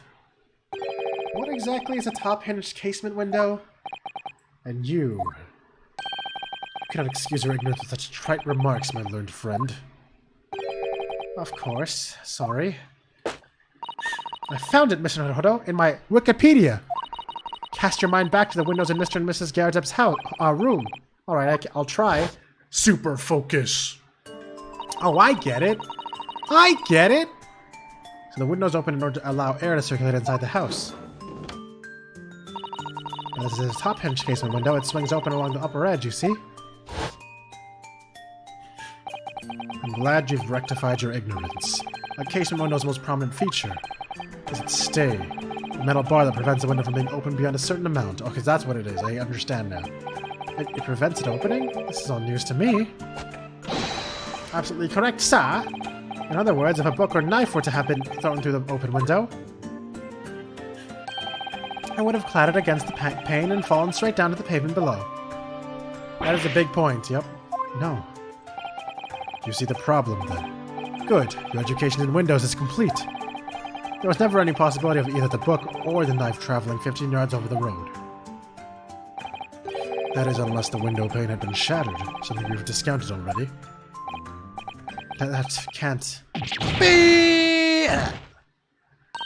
Did you see that, Rolly? That young Japanese man just collapsed in agony. Oh yes, my darling, I saw it. I saw how he crumbled before me. Oh, Rolly, you're so strong. How is this happening? I haven't even started the cross-examination yet. Already my argument's been destroyed. Kinky shit. Counsel, if you could drag yourself upright again, the court now awaits your cross-examination. Drag! My lord. Oh, good. Another desperate situation.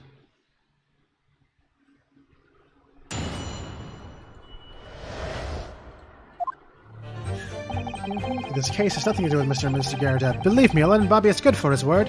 Hold it! How can you say that for certain?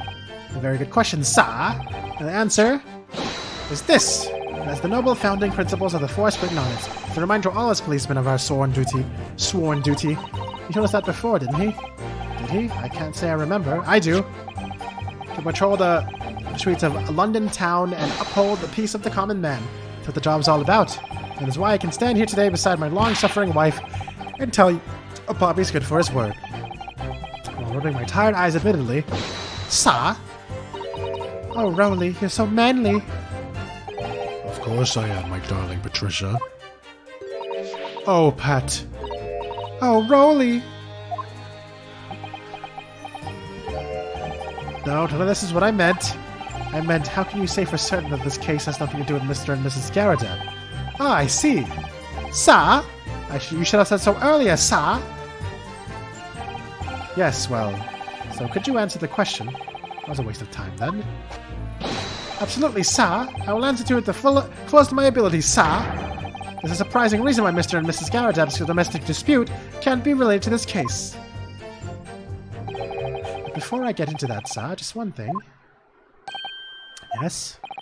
I'd very much like you and all your countrymen to understand the great British institution of Scotland Yard. So I hope you'll take back some tales of us London Bobbies and how we uphold our guiding principles. I wasn't planning on going back just yet. I've only just arrived here. So to that end, sir, I'd be happy to lend you my warrant card for your perusal. But I must warn you, you won't be able to get through it without shedding a few tears. Thank you. I'll, try. Oh shit, that's actually important. I was wondering whether we'd given that as evidence. You see, sir, the windows in the top floor of the Garrett household are top-hinged casements. By which you mean they don't open fully, is that correct? Yes, sir. They're just there to allow a bit of air through the house, you see, so they're restricted as to how much they open. And therefore, anything thrown out of the window from the inside of the room would simply strike the pane and fall to the street directly below. For clarity, allow me to remark the map. Here is the location where the objects would have fallen. Thanks. I appreciate it. Yes, directly opposite the scene of the crime on the other side of the rather wide road. Would it have been so hard for somebody to mention this top-hinged casement thing before? Well, I have another question for you, Constable. And what would that be, sir? How do you even know? Why would you have any idea what sort of windows Mr. and Mrs. Gerardev's house is furnished with? Ah, well, sir, that's very simple. You see, I helped with the investigation yesterday.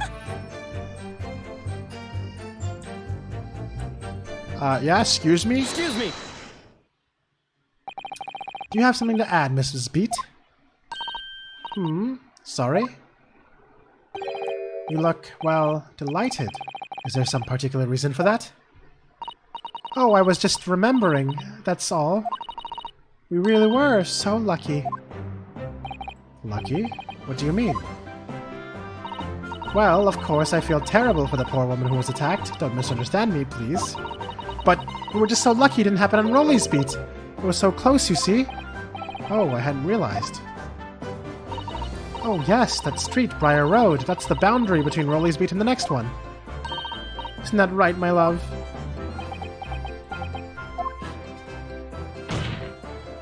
Constable Beat!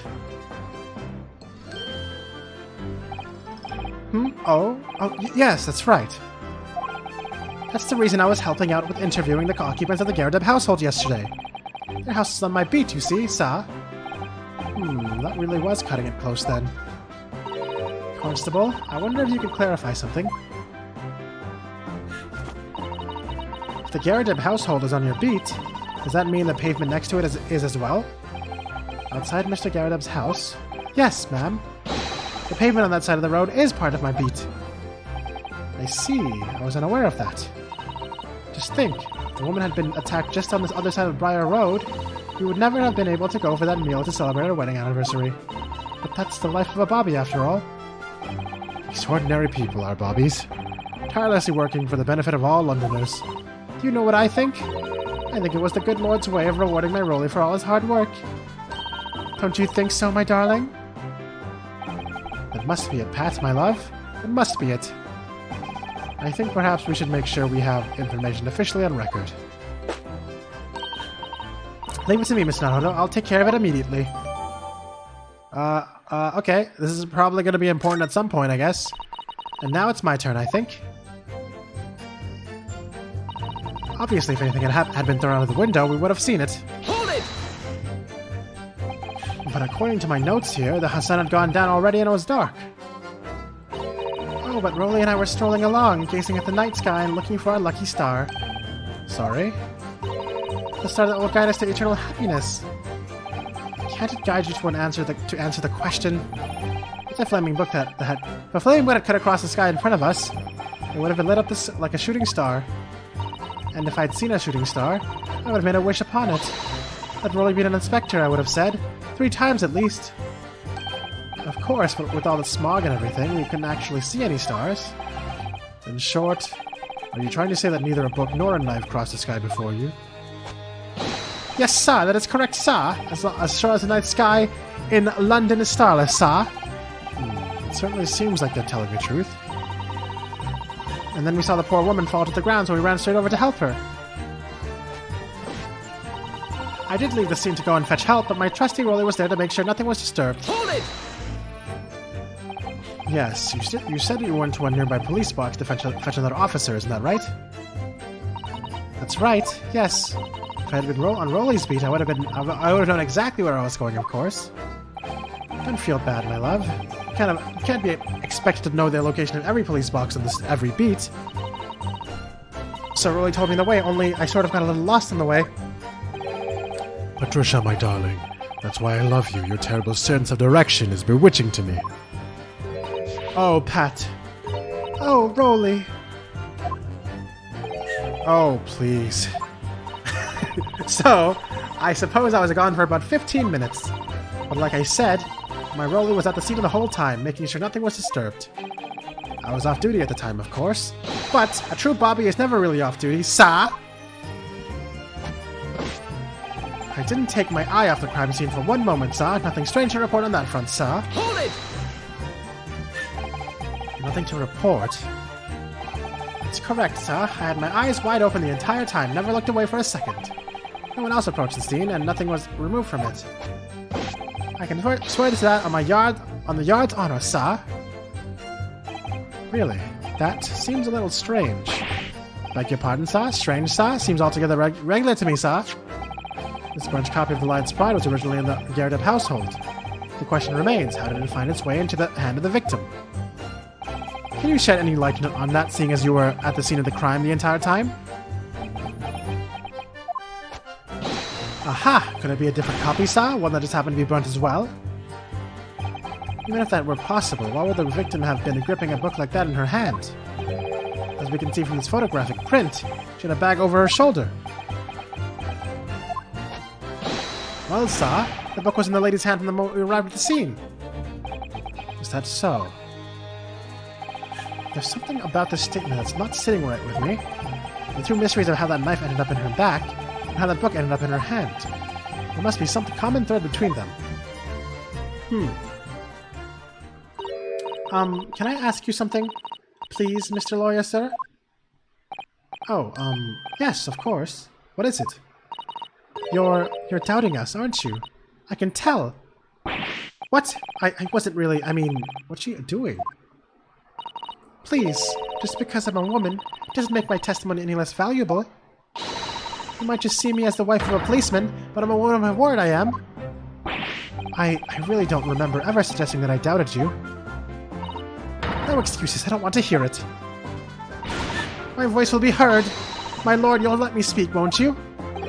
Yes, Mrs. Beat. I will allow you to supplement your testimony if you so desire.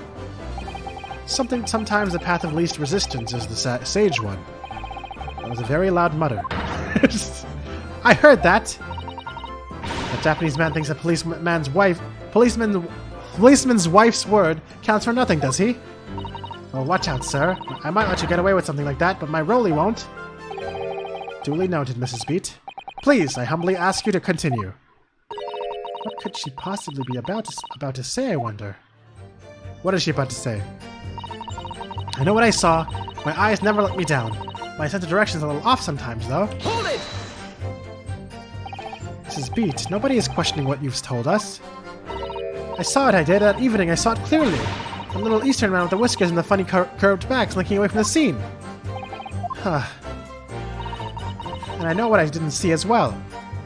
I didn't see any flailing books or knives flying through the sky. All very clear. You also mentioned something about having a poor sense of direction?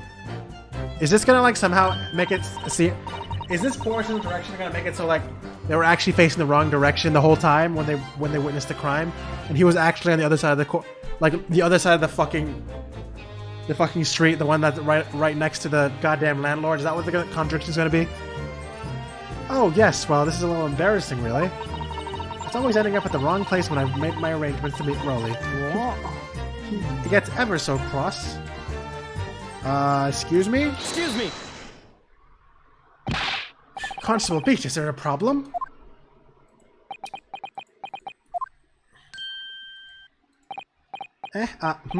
No, sir. No problem, sir.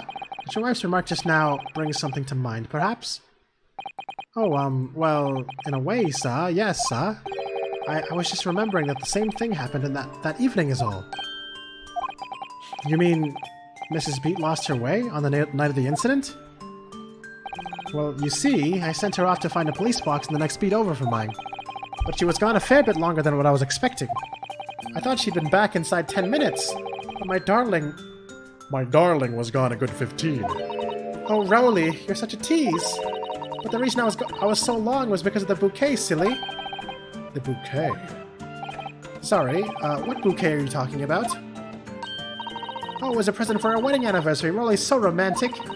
He saved up for it with farthings and halfpennies he found in the gutter while doing his rounds. Yes, how romantic. I forgot all about it until now. Had you, my darling? Oh, yes. But that was just between us. No talking about it to anyone else, darling. You have to promise... Really? Oh. What was that all about? Constable Beat looked very obviously troubled during that exchange. I'm afraid I can't offer any useful insight, Mr. Naruto. But I'm quite sure of one thing. We have to ask Mrs. Beat about the bouquet. Mrs. Beat, the bouquet you just mentioned. I'd like you to add details about it to your testimony, please. Oh, really? Yes, I'd love to. Na, na, na, na, na, na, na. What happened was I dropped my bouquet and ended up losing my way for a while. Okay, sure. Hold it! You mean you dropped the bouquet at the scene of the crime? Yes, that's right. I was so upset. When we ran over and saw it was a woman with a knife in her back, I was so shocked. I dropped the bouquet Rolly gave me. It was in a dark spot where the streetlights weren't casting any light, so I didn't notice at first. And then you went to the police box to report it to the policeman whose beat it was on? Yes, and I came back to the scene together with the other constable, you see? That's when I spotted my bouquet again. But the funny thing was, when I went to pick it up, it was nowhere near the victim's body at all. In case you need to reminding Mrs. Beat, the victim is not deceased. I was all flustered for a moment before I heard a voice calling me from the other side of the road. Your husband, presumably. That's right, silly me. I'd gone over to the wrong side of the street. Although, I'm going to blame... Okay. So basically, it was... Bro, what the fuck? I actually know what happened then. So if she immediately dropped the goddamn bouquet, that means that... And it was on the side of the street that was, with the landlord, that means the fucking... Rolly just fucking moved the bodies. Rolly moved the body to the other side and then counted on Patricia not remembering directions. To make her support him. Rolly, what the fuck you doing? Rolly, you're evil? Although I'm gonna blame the bouquet this time, I can't think how it got there, I really can't. So the bouquet somehow moved from one side of the Briar Road to the opposite. Curious indeed. Isn't it? The worst of it is, I forgot to pick up the bouquet again when we left the scene. A beautiful rose Rolly bought me. That change from the gutter he's spent so long collecting.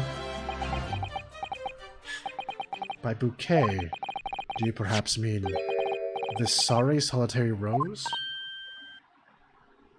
Oh, yes, that's it. That's the bouquet Rolly bought me for my anniversary, with old bits of change he found in the gutter. Maybe just call it a rose. Tell us, Lord Van Zeeks, where did you come by this flower? According to the report by the police officer in charge of the crime scene investigation, it was found on the edge of the pavement in front of the Garadeb household. In front of the Garadeb's household?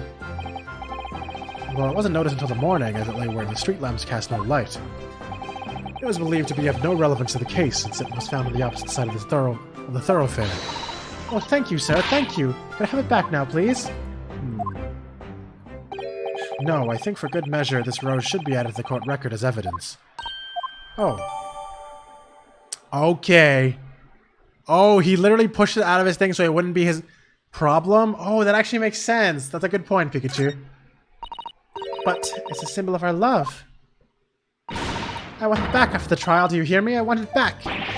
Good grief. Rest assured that I shall do my very best not to forget, Mrs. Beat. I didn't take my eye off the crime scene for one moment. Nothing strange to report on that front, sir. I dropped my bouquet and ended up losing my way. Alright.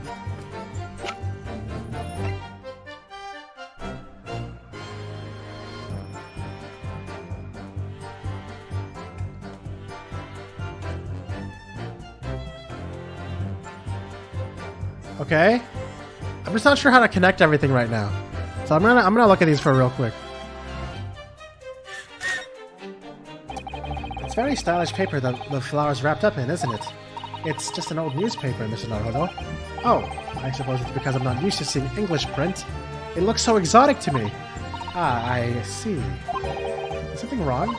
Oh, no. I was just thinking that if you wrapped a stone-baked sweet potato in English newspaper, it might look like some sort of fancy cake. Ah, Susato-san, you do love your cakes.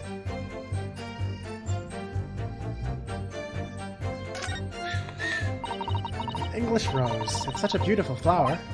Ah, this is a rose, is it? I've never seen one before. Do not take an interest in flowers, Mr. Naruhodo. I wouldn't say that exactly, but I do know 3 types at least. Gosh, 3? Yes, plum blossom, peach blossom, and cherry blossom. Perhaps you should consider branching out, learning some that aren't fruit tree based, for example. Bam bam bam bam.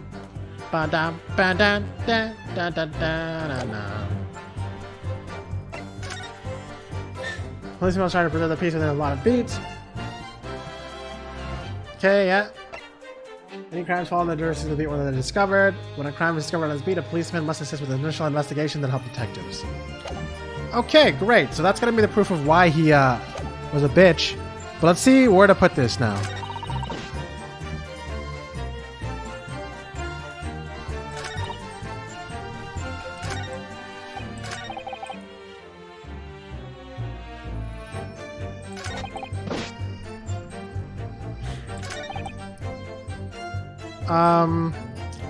Okay, this is gonna be kind of me guessing a bit.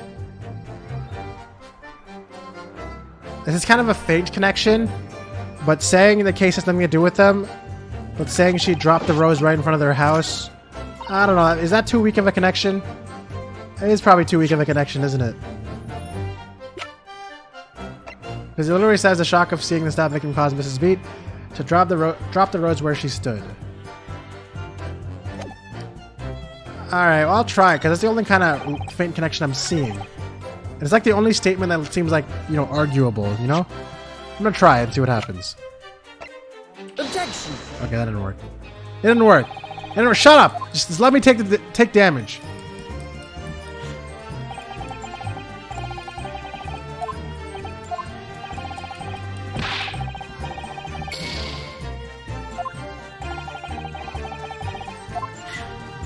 That's the only panic.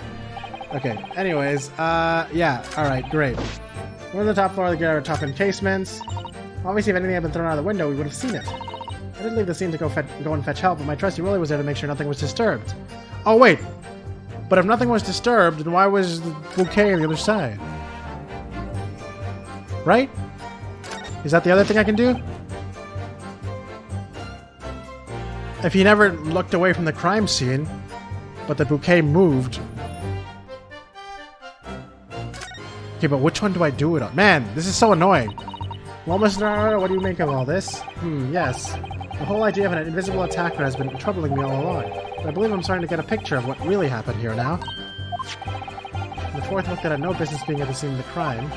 Made me sure that Mrs. Garrett was hiding something from us. But it's becoming increasingly clear that someone else had been hiding something from us as well. I think I may already be armed with everything I need to strike a decisive blow here. This time, it's going to expose the whole truth about this mysterious affair. I hate this situation. This is a situation I'm in a lot in Ace Attorney. I know exactly what I want to say, but I don't know how to say it.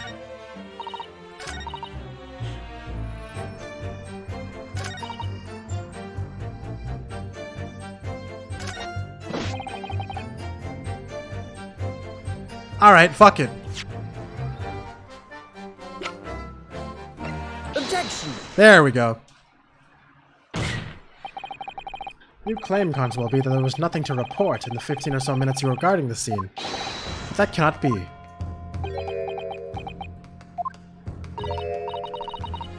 What do you mean to say? In your testimony just now, Mrs. Beat, you explained to the court that when you arrived back at the scene of the crime with the policeman assigned to that beat, the bouquet you had dropped at the victim's side was no longer anywhere nearby. Objection! You had one fucking chance left for the remainder of the case. I hate that feeling so much. Yes, on the opposite side of Briar Road to which the victim was attacked. But considering the size of that meager bouquet, if a single sorry bloom can be so described, no doubt it was blown in the wind across the street, back into the gutter where it belongs. Objection! Meager? But if that were the case, then why did Constable Beat not testify to the fact? No one else approached the scene, and nothing was removed from it. Constable Beat swore to that on the Scotland Yard's honor. But the bouquet belonged to me, it has nothing to do with the case. That's why Rolly didn't mention it, I'm sure. No, because sadly, it's not only your bouquet we're talking about here.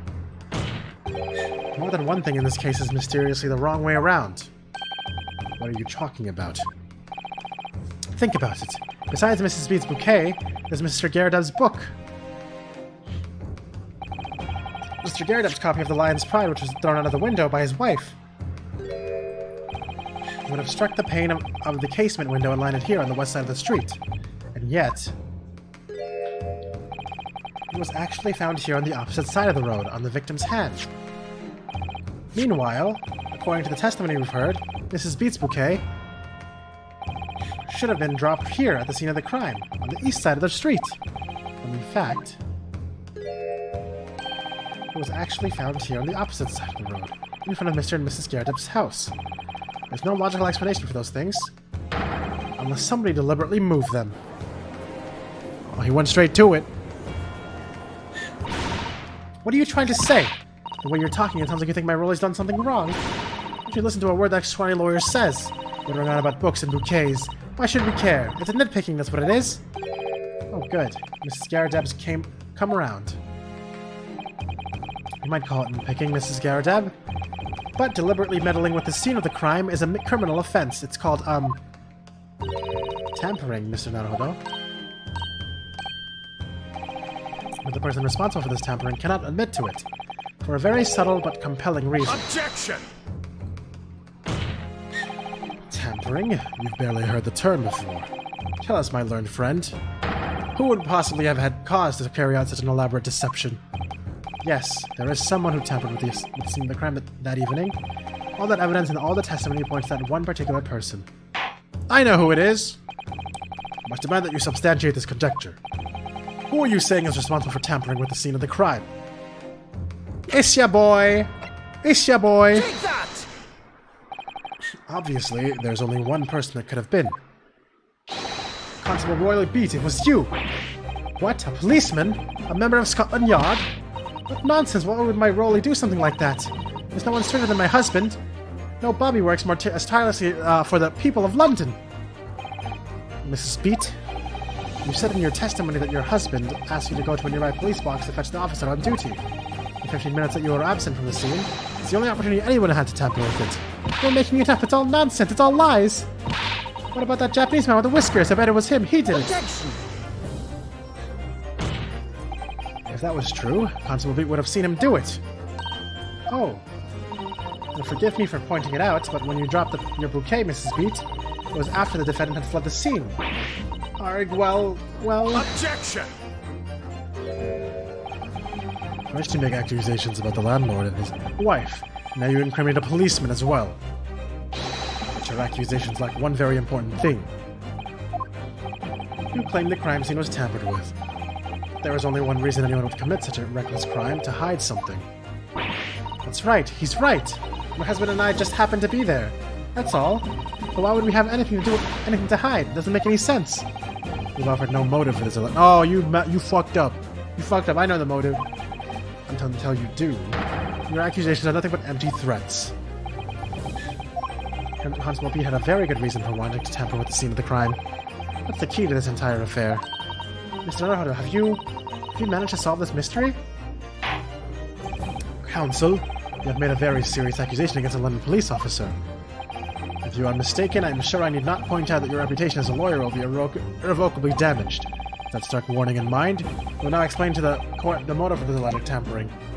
Yes, my lord.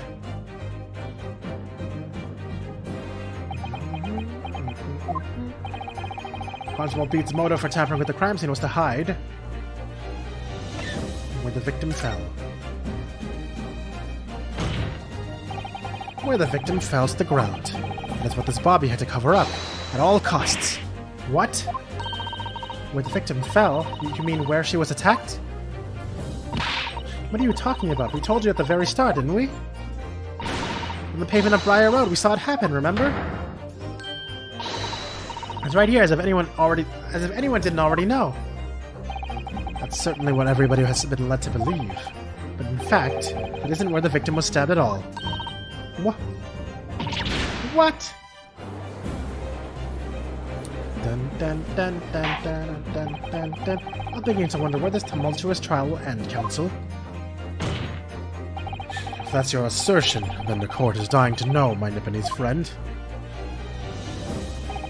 Where are you proposing the crime actually took place that evening? Over there! Take that! But that's on the opposite side of the road. I don't understand. On the evening in question, Mr. Garrett's book fell directly down from the open window above, and your bouquet, Mrs. Beat, never moved at all. What did move was the scene of the crime itself. Good gracious! Objection! Perhaps you haven't been listening to the ample testimony the court has heard. But these witnesses both saw the moment the attack took place. That's right. I saw it with my own eyes. It was 5 o'clock in the evening and already dark, and there was a typical London fog on the ground. When you saw the incident unfold and ran to the victim's aid, it was actually on the west side of the Briar Road. No, that's not true. It can't have been. Constable Beat then arranged for you to be absent for a while by sending you for help. And during the 15 minutes you were away, he transplanted the crime scene. He moved all the things shown in this print, the victim herself, the 4 books. He moved everything, in fact, to the pavement on the east side of Briar Road. Extraordinary. But the constable overlooked one thing. What? What did he overlook? The bouquet, I presume. Exactly. The prosecution told the court just a few minutes ago about the discovery of the rose bouquet. Lord Van Zeek said it wasn't noticed until the morning, as it lay where the street lamps cast no light. Yes, it couldn't be seen in the dark, obviously. Which is why it was only the bouquet that was found in its original position, on the pavement on the west side of Briar Road. And that is the defense's theory about what really happened that evening. How do you respond? Constable Royal Beat?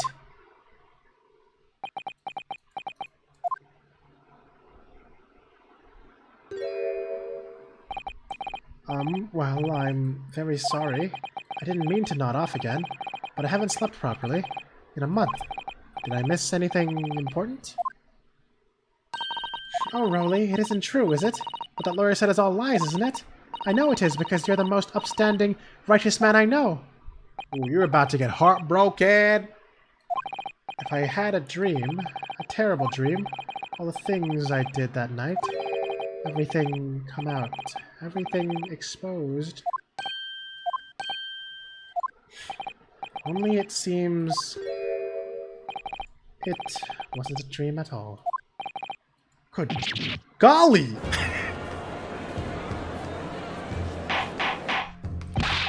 Order! What is the meaning of all this? Oh, Rowley, why? Why would you do something like this? Moving a corpse is a criminal offense, isn't it? Wishing the victim dead should be one, too. Constable, explain yourself. Why would you do this? As a respected member of Scotland Yard, your duty is to protect the good people of London Town. I can't say, sir. What? I really am ever so sorry about all this. For damaging the Yard's reputation. For everything. I can say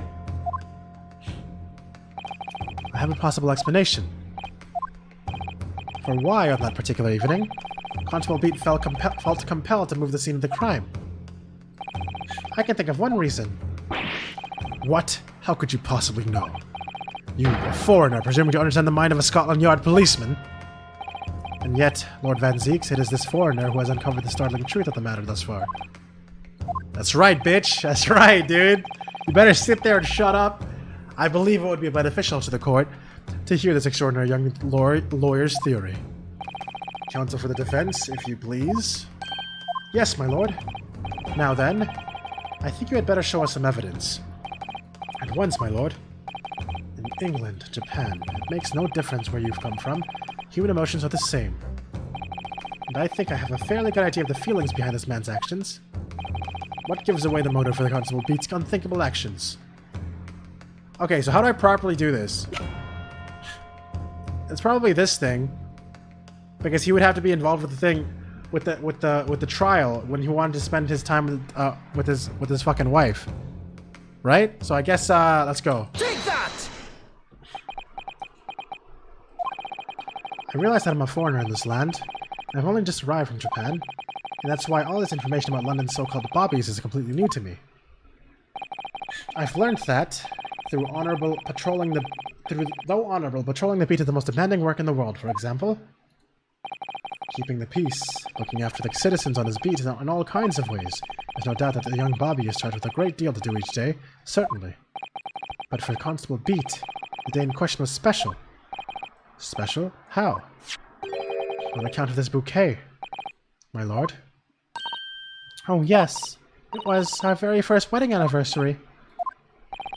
Constable Beat had worked so hard to be able to afford this simple gift for his wife, and was so looking forward to taking her out for a celebratory meal, when he and Mrs. Beat stumbled upon a crime along Briar Road.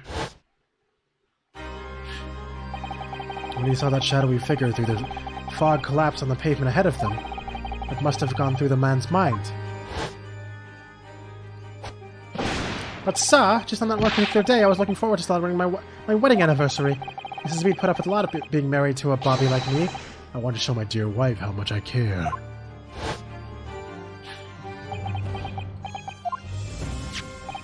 This is the warrant card that Constable Beat offered to lend me earlier. Inside, among the rules for patrolling policemen, it says, when a crime is discovered on his beat, a policeman must assist with initial investigations and help detectives. Aha! Constable Beat. Is that or is that not the reason why you moved the whole scene of the crime that day?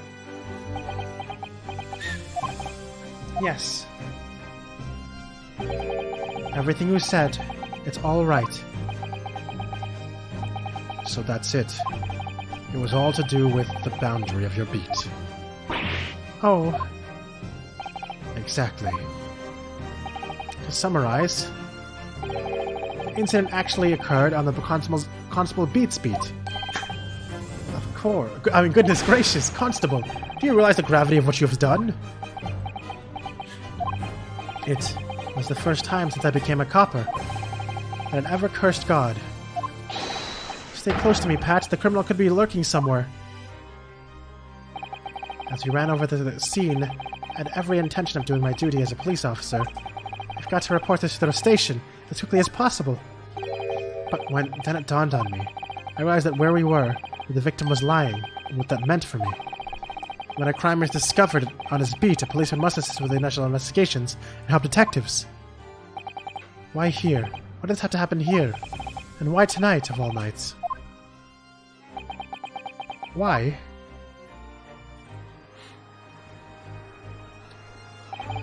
It's a copper's job to guard the scene of the crime, so I told Pat she'd have to go to the nearest police box and fetch whoever was on duty there. It was then, when I opened my mouth to speak, it just came out. I couldn't believe the words that were coming out of my own mouth. This is the next beat to mine, Pat. So you'll have to get the police box that covers it. Turn right along Mearsham Street, and then...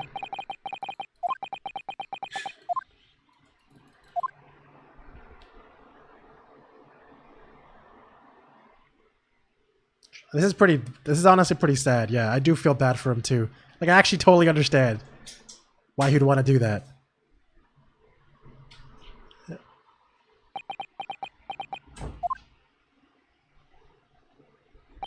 Oh man, I'm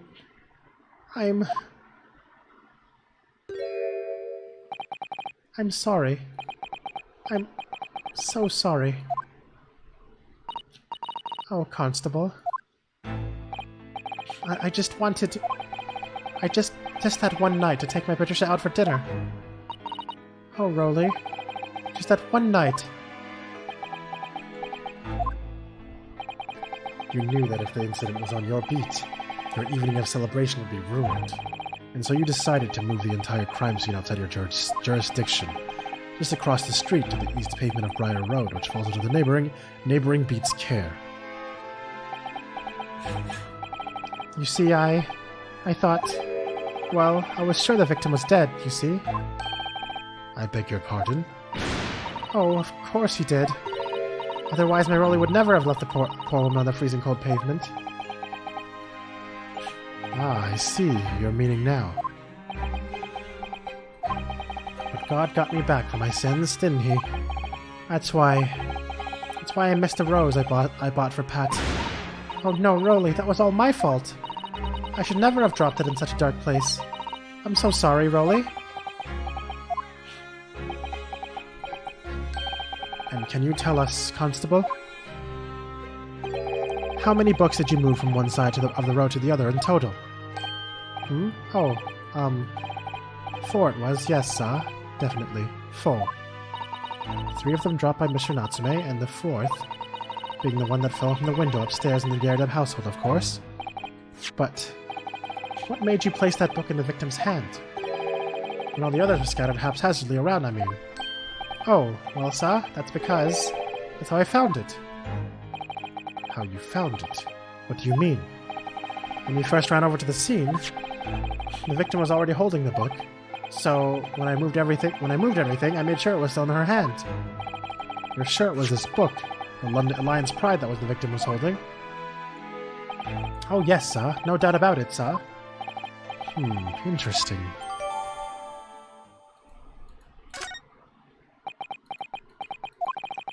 I thought it was an open and shut case at the time, you see. There were only the 2 people at the scene, and Pat and me both saw it happen. However, which way you looked at it, it had to be the fellow who ran off who'd done it. I thought. I couldn't see the harm, really. I didn't think moving it all over the road would make a jot of difference. I suppose this is it for me now. I've had it. My lord. Yes, Lord Van Zeeks? I believe that concludes the cross-examination of the witnesses. Constable, you may withdraw. Yes, sir. Mr. Prosecutor, sir? What will become of my Wooly? What will happen to him?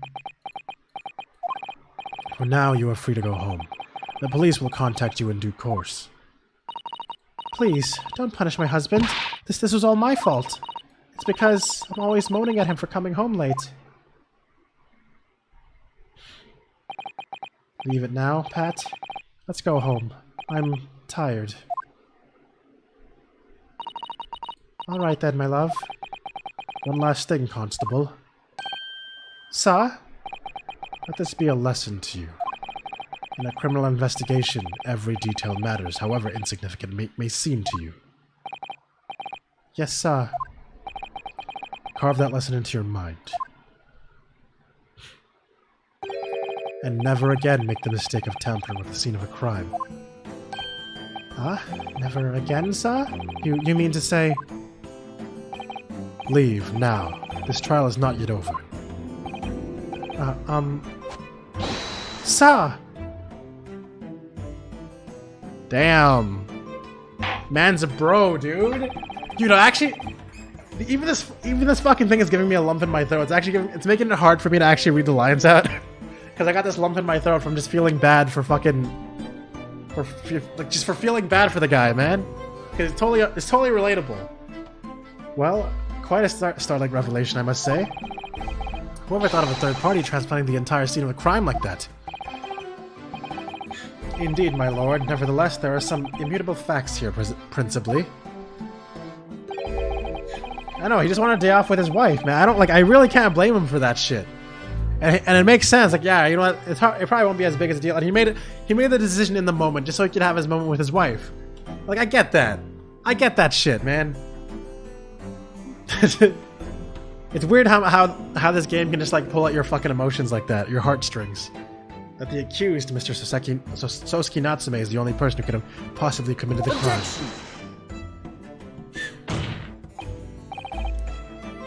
Yeah, like, he didn't have any, like, fucking negative...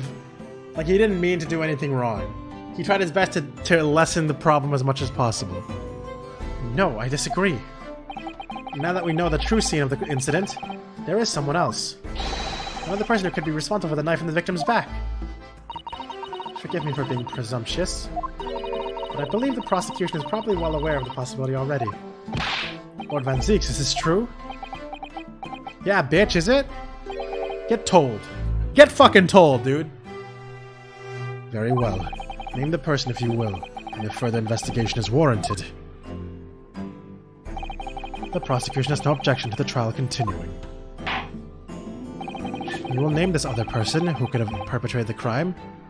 I'm sorry. I gotta do this to you. Take that! The defense would once again like to request the cross-examination of a new witness, my lord. Once again, My assistant made the same request earlier. In order to finally reveal the truth about this case. It's imperative that we cross-examine jury member number 4, Miss Joan Garadeb.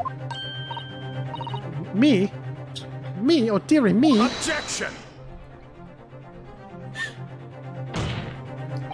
That request has already been denied. Objection!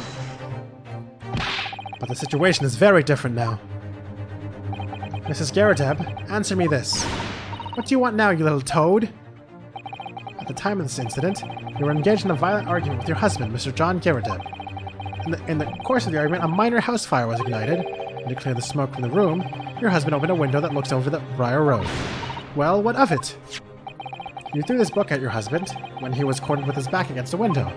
Upon striking the pane of the open top-hinged casement window, the book plummeted directly down, finding its way to what we now know to be the true scene of the incident. Yes, and as I said, what of it? During the argument, you were beside yourself with rage. As such, you threw not just books, but anything you could lay your hands on. So, let me ask you one more time, Mrs. Garadeb. This knife, the one removed from the victim's back. Have you really never laid eyes on it before?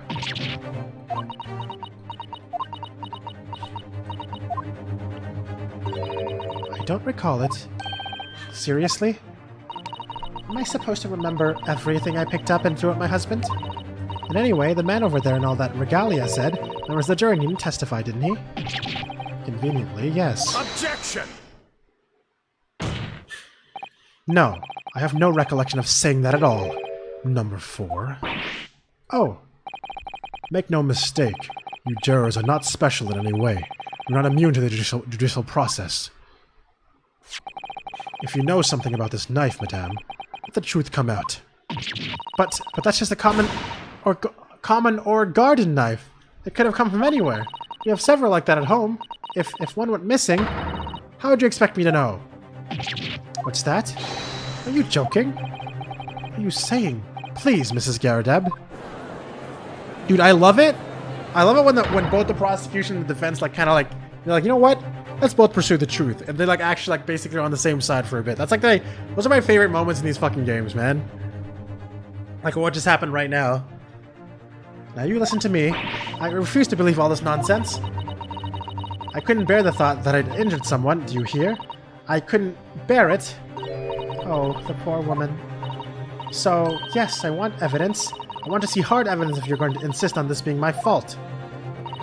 You're going to have to prove to me that I threw that knife if that's what you think.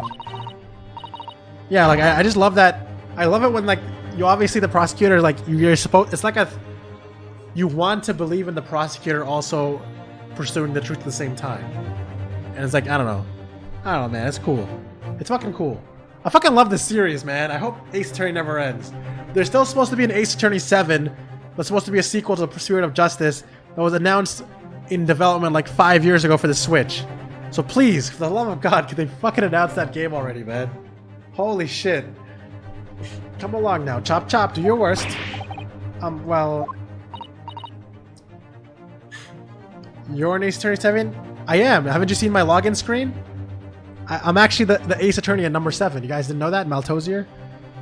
Well, Mr. Naruhodo, if I had evidence like that, believe me, I would have thrown it at her already. Then take the stand, juror. Oh? The prosecution does not object to the defense's request to cross-examine this woman. Thank you, Lord Van Zeeks. I'm going to have to testify? Juror number 4, as I'm sure you'll appreciate, having observed it with your own eyes today, witness testimony can lead to the most extraordinary truths being unearthed. Truths of which the witnesses themselves may not even have been aware. Oh, dearie me. So I demand your full and unadulterated testimony, Mrs. Garadeb. And mark my words, in this court of law today, we shall extract the truth. Do you concur, counsels? Certainly, my lord. Oh, that's what I'm hoping for, my lord. Damn, man! Damn, man! Where's this shit going, dude? Holy shit, this fucking trial! It's such a strange feeling. For the first time since arriving in this country, it actually feels real.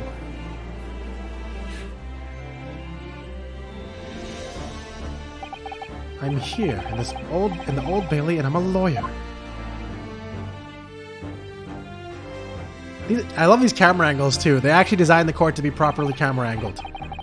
Witness, state your name and occupation. Oh, yes, my name is Joan Garadeb. And I'm, well, I'm a juror and such like. It sounds like even she doesn't know if she's a housewife or a maid. Or what anymore. The court has decided your testimony is required in order to clarify matters in this case. Do you understand, madame? Yes, my lord. You will tell the court everything that took place in your household on the evening in question. And I warn you, do not attempt to hide the truth. Oh dearie me. Chin up, Joni. Nothing to worry about now. Oh, I didn't know you were here, John. John and Joan. What names? Wasn't only you in the room that day, old thing, was it? Rather think I ought to testify as well, don't you? But what about your knee, dear? Don't you worry about that. Hardly notice it. I'm not the sort of chap to leave a comrade to face disciplinary action alone. Oh, John. I presume you are Mr. John Garadeb? Yes, sir. Former Second Lieutenant of 3rd Regiment of 4th Northumberland Fusiliers, sir. Seen my fair share of action and now living the quiet life, as it were. The quiet life? Were you not engaged in an incendiary battle with your spouse on the day in question? Ah, well... I can't believe he said that. Holy shit, I love this guy. Man, Zeke's is so funny. He just casually just fucking says something like that. Ah, well, yes, quite. I believe this may represent a first in the proud history of the British court. Calling a juror to the witness stand is unprecedented. However, the court will hear your testimony now, juror number 4, and that of your husband. You will recount clearly and concisely the events in your home at the time in question, at the time of the incident in question. Sir, at once!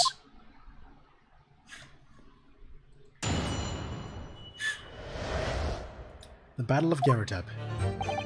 Yes, on the day you're referring to, the wife and I did have a bit of a skirmish. I don't recall the reason now. Of course you can, yeah, of course. The candle get over and set fire to the carpet. So you headed out, though, and got the window open. Meanwhile, I was picking up whatever I could find and throw at him. Plenty of knives around our place. Can't say I'd noticed if 1 or 2 went missing, I'm afraid. If that bally thing in the victim's back really was one of ours, you'll have a job proving it, I think. It sounds as though it was quite the battlefield in your household that evening. Although, an entirely one-sided assault, it seems. The enemy caught us on the hop, sir. I had no choice but to dig in and take defensive measures. And to be honest, if the enemy had kept shelling us for another minute, we'd have been toast. Of course, a veteran such as myself is only too aware that on every battlefield, you're just a gnat's whisker away from death at any moment. Okay, something I need to do real quick before I forget.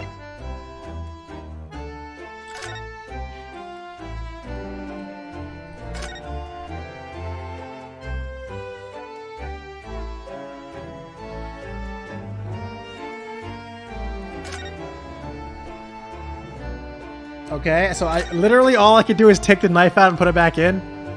Wow, that's useful. Great.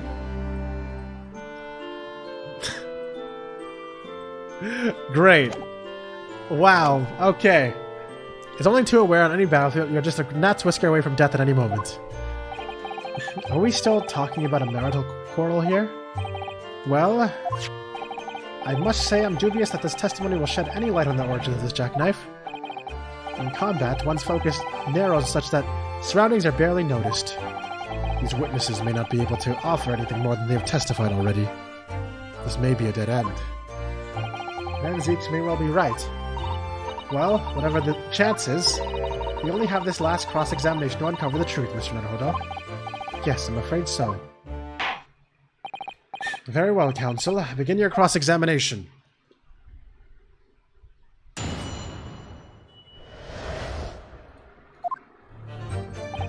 Yes, on the day you're referring to, the wife and I did have a bit of a skirmish. Can't recall the reason now. Hold it! The reason is what you told us yesterday, I believe. Yes, that's right. If I remember correctly, It all started because of a note that was tucked into the pages of a book belonging to Mr. Garadeb. A rather passionate note, in fact. But Mrs. Garadeb found the note, discovering her husband's little secret. And she gave him a mighty number of slaps across the face for it, too. What a sordid state of affairs. Hell on earth. I say, when the chap says he can't recall such things, it's common decency not to drag it all up. And besides, half of it was wide of the mark anyway. A likely story. These waters run very deep. And what transpired next after these multiple blows to the face? Knocked the candlestick over and set fire to the carpet. Soon had it out, though, and got the window open. Hold it! And the fire also spread to some items of furniture, didn't it?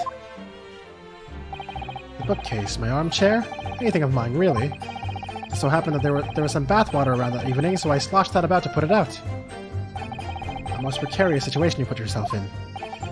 Ours is a 3-story house, townhouse on the west side of the street, where the water main isn't connected yet. Have to draw water from a public water pump during the day if you need any, you see.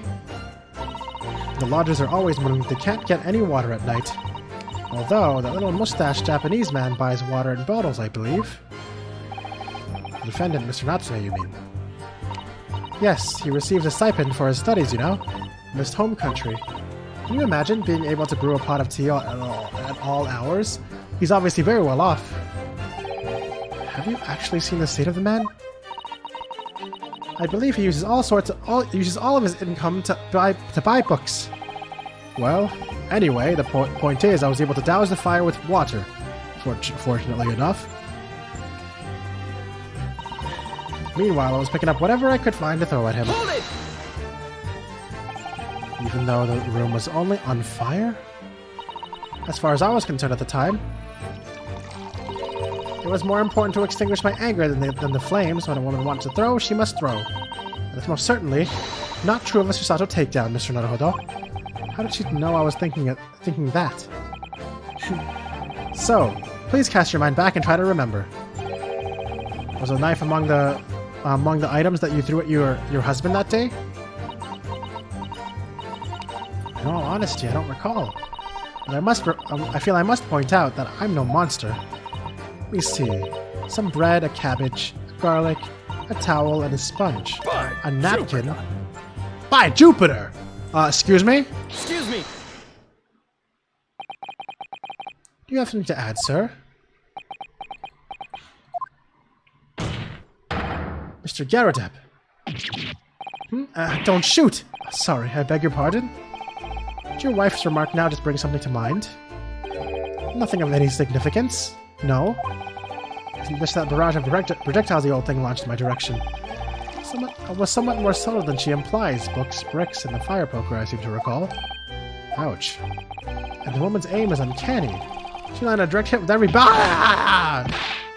grief, woman, we're not at home now. This is a court of law. Oh, dearie me, ever so sorry, dear. What's she even doing with the teapot in here? Honestly, John, I would never have thrown such things at you, obviously. Wait, did she just pour tea into his fucking pipe? What the fuck? Man! Well, take a look at this then. How do you suppose that happened,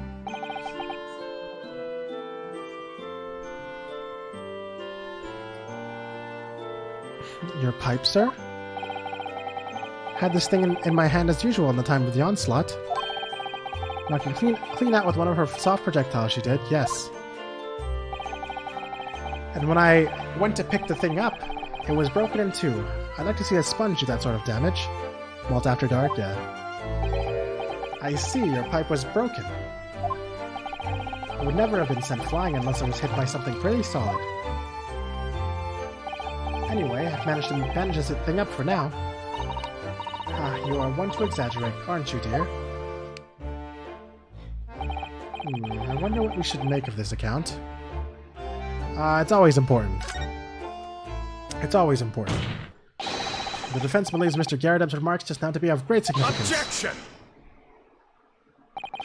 This war veteran's words only tell us one thing. Betray a fiery wife and pipes. Betray a fiery wife and pipes as well as hearts may be broken. Sentimental wisdom, perhaps, but hardly worthy of adding to the formal testimony. Indeed, common sense, one might say. Might one? In that case, would you at least permit us to examine the pipe, sir? Well, I don't see why not. Oh, dearie me. There you go again, trying to ingratiate yourself with a young lady.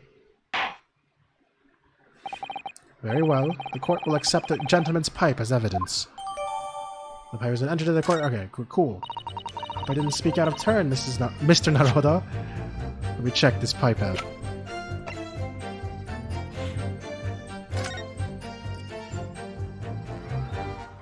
What the hell is that? Is that a piece of the knife? Oh, something just twinkled inside the chamber of the pipe there. Yes, I saw it. Something stuck in there, I think. Turn it over and give it a shake. What's this? Wait, that looks like the tip of the knife that I saw. I saw the knife was blunt at the tip for some reason. It's a tiny fragment of metal. It looks like the tip of a blade or something. The tip of a blade? Surely it couldn't be... Oh shit, dude. Oh shit, dude. Yeah, because look at this. Look at this. Look at this! I did notice this. Oh, look here, Mr. Ronaldo, just the tip. A small piece of the blades appears to be missing. Wait, part of it's missing. Could be wrong, but I've just got a feeling. Remember this? Ah, that's the tiny fragment of metal that we found inside Mr. Garrab's pipe. Yes, and just maybe... Oh my, it's a perfect fit. Somehow, I just knew it. Ooh, boy. Yeah, we can find you more than in and out. I was just feeling rather disappointed for you that your request was turned down. Oh no, it's fine. Thanks to Sasato-san, we now have some new evidence to work with. We should examine it carefully. Well, thank you for that rebuttal, Mr. Garradeb. Now we can return to the crux of the matter. What can you tell the court about the knife used to attack the victim? Alright, so how do I use this? When guys around plus can I say I noticed that 1 or 2 went missing, I'm afraid. Oh, I know what to do. The ball I think was in the victim's act really was one of ours. You'll have a job proving it, I think. Here we go. Objection! Mr. Garradeb, could I ask you to take a good look at this, please? You can ask, but I can't see a bally thing. You can't? You used to call me Dead-Eyed Deb back in the regiment, of course. But that was some time ago now. And when I'm trying to enjoy a large print book by the fire these days, I struggle to tell a B from a D and a P from a Q, to be honest. Oh, he does, dearie me. It's rather wearing, being asked about every other letter and every other word. You must D very dizzy. Good one. Good one, Ryunosuke. What is that, a tiny scrap of metal? Yes, almost certainly from the tip of a blade. And what may appear at first to just be a tiny scrap is in fact a crucial piece of evidence. Interesting. And where did the defense come by this evidence?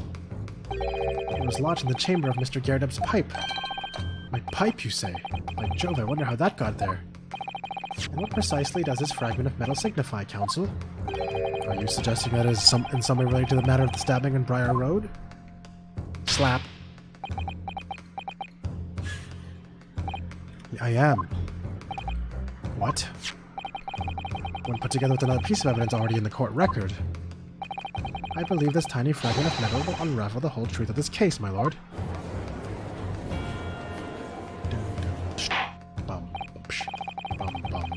You appear rather confident that an extraordinary statement of counsel. Very well then. Present the pertinent evidence through the court. What evidence, when paired with this fragment of metal, allegedly reveals the truth of the entire case? Take that! This is the knife that was found in the victim's back. If you look closely, you will see that there is a small piece at the tip of the blade that is missing. A common issue with the inferior blade sold at unsavory street markets. Criminals who use them regularly leave the tips lodged in their victims' bones. And what of this particular knife? No doubt its tip has suffered a similar fate, now languishing somewhere near the spine of the victim. Objection! No, that's not the case. The tip of this particular knife's blade is the very fragment of metal we discovered in the chamber of Mr. Garridab's pipe. Oh, what the fuck? Why does he look so freaking aroused when he gets hit? Oh. Why do you have to look so attractive while that happened? Good grief, Lord Van Zeeks. I don't believe it.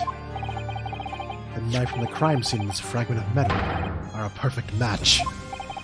Good golly gosh!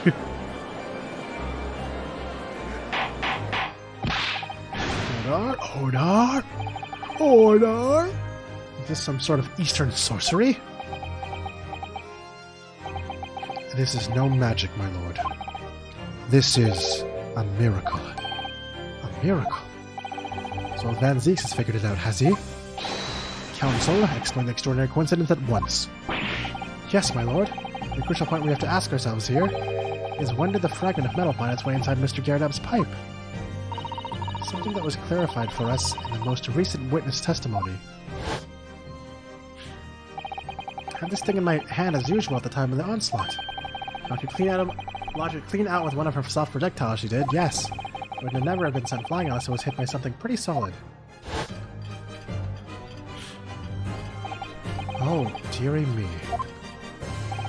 During the argument between these two that occurred just as the victim was on the pavement below, Mrs. Garridab flung this knife at her husband. However, the knife missed Mr. Garridab instead of striking the pipe in his hand at the time, which caused the tip to break off. Of course. Good lord. Yes, and that is when the tiny tip of the blade found its way inside Mr. Garridab's pipe. The chances of that are 1,000,000 to 1! And yet there is no other credible explanation for how the tip of the blade ended up in your pipe. Then, after losing its tip, the knife ricocheted off the pipe and flew out of the open window. Ah. In short, this knife, which fell from the window of the Garridab's house, is the very same knife that struck the victim in the middle of the back on the street below. Shake those cheeks, madam. God damn it. Oh gosh, oh dear, oh... No! Wait, she's on a crate. That's so funny. Oh, why is he objecting? Oh, and now he's gained his composure again. A full-bodied theory, I'll give you that. A complex bouquet of seemingly trivial points, plausibly arranged to create almost passable vintage. Allow me to toast my learned friend's characteristically Nipponese approach at bottling his argument. Sorry? But after all, it's just a theory. The bottle, I fear, is corked. You know what, I'm getting hiccups now? Now of all times?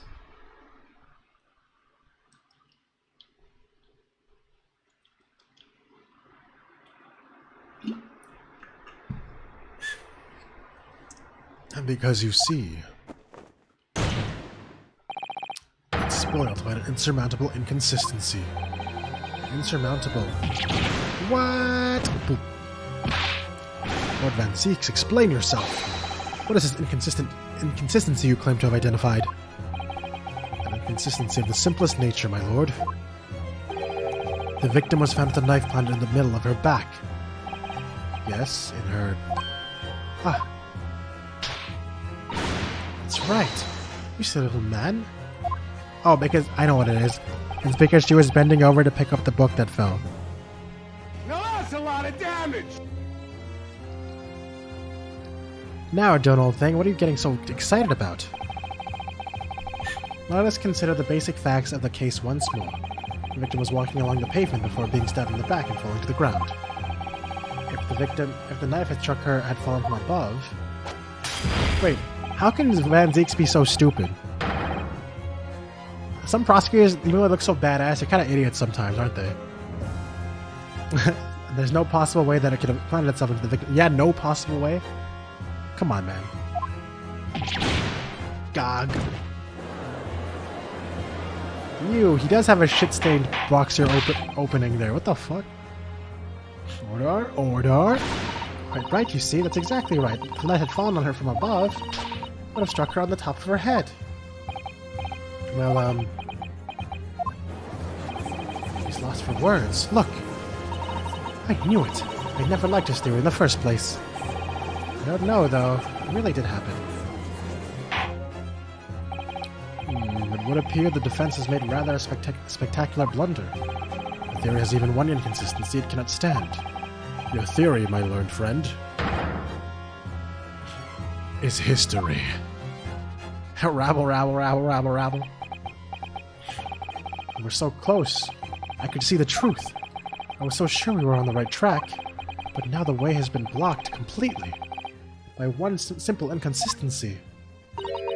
Or in other words, we simply need to eliminate that one inconsistency. The theory will stand. Mr. Sato. Van Zeeks, more like Van Geeks. Ooh, you really did it to him, didn't you? You mustn't worry, Mr. Naruto. You were just caught off guard, that's all. And your mind went blank. But if the path you are on is indeed correct, then a way will present itself. The key to this is in the court record, I'm sure. All the information you need is there.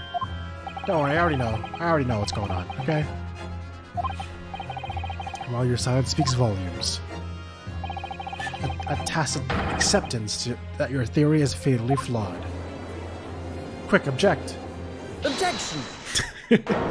He listened to me. Why he objected while doing that still with his hands? How did that even come? How did anyone even hear him? This inconsistency doesn't mean I was on the wrong track. It means that I need to sharpen my mind and dig deeper for the truth. Is it time for a logic dive? It's a test. Yes.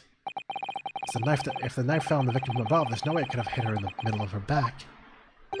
Under normal circumstances, that is. What are you implying? Counsel, there's a piece of evidence in the court record that can explain this inconsistency, that can explain how the knife that fell from above could have pierced the victim's back. We already have the answer. Goodness. Utter madness. Surely this must be the last time. Counsel, present the evidence of which you speak. This is the last inconsistency, the final piece in the puzzle. If I can successfully make sense of it, this truth will be laid bare at last. The evidence that explains how the falling knife became lodged in the victim's back is... I feel like it wants me to say the book before I do the picture, but maybe both of them would work? But this one also says it was in the victim's hand. So, maybe they both work. I hope they both work. Because I'm feeling this one more. Take that! Oh yeah, okay, it's fine. This, the fourth book found at the scene. It's the final piece of evidence that the defense will present. The burnt book? Is that not Mr. Karadev's book? But how many different freaking like objection slash cornered slash whatever themes are there in this game? Holy shit. Yes, and to understand its significance, we have to consider how it came to be at the scene in the first place. This photographic print clearly shows the book in question, and the victim holding it in her hand. But as we know now, it was the police constable that put the book between her fingers like that. Quite so, as part of his wholesale transplanting of the crime scene to the opposite side of the road. That's true, however... As part of his testimony, Constable Beat made an extremely enlightening statement on that point. But what made you place that book in the victim's hands? Oh, well, sir, that's because that's how I found it. When we first ran over to the scene, the victim was already holding the book. So, when I moved everything, I made sure it was still in her hand. In other words, the victim had already picked up the book, of her own volition. And clearly that must have been before she suffered the knife wound. Well, I should say so. After being attacked with a knife, I don't imagine she'd have been doing much of anything. So the question becomes, why did the victim have that book in her hand? By Jingo! I think I'm beginning to see what may have happened here. Oh, dearie me. We know that the book fell from the top floor of the Garrett household to the pavement below, at precisely the moment that the victim was walking past. Yes, and at exactly that moment, the young woman was walking along the street in the light fog, when all of a sudden, a book fell right in front of her. That book I threw. Yes, Mrs. Garrett, what do you think the woman did? What would you do if you were walking along and suddenly a book landed in front of you on the pavement? Well, I really can't imagine it, but I suppose she might have reached down and picked up the book. Yes, and that is exactly what the woman in fact did. She picked up the book. Oh heavens, I keep forgetting that the victim is actually still alive, but in comatose. So this being an accidental incident can be slightly less bad because she might not actually be dead. Which makes me feel a little less, like, really bad for Joan. Wait, she's dead? I thought, wait, did I miss an update where she died or something? Or do you mean she sure is comatose? Not dead, okay. Oh heavens. And when the woman reached down to pick the fallen book up, what position would her back have been in? That's right, facing the sky, completely and utterly defenseless. Then, in the very next moment, when the woman was still bent over picking up the book... Damn, that knife went flying, dude. The next object fell from the room above, the jackknife straight into the middle of her back. And at the same time, walking by chance directly behind Mrs. Green, was the knife. Was the knife. Yeah, that knife was getting around, man. Was the defendant Mr. Sosuke Natsume? Well, I never. It appeared to Mr. Natsume that the woman simply collapsed on the floor. In the dark and in the fog, he didn't see the knife falling on her from above. Ah. And from the other direction, the constable and his wife saw no one but the victim and her apparent attacker. So there never was a real culprit to run from the scene in the first place. No, this was nothing more than a series of unlikely events that culminated in an unfortunate accident. And that is the real truth behind this case.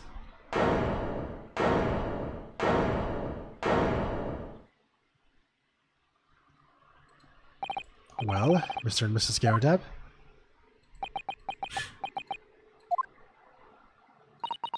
The very first time you showed me that knife, I had my suspicions. I wondered if perhaps it might have been something like that. There, old bean. Or Mrs. Garadab.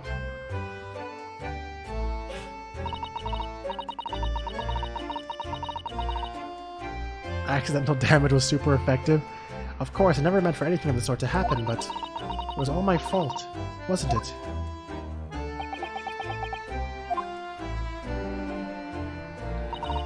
I take full responsibility.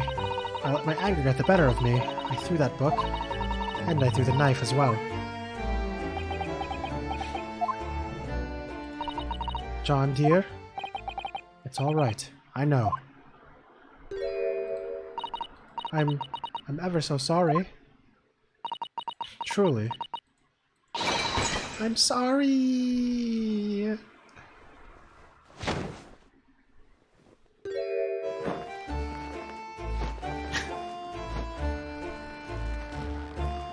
Dude, his knee is gonna die, bro. But he did save her wife. His wife.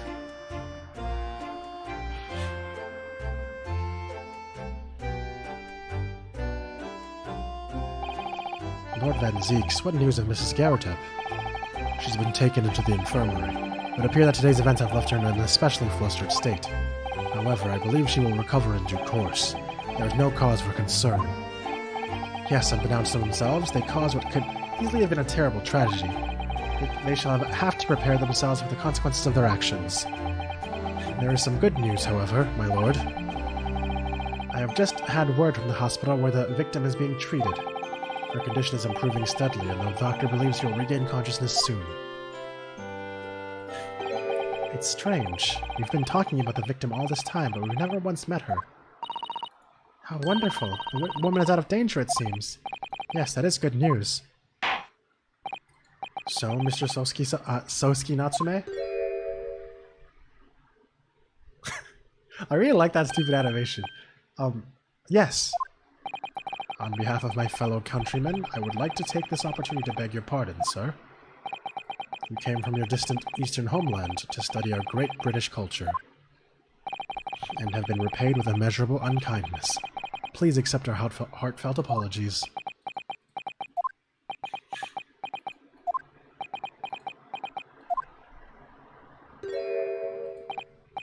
No, it is me who should be begging your pardon. Oh no, Mr. Natsume. That evening, when the young woman just collapsed on the pavement before my eyes, I jumped to the wrong conclusion again. In my confusion. What conclusion, sir? I was sure that the woman was dead. Yes, Constable Beat said the same thing, didn't he? He thought she had been killed, too. I suppose she must have looked completely lifeless.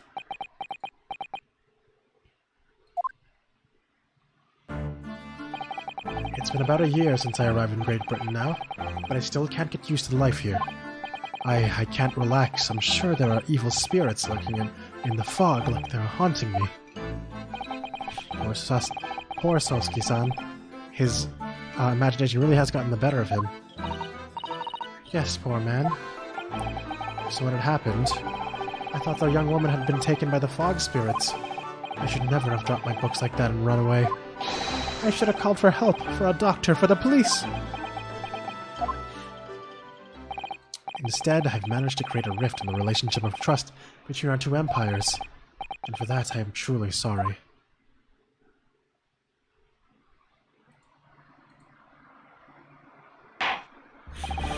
One can indeed say that some sort of mischievous spirit has been at work here, I think. One that created a chain of unfortunate mishaps. We were befooled by this spirit and led to false conclusions, but thanks to Lord Van Zeeks and our young lawyer here from the east, this chain has now been broken and the spirit exorcised. I heartily commend you both. Oh. Now then, ladies and gentlemen of the jury. Yes, my lord. In concluding this trial, I must ask one last time for your decisions regarding the defendant's culpability. Are you ready to present your findings to the court? As the foreman of this jury, I can assure you we've reached a fair and just conclusion. I do declare that the truth can be extremely cruel at times. Well, I didn't suspect the woman next to me, that's for sure. Sitting in for the old bean while she's out in action, you know, but I know what her decision would be. Does this mean I'll finally be able to get out of here and start work? Well, it's about time. I say, I'll have a corker of a story to tell the grandchildren when I get home, won't I? Did that old guy just death flag himself? Did he just death flag himself, so now he's gonna die on his way home and he's gonna be the next case? Like an Ace Attorney 5, you mean? Very well, ladies and gentlemen of the jury, I hereby demand your final decisions. Mr. Foreman? Not guilty. Not guilty. Not guilty. He sounds just like fucking Fitch. Not guilty. Not guilty. Not guilty.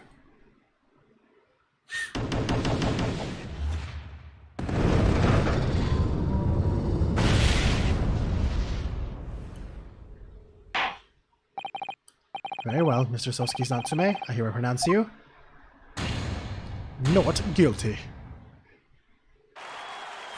Yay! Yay! Woo!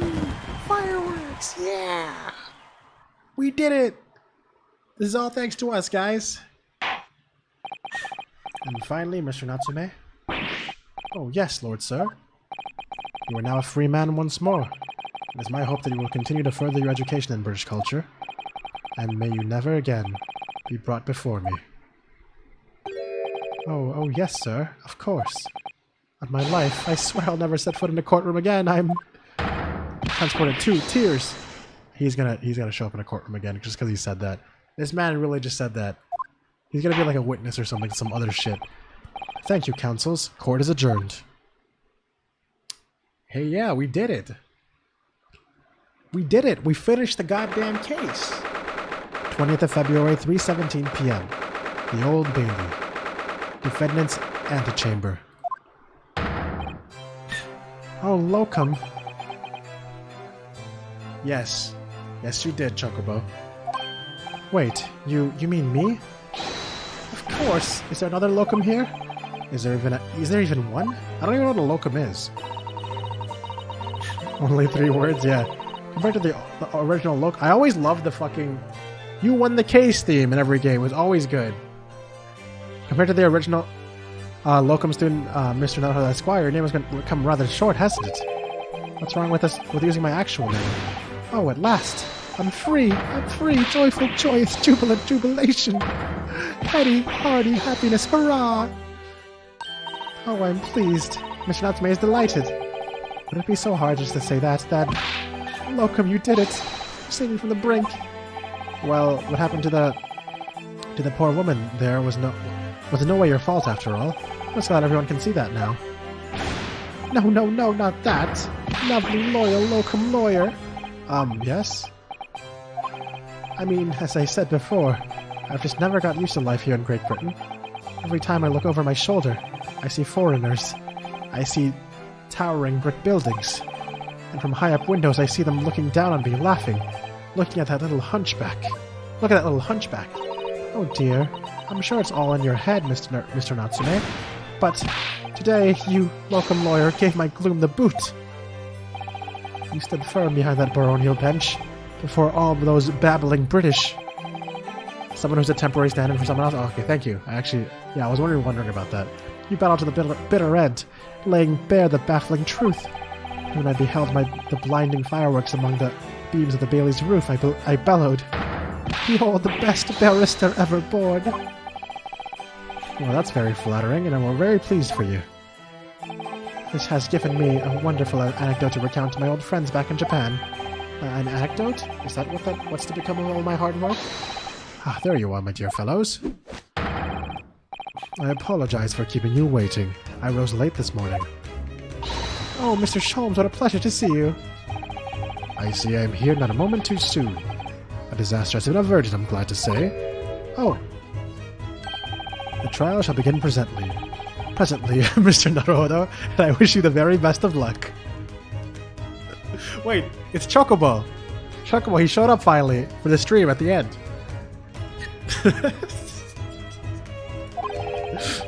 It's just finished. What? No, then my haste was in vain? He literally showed up at the end of the trial and was like, "Alright, I see the trial is about to begin. Good luck, everyone." It's you! Herlock Sholmes! Oh, have we met, sir? This is Mr. Natsume, the man you had arrested, Mr. Sholmes. Ah, I see. I failed to recognize you at first. Our previous encounters have taken place in the gloom. Either of your bleak lodgings or that prison cell. How old is Natsume? I'm gonna say 43. Let's see.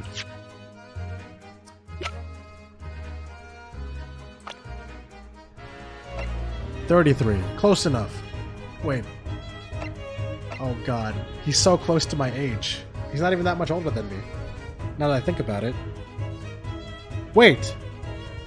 Oh my god, I didn't even realize it's in my birthday for like 2 hours and 40 minutes. Oh god, I'm 27. Oh god. Oh god, dude. Oh fucking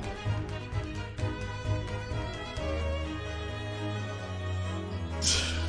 He's 2 years older than you. Yeah, I didn't even know. You know what my first birthday wish was for my mom? She walked in and said, "You're so fucking loud." Okay, she didn't say it like that. But she said I'm so loud that she can't sleep. And then she went back to bed. That's why I've been talking so quietly now. It's okay, I don't blame her. I'm very annoying when it comes to streaming. That's why I'm just trying to talk closer to my mic. Hopefully you guys can still hear everything.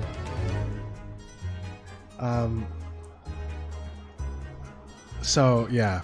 Apparently I'm 27 now, so you guys are like the only ones here to know that, actually, first, I think.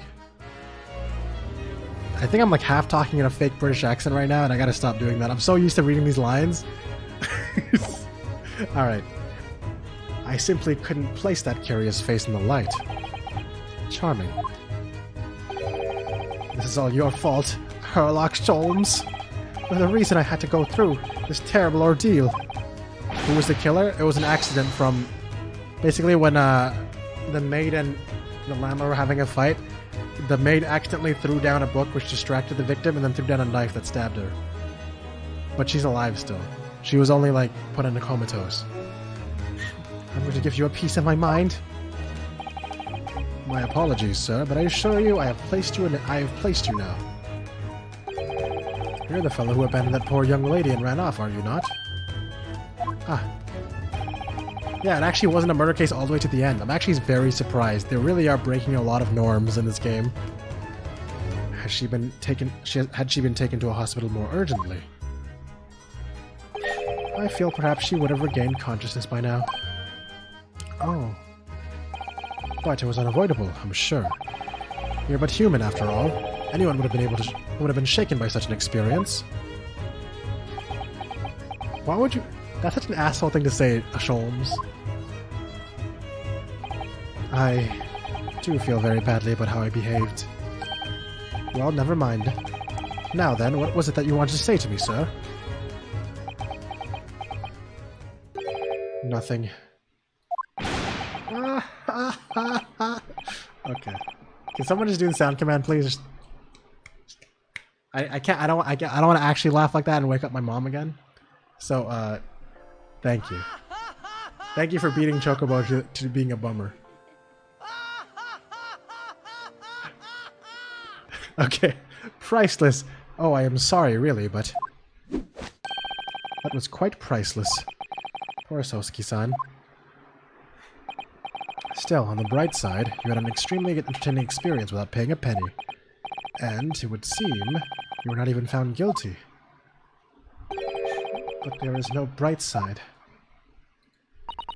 Whatever do you mean, Mr. Natsume? Even after this, I'm still cursed by the spirits, and now by the Reaper. Ah, Lord Van Zeeks. I haven't forgotten, you know, what facing that man in court means. Even if you're found not guilty, you're still doomed. It will be alright, Mr. Natsume. If the Reaper appears trying to make trouble, I will protect you. Hiya! Why? Why? Why did you just flip me, man? With a perfectly executed Susato takedown. Much as I like being turned on my head. Wait, what? He just admit he likes it? Damn, Ryunosuke, this guy is fucking alpha. A bit of warning might have been nice next time, Mr. Sato.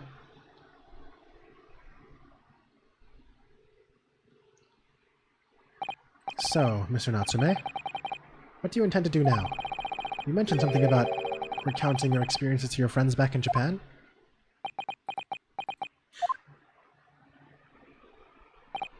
Yes, I intend to return to my homeland soon. Oh. It has already been a year since I arrived here in Great Britain. I visited universities, libraries, bookshops, and I've been honored with the tutelage of professors. I've learned so much about the wealth of literature here, and the city it has shaped. And I've come to realize that it is my calling to sail home and tell my fellow countrymen about it. That's very touching, Mr. Natsume. Or, in perhaps less veiled terms, you wish to withdraw halfway around the world and escape the terror of the Reaper's curse? That's not it at all! The more I learn of literature... Bro, is he gonna die in a plane crash on his way back? Or a boat crash, I mean? I guess there's no planes. Is he gonna die out on sea? Oh no! Sosuke, no, dude. Don't get Reaper's cursed on the way home. The more I learn of literature, the more this strange feeling claws at my insides. I feel compelled to return to my roots and attempt to pen a work of my own. Oh, I see. A work of literature by Sosuke-san. Could be an interesting read.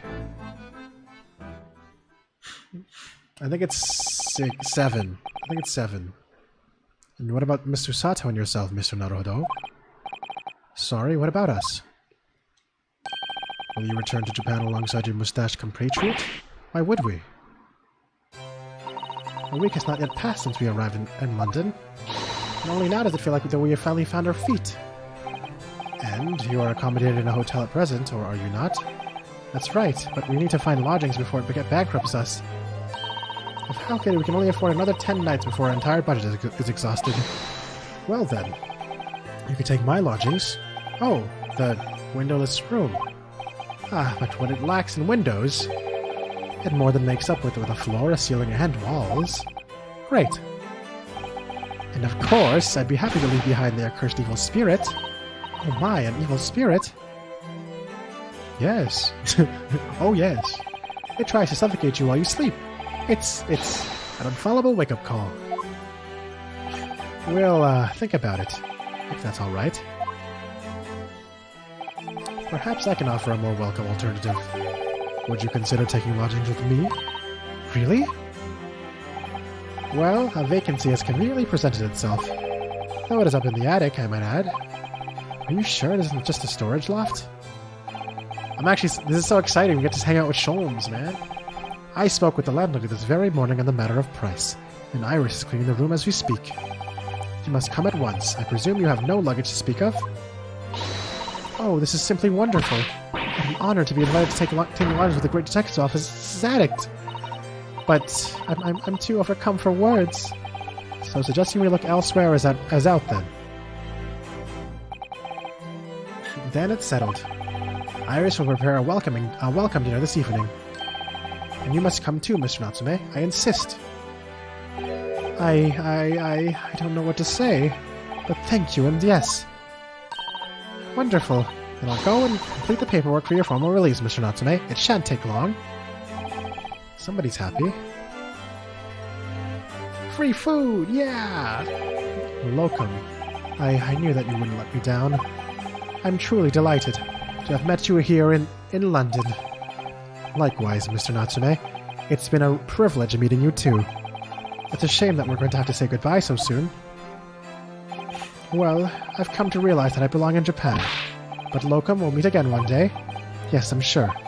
And hopefully by then, I'll be a successful lawyer. Hopefully by then, I'll be a successful author. Well, my dear fellow, our carriage appears to have arrived. Shall we go, Mr. Naruhodo? Yes, Mr. Sholmes. I've little doubt that Mr. Natsume will be released in time for dinner this evening. And so, with Sosuke-san's innocence successfully established, we rode with Mr. Sholmes to what was to become our new home, 221B Baker Street.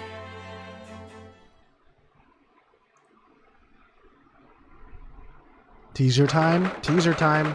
This is teaser time for next week, guys. Oh wait, this is the attic. Oh shit, it's our new house. I hope this isn't teaser time because that means one of us is dead. So this is to be our new office, yes. Our office? I rather like the sound of that. Me too. It's simply wonderful, isn't it? I hope you can see this, Kazuma. It's only a small step, but I'd like to think we're getting a little closer to your dream now. So, my dear fellows, do you like the place? He's in casual clothes! Ah, Mr. Sholmes, yes, thank you so much.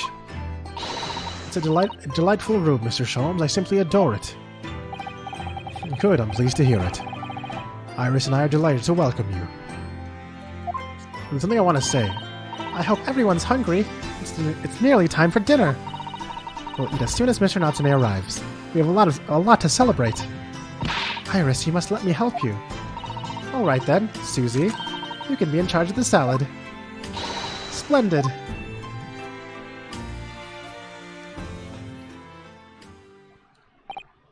So, Mr. Naruhodo, how does it feel to have your own office in the capital? It's very exciting, actually. I can't help but wondering what adventures await us. Ah ha ha ha ha ha ha. You guys heard me, okay? Those were precisely my sentiments when I...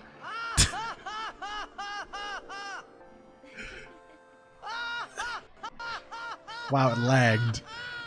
Those were precisely my sentiments when I first established my office at these premises. Until I discovered the dark truth about the city of London, that is... Sorry?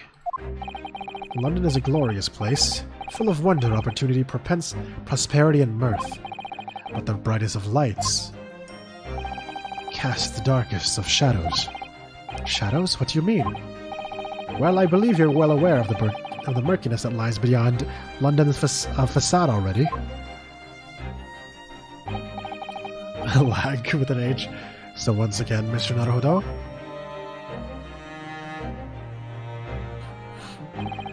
Welcome to London.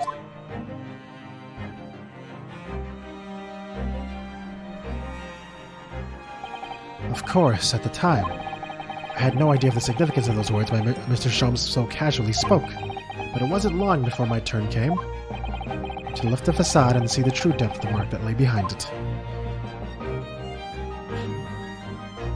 And we did it, guys. That's 4 chapters down in what, 5 streams? Yo, this is crazy, man. We're about to finish the first game. I have a feeling. Okay, so here's the thing I wanted to say. So usually the last case is about like 40% of an Ace Attorney game, from what I remember. So obviously we still have a lot left to go, even though we're on the last case. It's gonna be like a really long fucking case. I can already tell. Like, we already know it's gonna be a super long ass case. Okay, so let's be honest. It's gonna be a very, very long time. And I also wanted to mention. At the time when this game came out in Japan, I can just imagine like going through this game, because they basically like established an entirely new cast, entirely new time period, all this crazy shit, and they're like starting up a crazy story, and they finally like established having a new base and everything on the last chapter. So I can imagine how excited people were for the sequel that be announced eventually for this game that also wasn't localized until now. I mean, they're both in this chronicle, so I don't know. I think that's cool.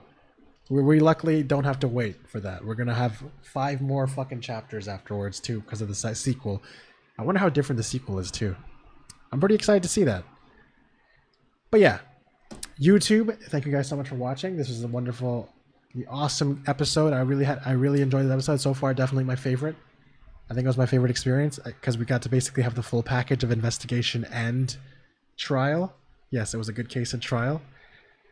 And yeah, I hope you guys are still enjoying it. And I'll see you guys in the next video when we start the next chapter, the final chapter of the first game. Okay, goodbye, YouTube. Goodbye.